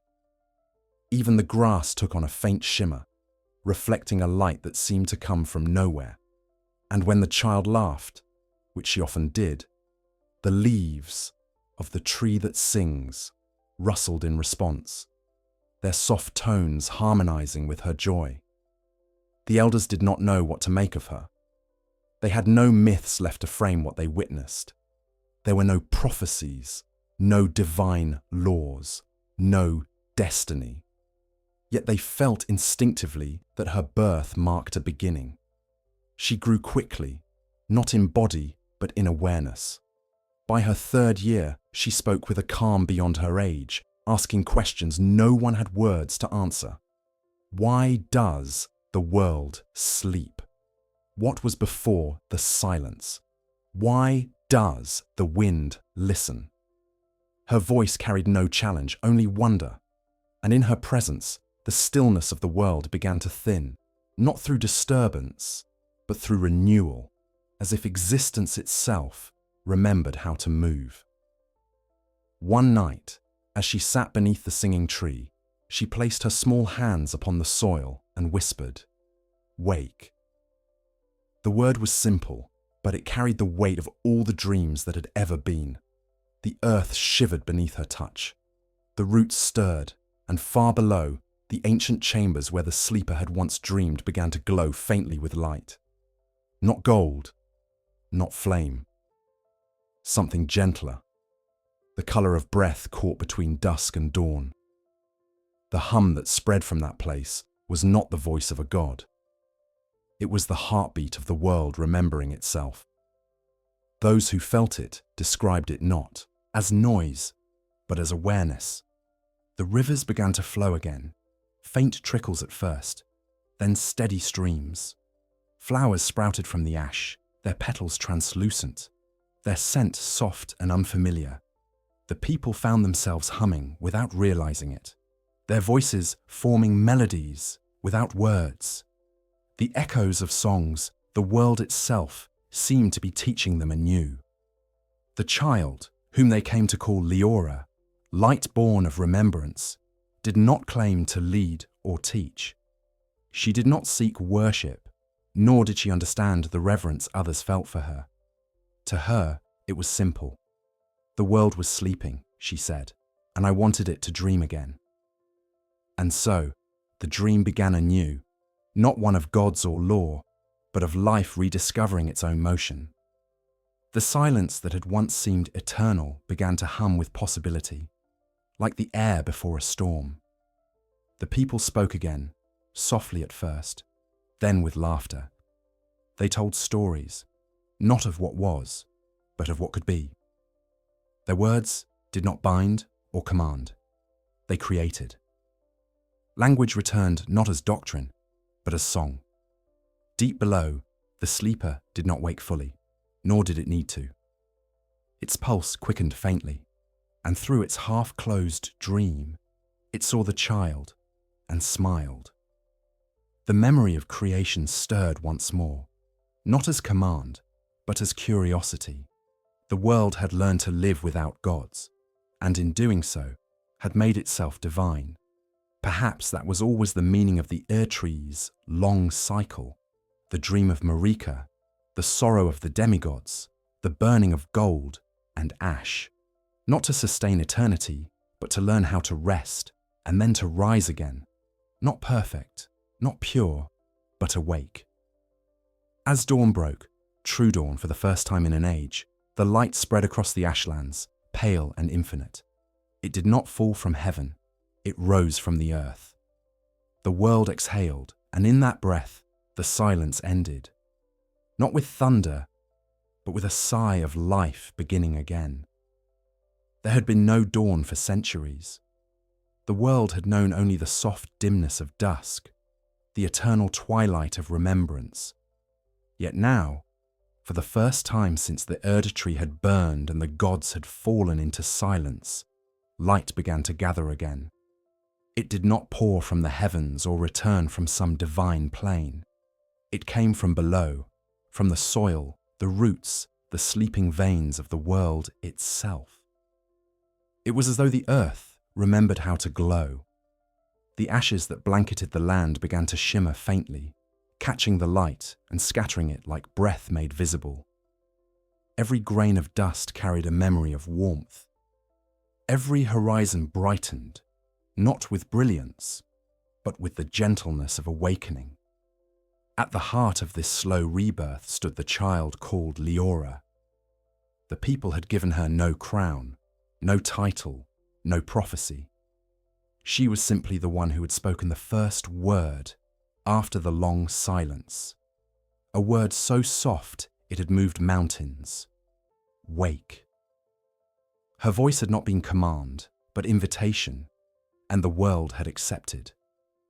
Now, wherever she walked, light followed like a reflection, remembering its source. She wandered barefoot through fields of silver grass, her eyes reflecting both dusk and dawn. She listened more than she spoke, as though learning from the air itself. The people followed her not out of reverence, but out of recognition. She was not their savior. She was their mirror. In her calm, they saw themselves, the world rediscovering what it meant to live. The dawn she brought was not like the dawns of old. There was no sudden blaze of gold, no triumphant chorus of divine renewal. It came gradually, as though the horizon were exhaling colour after ages of holding its breath. The skies, once perpetually grey, began to blush faintly with warmth. Pale blue deepened into rose, and the first hints of gold returned. Not the oppressive gold of the Erdtree's law, but something gentler, the hue of forgiveness. The sun that rose was smaller than before, dimmer, but kinder. It shed warmth without judgment, light without law. The people of the dusk age emerged from their stillness to meet this new light with wonder and uncertainty. Many had never known true day. To them, the dawn felt almost alive. The shadows that stretched across the ground seemed softer, as though afraid to intrude. Rivers glittered faintly, their waters flowing with renewed confidence. Birds, real birds, not the spectral forms that had once haunted the ruins, returned to the skies, their wings scattering droplets of reflected flame. The air smelled different, sharper, full of beginnings. It was as if the entire world had turned its face towards something it had once forgotten how to see. Yet, the dawn was not only light, it was memory, stirred and remade. As the sun touched the world, ancient echoes rose from the soil. The ruins of Leyndell shimmered faintly, their golden walls flickering between decay, and recollection. For brief moments, the city appeared as it had been, radiant, filled with voices, alive with prayer. Then the vision would fade, leaving only dust and silence. The people who saw it did not grieve. They understood that the world was remembering itself one last time, not to mourn, but to let go. Beneath the ground, the sleeper felt the warmth of the dawn pass through its vast, dreaming body. Though it had long since ceased to dream in form or word, its essence responded to the light with a faint pulse, a single heartbeat that rippled outward through the roots of the earth. The mountains trembled softly, the rivers deepened their song, and the air hummed with a tone so low it could only be felt, not heard. The world was aligning again, not under the order of gods, but under the rhythm of its own existence. Creation was remembering its heartbeat. Leora stood at the edge of a vast lake where once the Erdtree's reflection had danced in golden fire. The waters now shimmered with pale radiance, like glass catching the first breath of dawn. She looked into it and saw not herself, but the faces of countless others. Faint, gentle, fleeting. They were the memories of everything that had ever lived. The gods, the mortals, the creatures that had walked and flown and sung across the ages. Their faces blended into one another, their forms indistinguishable, their voices merging into a single harmony that needed no language. For a moment, the world was whole again, not through unity imposed from above, but through the acceptance of its own fragmentation. And in that reflection, the world seemed to answer her first word. The lake rippled softly, and from its depths rose a whisper carried on wind and water. "We are awake." The sound spread through the land, not as thunder, but as melody. The mountains echoed it, the trees swayed with it. The air itself seemed to hum in acknowledgement. The people fell to their knees, not in worship, but in awe. For they realized in that instant that the dawn had not been sent to them. It had risen from them. The light they saw was their own. In the following days, the changes deepened. The soil grew richer, dark and fragrant with renewal. The seeds planted by generations long gone began to sprout all at once, their roots tangling with the veins of the old world. Flowers bloomed from stone, their petals translucent and trembling with inner light. The memory trees, once dim, began to glow again, not with the flicker of the dead, but with the steady warmth of life. Their branches swayed gently, their leaves whispering not of sorrow, but of gratitude. Even the tree that sings, whose voice had filled the silence of centuries, lifted its hollow song into the air, blending its tones with the sound of the new wind. The melody it made was soft and endless, like breath. The people began to call this new era the age of the gentle sun. It was not an age of conquest or miracle, nor of prophecy or war. It was an age of acceptance. The gods were not reborn, nor did the people wish them to be. They had learned that divinity was not something that ruled above, but something that flowed quietly through the act of living itself. They did not seek to rebuild the empires of gold or to rediscover the laws of the Erdtree. Instead, they tended to the soil and the rivers, to the silence between words. They built small shrines, not of worship, but of memory. Smooth stones, arranged in circles where people could sit and listen to the world breathing. And yet, though the world had found peace, the light that Leora carried continued to grow within her. It pulsed with every heartbeat, as though the dawn itself was learning through her eyes. She began to dream, not in visions of power or destiny, but of movement. She dreamed of the light spreading beyond the lands between, beyond even the stars that watched above. In her dreams, the world expanded infinitely, not outward, but inward, folding upon itself like a blooming flower. It was as though creation itself was preparing to wake again, to begin anew, not from command, but from joy. When she awoke from these dreams, Leora would smile, though no one knew why. She understood, perhaps better than any, that the dawn was not an ending, but a beginning, that even the quietest light, once remembered, would seek to shine again. The world had moved through death, silence, and forgetting, and in the end had discovered what the gods never could. That eternity is not the absence of change, but the endless return of wonder. As the sun rose higher, the last shadows of the Erdtree's ruins disappeared beneath its gentle warmth. The air shimmered faintly, and for a brief moment, the world seemed to hold its breath again. Somewhere beneath the soil, the sleeper's final heartbeat echoed one last time. Steady, content, at peace. The dawn rose from below, and with it, the world began once more to dream. As the dawn matured into steady day, the lands between found themselves bathed in a light unlike any they had ever known. It was not the divine radiance that once poured from the Erdtree, nor the false brilliance of grace that had divided souls into chosen and forsaken.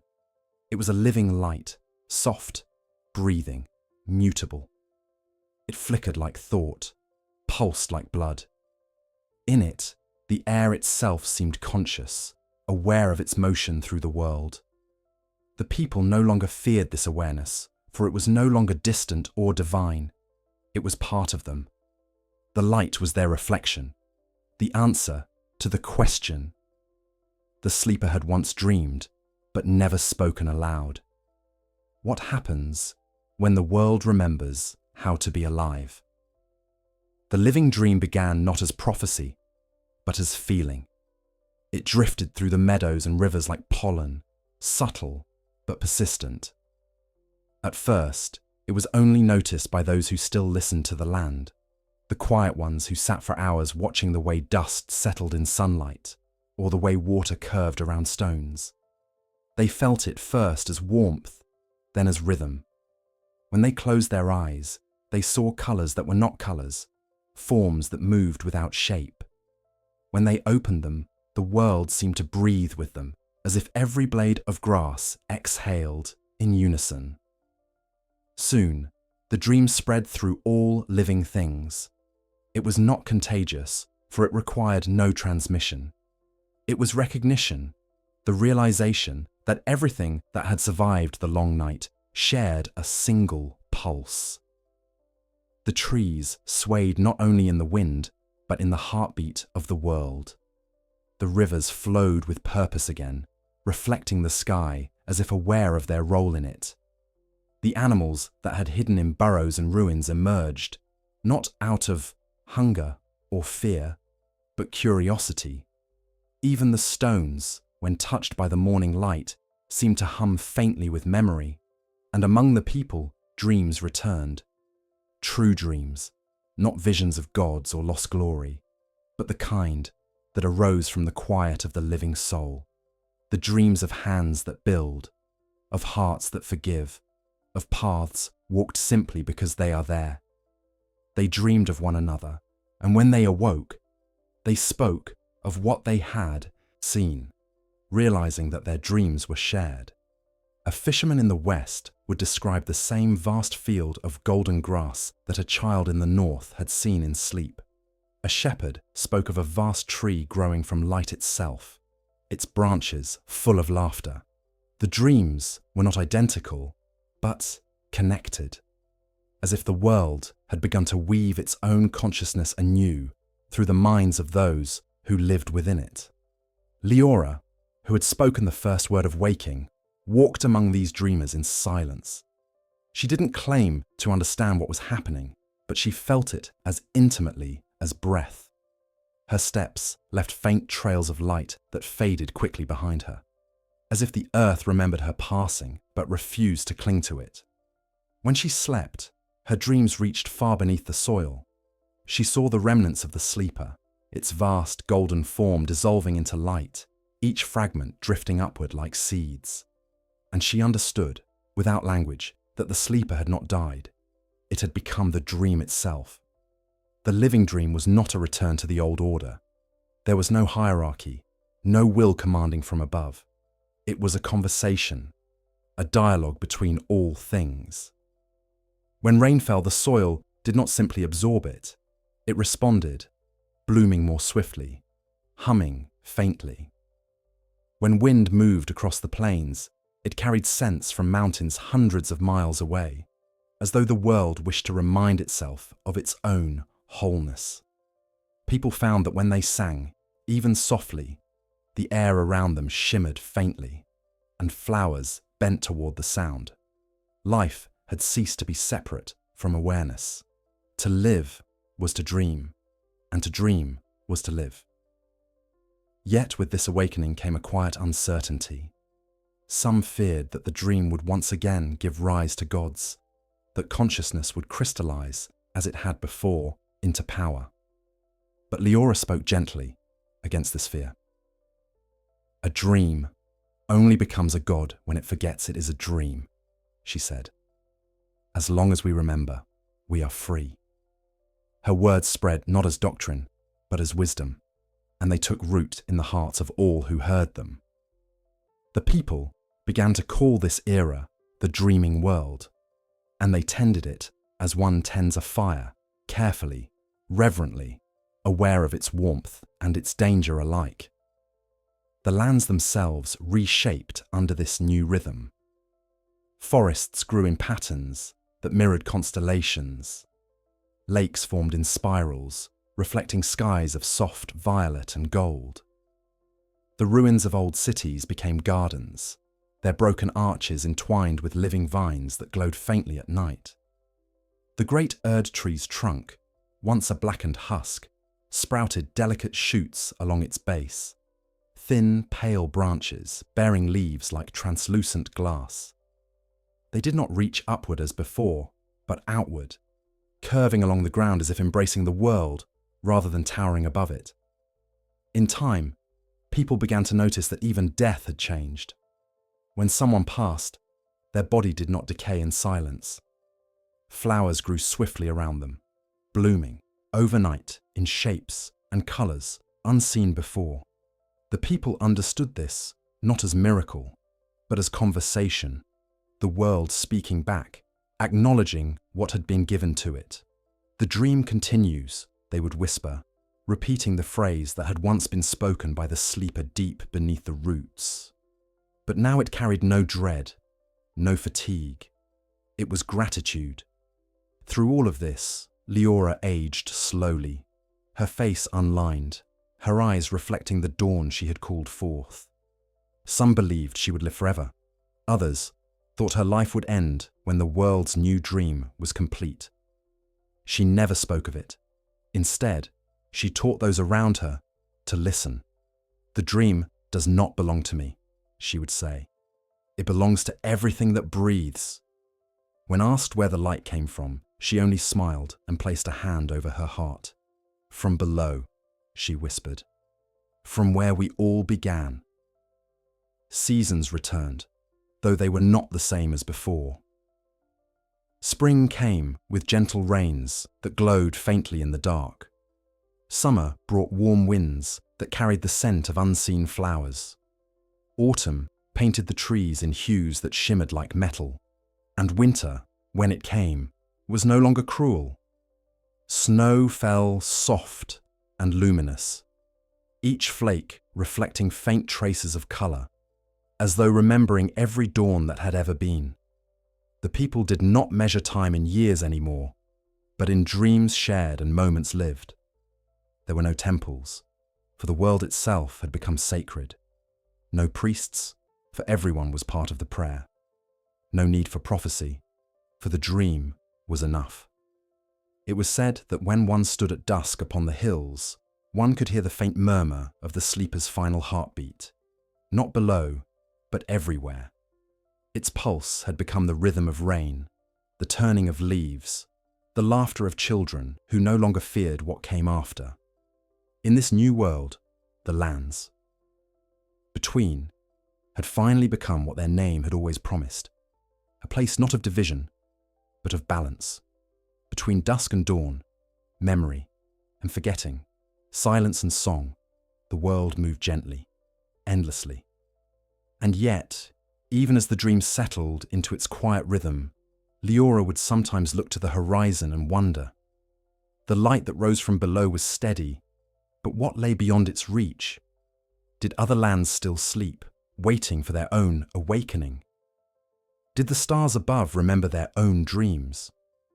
In her heart, she felt that the living dream was only the beginning, that the world's remembrance was a single note in a symphony yet to come. One evening, as the sun dipped beneath the silver hills, she whispered into the wind, "Then let the dream go on." The wind carried her words across the fields, through forests and rivers, over mountains and seas, and everywhere it passed, the world listened. Somewhere, far beyond sight, beyond even the old horizons, something stirred in answer. A faint hum, a new heartbeat. The living dream had begun again, and it would never end the same way. Twice. The light that had risen from the earth no longer clung to the soil.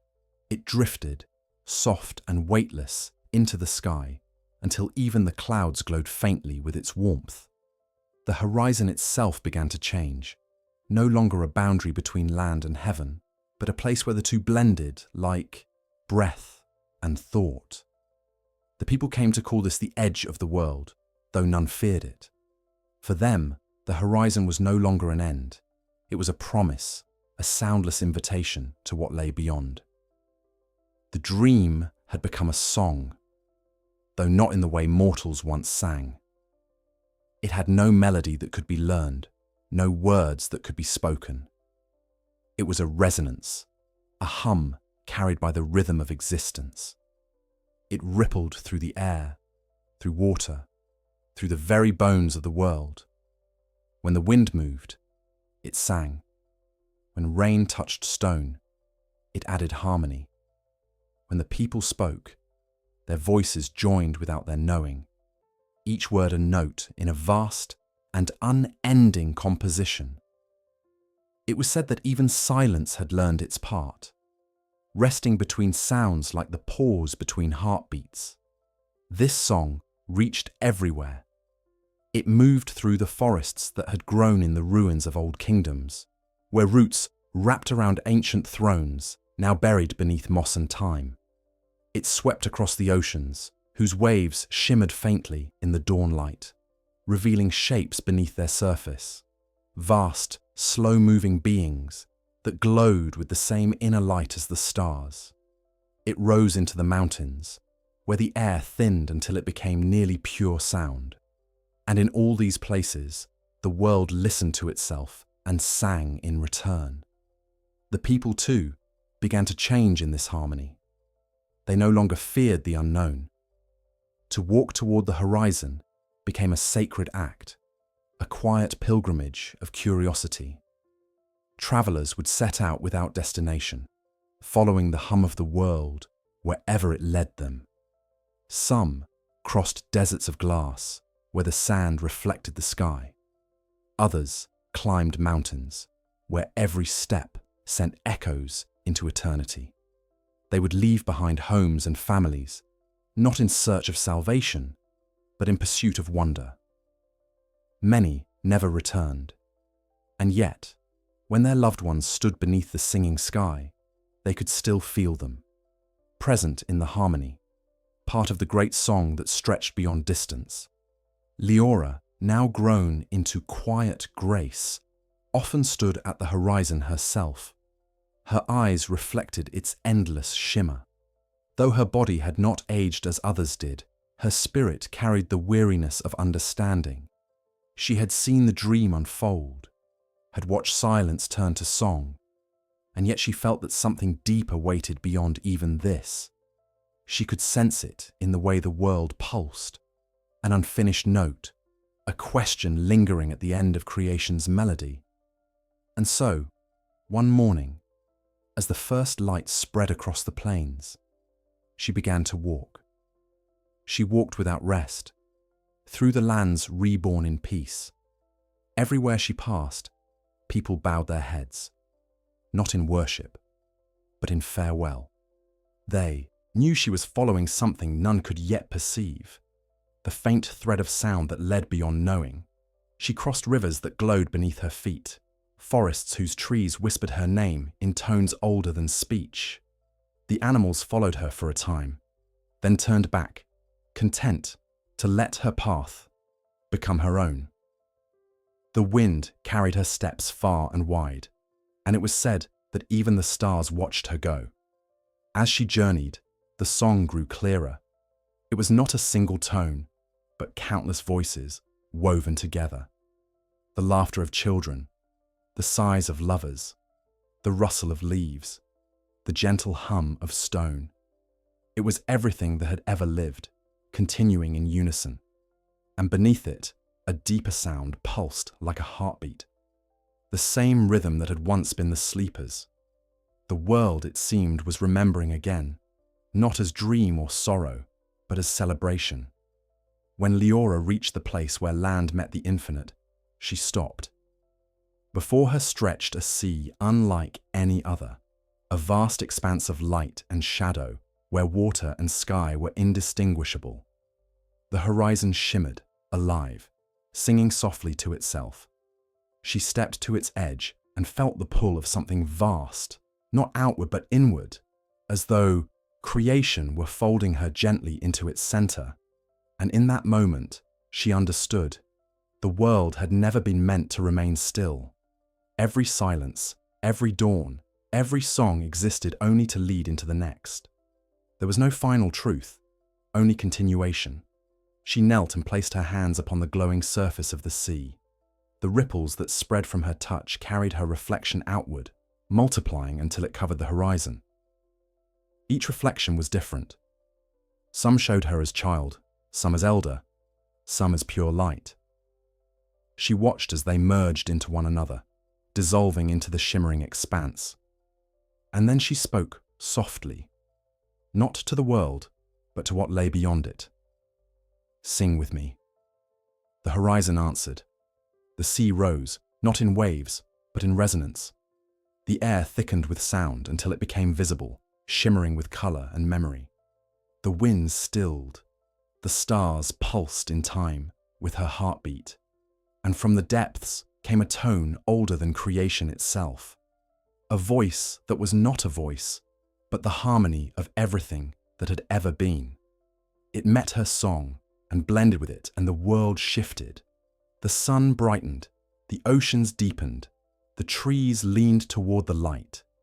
For a brief moment, every living thing sang the same note, and in that note, existence itself seemed to smile. The people who lived across the lands between looked up at the sky and saw it shimmering with gold and silver waves. They did not know why, but they felt peace. Some began to sing without meaning to, others simply closed their eyes and listened. Even the earth beneath their feet vibrated faintly, as though joining in. It was said that the ruins of the Erdtree glowed once more, not with fire or command, but with joy. The dream that had once been burden had at last become celebration. When the light faded, Leora was gone. The sea was calm again, the horizon still, yet the song continued, softer now, woven into every wind and river. The people did not mourn her. They felt her presence in every sound. Wherever they walked, the world hummed quietly in answer, as though carrying her onward. They knew that she had not vanished. She had become part of the horizon itself, the voice calling softly to those who would one day follow. And from that day forward, the dawn did not end. The sun no longer set fully beyond the edge of the world. The skies remained in a state of perpetual glow, blending dusk and morning into one eternal shimmer. The world had entered its final harmony. The age where silence and song coexisted, where memory and forgetting were one and the same. The dream had learned to live, and life had learned to dream. Sometimes, in the quietest hours, when the air was perfectly still and the stars seemed to lean close, one could hear a faint whisper carried across the horizon. It was a woman's voice, calm and distant, singing not of gods or sorrow, but of motion, of return, of unending grace. The people called it the Song of Endless Horizons. It had no beginning, no end, only the gentle promise that somewhere, beyond sight, the dream continued. And so the lands between remained, radiant and alive, their song forever expanding beyond the edge of knowing, into silence, into light, into eternity. When Leora's final song faded into the horizon and her form dissolved into the living light, the world did not mourn her. Mourning belongs to endings, and the world no longer knew such things. Instead, it breathed. The sound of that breath filled every space between stars, an invisible rhythm that bound heaven and earth in quiet communion. It was as if existence itself had drawn in air for the first time, realizing with gentle surprise that it had lungs. The dawn that had risen from below continued to glow, but now its light stretched beyond the lands between. It climbed the sky, threading through the stars, filling the black with hues of soft gold and silver. The heavens, once remote and indifferent, began to shimmer with intimacy. The universe itself was listening. The stars had always been there, watching silently through the ages of gods and fire, through the fall of grace and the long sleep of the world. But they had been witnesses only, distant eyes, untouched by what they saw. Now, something reached them, the song that Leora had left behind, the hum that had become the breath of the world, drifted outward, expanding through the veil of night. It did not travel as sound or light, but as recognition. When it touched the stars, they stirred. They did not awaken as living beings, for they had never slept, but they remembered what it was to belong. The stars began to pulse, faintly at first, then with growing rhythm. Each one answered the song of the earth with its own vibration. And for the first time, in eternity, the heavens and the world below moved in harmony. The constellations that had long watched over the lands between shimmered into new patterns, their ancient shapes dissolving into fluid, luminous forms. The bear that once guarded the north became a spiral of gold. The maiden of the south spread into a halo of violet fire. The firmament was no longer a ceiling of light, it was a reflection, a vast mirror of the dream reborn below. Those who gazed upward felt the pulse within themselves. When they breathed, the stars seemed to breathe with them. Some said they could feel Leora's presence woven through that shared inhalation, as though her final act had not been to leave the world, but to connect it. She turned the universe into a single lung, and through its breath, the memory of all things continued. In this age, the people no longer measured life by days or years. They measured it in pulses, the rise and fall of light across the sky, the rhythmic shimmer of the heavens breathing. Their understanding of time dissolved, replaced by a sense of continuity that reached beyond mortality. They lived not as separate beings, but as moments within a single, infinite exhalation.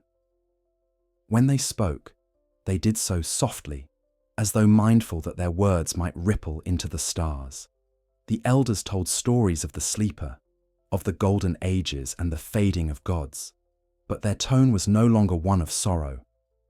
They spoke as if remembering a dream with affection rather than grief. Children listened, their eyes wide, and asked if the stars had dreamed too. The elders smiled and answered that the stars were still dreaming, that perhaps everything was a dream, endless and shared, moving between silence and song like the tide. Across the lands, new forms of life began to appear. Creatures of light and shadow, shaped from the memory of what had been, emerged quietly from the soil and air. Some resembled animals that had long vanished. Others were entirely new, forms made of translucence and colour, their bodies like breath given shape. They did not feed or fight. They simply existed, drifting through forests and over rivers, their movements slow and deliberate. The people called them echoes, not ghosts, for they were not remnants of the dead, but reflections of life itself, reminders that being and remembering had become one. At night, when the skies shimmered brightest, the echoes gathered along the hills and lakes, their forms glowing faintly beneath the celestial glow. The people would join them, sitting side by side, human and echo together, all looking upward. They said that when the stars breathed in, the echoes pulsed with light, and when the stars exhaled, the air filled with warmth that reached even into the heart. The universe, they believed, was no longer a vast emptiness, but a body, alive, connected, aware. And they were its breath. There were those, though, who still sought understanding, scholars of the old ways who had preserved fragments of language and philosophy through the ages of silence, tried to describe what was happening. They spoke of resonance and vibration, of the unification of form and awareness, of a cosmos becoming self-conscious. Yet even they admitted that words had grown too small. Their treatises ended not with conclusions, but with sighs written into parchment. Perhaps the truth is only this: the world is remembering to breathe. In this time, even death was no longer distinct. When one passed, their final breath was said to rise visibly, a faint shimmer that drifted upward into the night. It joined the rhythm of the stars, another pulse in the great inhalation of being. Families would watch this light ascend, not with tears, but with calm. "They've gone to breathe with the sky," they would say, for in a world where all things shared the same rhythm, there was no loss, only continuation. The world's surface began to change again.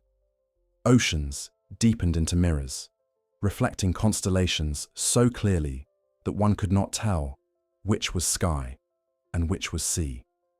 Mountains grew translucent at their peaks, catching the starlight and refracting it into shifting halos that illuminated the lands below.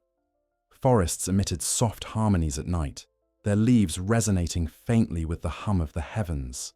The distinction between earth and sky blurred further until it seemed the world itself was floating within its own reflection. And then, something extraordinary began to happen. The people who listened long enough could hear faint voices within the breath of the stars, not words, but tones that carried intention. The universe was speaking back. Some heard laughter, others sorrow, still others curiosity. It was not a god's voice or the will of a distant power, but the song of creation continuing its conversation with itself. The people understood then that Leora's gift had not been awakening alone. It had been the reminder that existence was meant to speak, to respond, to echo eternally. On one clear night, the stars pulsed brighter than ever before, and for a moment, the breath between them seemed to stop. Time itself held still. The world waited. Then came a soft, resonant sigh that rippled through every corner of creation, reaching from the deepest root to the farthest star. The sigh carried no command, no prophecy, only a single truth: I am still here. And the world answered, not in word, but in light. It was as though every particle of being, from dust to flame to living heart, exhaled together. The stars flared, the oceans glowed, the forests shimmered with colour. The people stood beneath it, breathless yet part of the same motion. They realised that they were not merely witnessing the universe. They were the universe, aware of itself for one miraculous instant. Then, the light softened.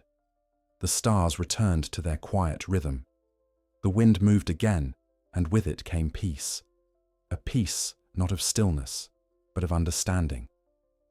The song of endless horizons had become the breath between stars, and through it, everything was connected. The gods had dreamed the world once, the world had dreamed itself again, and now the stars dreamed both. The circle was complete, yet never closed, and somewhere, drifting between that vast inhalation and exhalation, a voice lingered. Leora's, gentle and eternal. The dream continues. In the ages that followed the breath between stars, the universe entered a rhythm so steady and complete that even time seemed to dissolve within it. There was no longer an above or below, no division between heaven and earth, between living and remembered. Every part of existence pulsed together, bound by the same soft melody that Leora had awakened, the song of being aware of itself. The world had become a single, endless circle, not drawn in lines or boundaries, but in motion. It did not rotate around a center, for the center was everywhere. It sang itself into being with every breath. The people of the lands between no longer spoke of eras or ages. They called their existence simply the circle. It was not an age to be counted, but a state of grace to be experienced.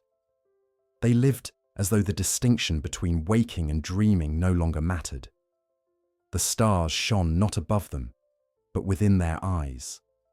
The rivers mirrored constellations that seemed to move in time with their heartbeats. Children born in this time carried faint luminescence beneath their skin, their veins tracing patterns that echoed the celestial dance above. When they laughed, the air shimmered. When they slept, flowers bent toward them, as though listening to a song too soft for waking ears. The circle was harmony embodied. Every act, no matter how small, rippled outward, altering the rhythm of creation. A single whispered word could shift the hue of dawn. A gesture of kindness could cause a tree to bloom out of season. The people learned to live with reverence, not because they feared punishment or sought reward, but because they felt their unity with everything around them. Each breath they took was borrowed from the stars. Each heartbeat echoed the world's pulse. Life had become sacred in the simplest way, because it was shared. In this harmony, the old languages faded, replaced by new forms of expression that blurred the lines between sound, light, and motion. People no longer spoke to one another as they once did. They sang in tones that resonated with color. Their gestures painted shapes in the air that lingered like echoes of feeling. Even silence had meaning, an interval of stillness in the world's song, a necessary pause between notes. Communication had become communion. The echoes, the translucent beings born of memory and light, now moved freely among them. They were no longer rare or mysterious, but part of the living world. Some resembled the people, others took forms of pure radiance or shadow. When they passed, the air cooled or warmed gently, as though acknowledging their presence. They did not speak, yet their intentions were always understood. They tended to the forests and rivers, guided animals, and cared for the soil. They were the breath of the world made visible, living embodiments of the song that sustained all things. Leora's name was still spoken, but not as history. It had become a tone, a vibration that opened the heart.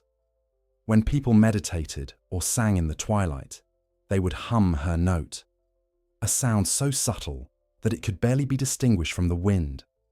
Through that hum, they felt her presence everywhere, in the shimmer of morning dew, in the hush between waves, in the faint glow that rose from the ground at night. She had become the circle's quiet heartbeat, not as deity or memory, but as rhythm. And yet, even in this perfect harmony, something stirred, a gentle curiosity, not of restlessness, but of longing. For all cycles, no matter how whole, carry within them the seed of motion. A circle that sings itself cannot remain still. Its music must flow forward, or it becomes silence once more. The people began to sense this, though they could not name it. The stars, too, shimmered with subtle unease. Their breaths grew deeper, their pulses slower, as if preparing for another change. One night, as the twin moons crossed paths and cast their woven light upon the land, the air grew thick with resonance. The rivers stilled.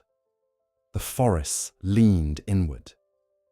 Even the echoes halted their motion, as though the universe itself were listening. In that moment of vast stillness, the song of the circle shifted. It deepened, its tone expanding beyond the audible, vibrating in the marrow of every living thing.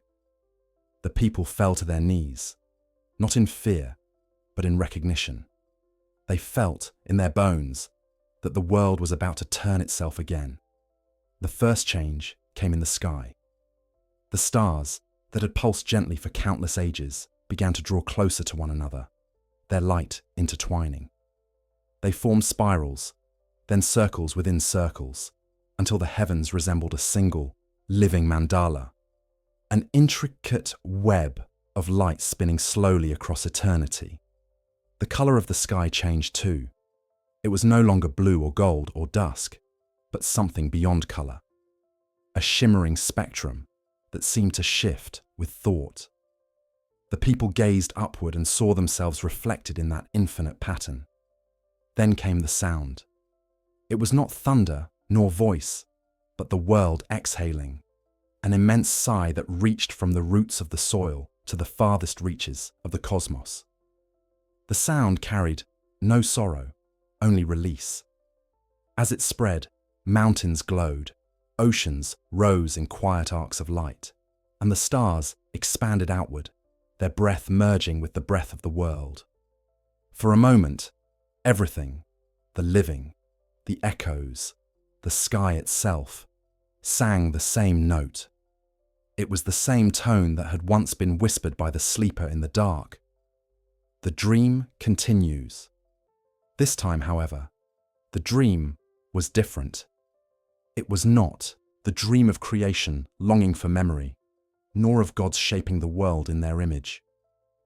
It was the dream of awareness itself, endless and unbound. The circle began to widen, stretching beyond the lands between, beyond even the stars that had learned to breathe. The song flowed outward, touching other worlds, other realities.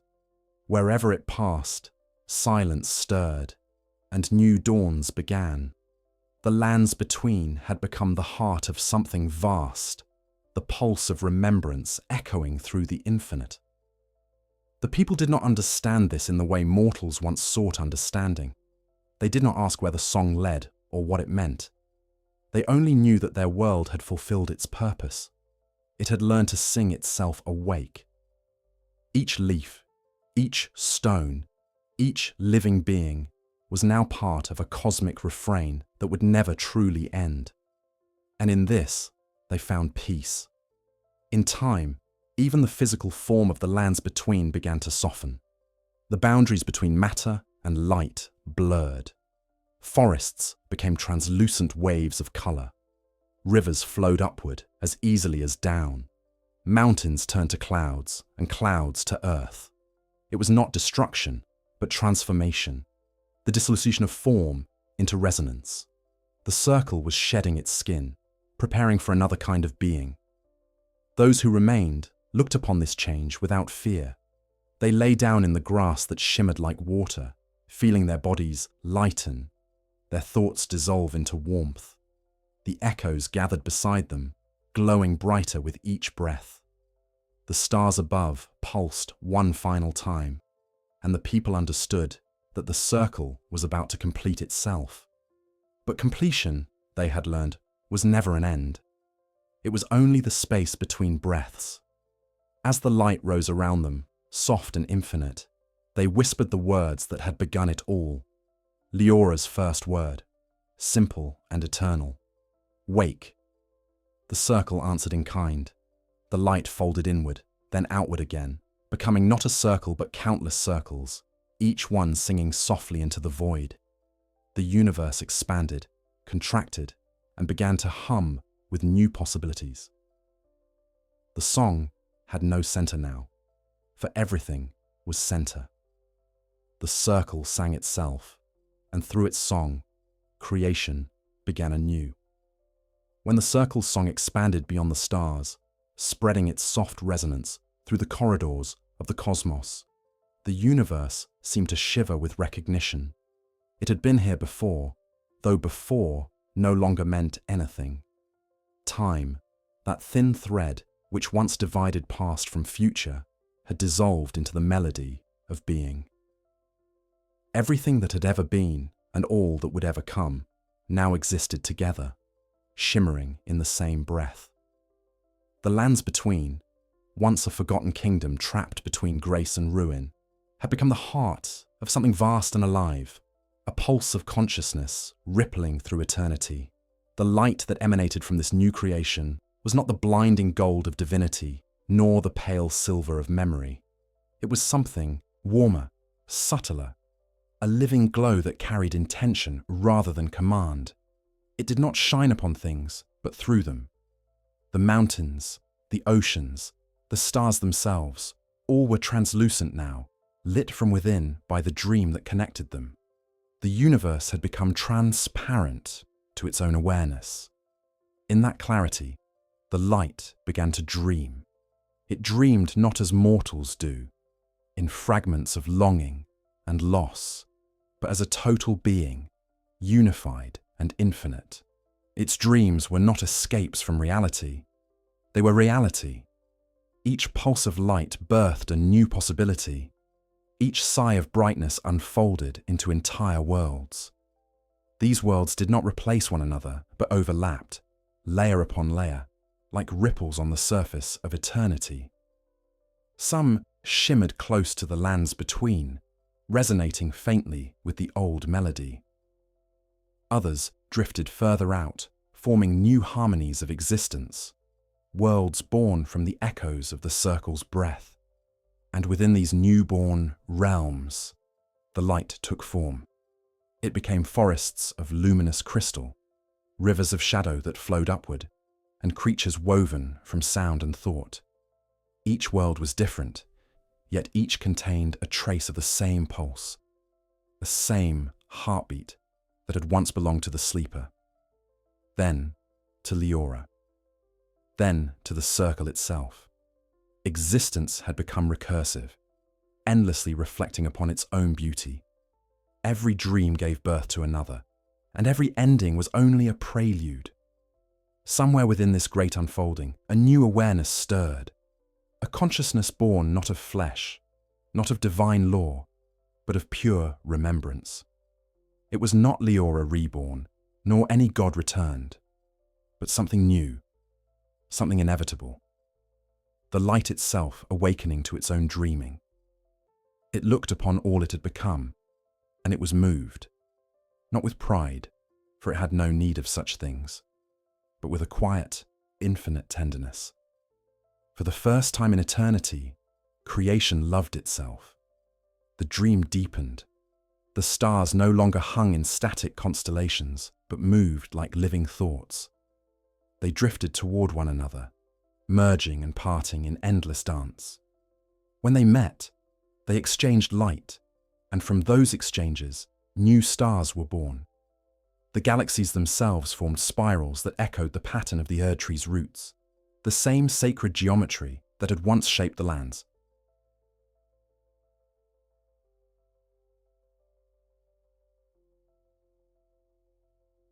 What had been a symbol of divine control had become a rhythm of freedom. The light no longer ruled, it remembered. Across this vastness, the echoes, the luminous beings who had once walked the renewed earth, found themselves dissolving into the starlight. Their forms expanded, merging with the breath between worlds. They became messengers of resonance, drifting through the dream like gentle currents. Wherever they passed, stillness turned to motion, and silence found its tone. They carried fragments of the old song with them, the hum of Leora's first word, the warmth of the sleeper's last sigh, and wherever they went, new worlds began to hum in answer. The people of the circle, those who had lain down in the shimmering grass as their forms faded into light, were not gone. They too had become part of the dream. They moved now as thoughts within the living consciousness of creation. Each soul a note, each memory a vibration within the eternal harmony. They no longer needed bodies or voices, for they had become the pulse itself. Their love, their grief, their countless small joys, all were folded into the rhythm of being. And yet, within this boundless peace, a familiar question began to form, a question older than any god, as gentle as breath. Who dreams me? The light, in its vast awareness, paused. It had dreamed so many forms, so many worlds, each one alive with its own meaning. But now, it began to sense that it too was being dreamed, that perhaps somewhere beyond even its reach, another consciousness stirred, vast and quiet, imagining all of this. The realization brought no fear. Instead, it deepened the dream, like the intake of breath before a new song. Perhaps, it thought, this was the truth all along, that every dream is both dreamer and dreamed, that every light reflects another, and that creation is nothing more than the act of remembering itself in endless layers. The gods of the old world had sought to rule this truth, to own it. The mortals had sought to escape it. But the light, born from both, understood that there was never ownership, only participation. And so it dreamed on, knowing that it too was part of a larger circle. It imagined other realms, places of quiet oceans and silver skies, where voices spoke in tones of thought. It dreamed of beings made not of matter, but of awareness, curious, seeking, fragile yet infinite. It dreamed of them looking to the heavens, wondering who they were and feeling in their hearts the faint pulse of a distant song. They would call it inspiration, or fate, or love. But what they felt would be the same melody that had begun with the sleeper's whisper, carried through fire, ash, and silence, through Leora's word and the circle's song. The dream of the lands between had never ended. It had simply changed form, carried onward by the rhythm of remembering. In the farthest reaches of this living light, one could still hear faint echoes of the old words, the prayers, the laments, the hopes of a world that had once burned beneath a golden tree. The voices were softer now, woven into the hum of creation. They no longer cried for salvation or meaning. They simply sang, their harmony blending seamlessly into the fabric of the new universe. The dream continues, they whispered, and the light smiled, for it knew it was true. Everywhere, the stars began to pulse again, their rhythm slow and steady, like the breath of a sleeping god who had at last found peace. The dreamer and the dream, the light and its reflection, the world and its memory, all were one. And as the cosmos inhaled, the light shimmered brighter than it ever had before. Then it exhaled, and from that exhalation, somewhere, far away, another world began to bloom. The light that dreamed again did not stop at the edges of creation.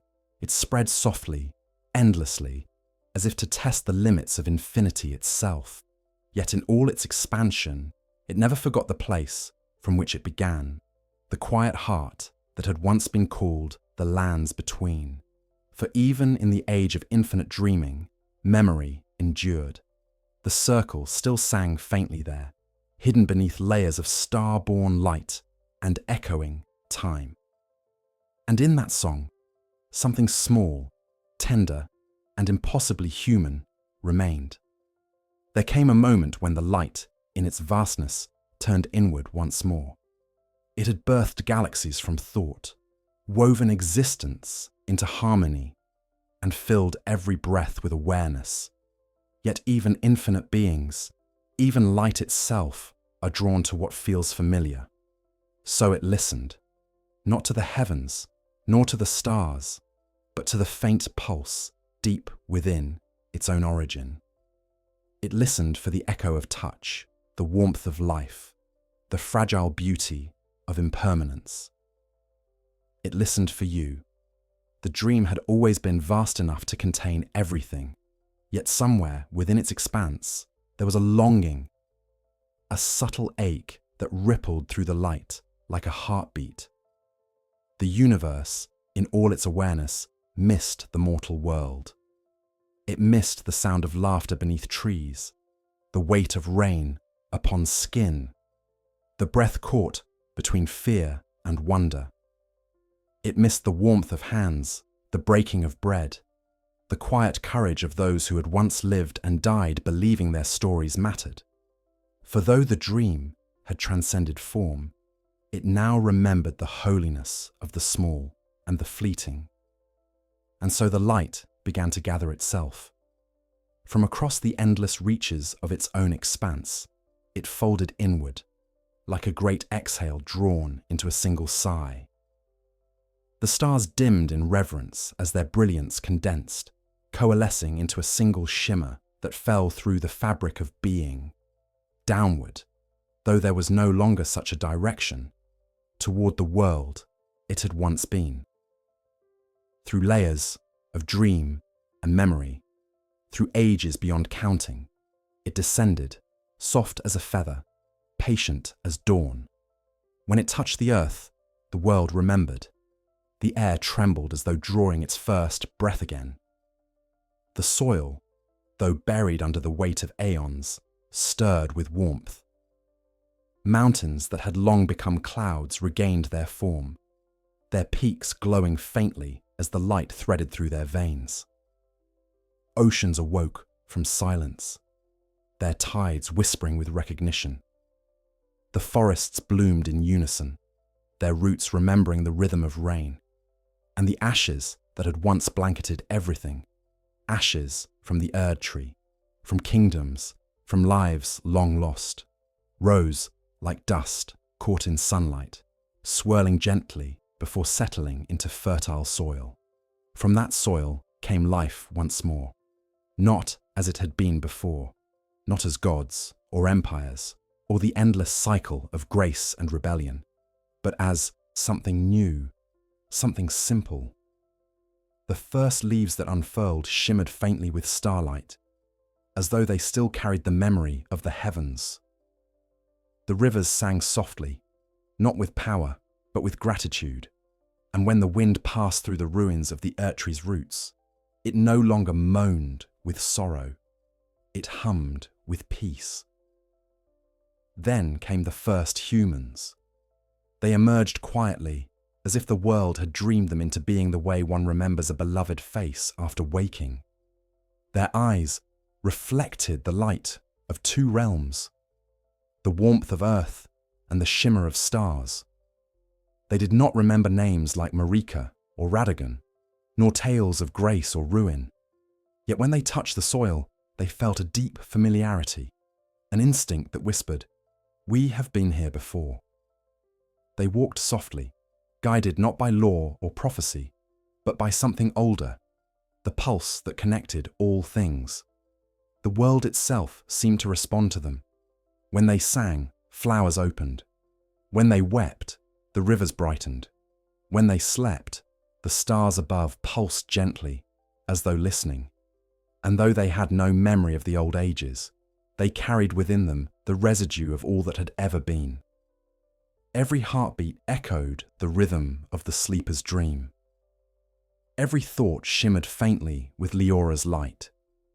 They were, in truth, the children of remembrance, the living embodiment of everything the world had ever loved enough to keep. As they built their small lives upon the rejuvenated soil, they found the ruins of a world they did not understand. Massive roots petrified into stone, fragments of golden architecture half buried beneath moss, shards of glass that once had been divine. They did not worship these relics, nor fear them. They touched them with curiosity, sensing in them not power, but story. The children of this new dawn did not kneel. They listened. And from the stones and roots and ashes, they heard faint whispers of what had come before. They could not translate the words, but they felt the meaning. You are not alone. You are the continuation. Generations passed, and the world thrived. Seasons returned in gentle rhythm. Rain fell and fed the soil. Rivers carved new paths through the old bones of the world. The people sang songs to the dawn, though they no longer remembered why the light felt sacred. They buried their dead beneath trees that glowed faintly in moonlight, and when they looked at the stars, they sometimes thought they heard a hum carried by the wind, the echo of something vast, benevolent, and familiar. In quiet moments, when the night was perfectly still, they would feel as though the stars themselves were watching, not in judgment, but in recognition. They did not know that the light above was alive with memory, that each star was a breath, each constellation a thought. They did not know that the cosmos watched them as one might watch a child sleep, proud and tender, seeing in them both beginning and return. But somehow they felt it. And in their hearts, without words, they whispered back, "We remember you too." The circle had completed itself. The dream had become flesh again, and the flesh remembered the dream. The world was once more alive, aware and free, not in defiance of divinity, but as its natural continuation. The gods had given way to humanity, and humanity had become the vessel of all that was sacred. The Erdtree no longer towered above the world. It lived within it, in every blade of grass, in every breath drawn by those who walked upon the earth. Far away, where the horizon met the stars, the wind still carried the faintest traces of a song. Sometimes it could be heard in the rustle of leaves, or the breaking of waves, or the laughter of children chasing each other through the light of dusk. It was not the song of gods or kings. It was the song of the world itself, remembering what it was to live. And within that song, if one listened closely enough, there was always one familiar voice, soft, steady, eternal. Wake. Not command, not prophecy, just invitation. The world had remembered you, and in remembering, it had found you again. There comes a moment, even in eternity, when the song softens. Not because it has ended, but because it has learned to rest. The world that had once burned, slept, and dreamed through countless cycles now moved with the slow, steady breath of peace. Dawn and dusk no longer followed each other in opposition. They merged, sharing the same light. The skies glowed with a permanent twilight, a colour between gold and silver, warm enough for waking, dim enough for sleep. And beneath this infinite softness, the dream returned, not as illusion, nor as myth, but as the simple rhythm of life remembering itself.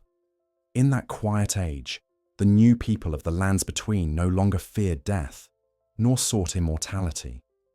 Their lives unfolded gently, guided not by the laws of gods or the weight of history, but by the pulse of the earth beneath their feet.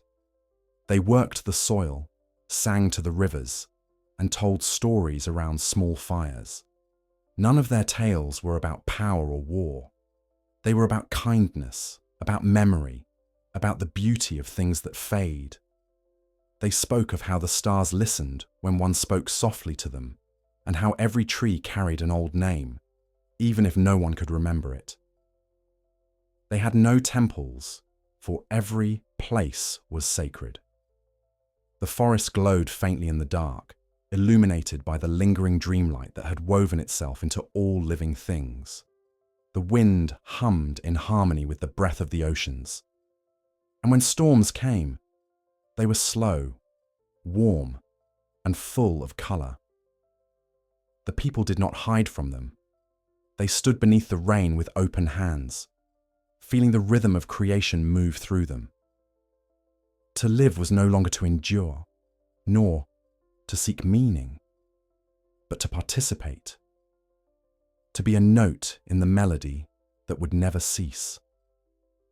At night, when the skies shimmered and the air seemed to hum with invisible warmth, the people dreamed as the light once did. Their dreams were not bound by the body. They wandered freely through places both familiar and infinite. Some dreamed of walking through silver forests beneath constellations that pulsed like living hearts. Others saw vast oceans of light where stars floated like lanterns.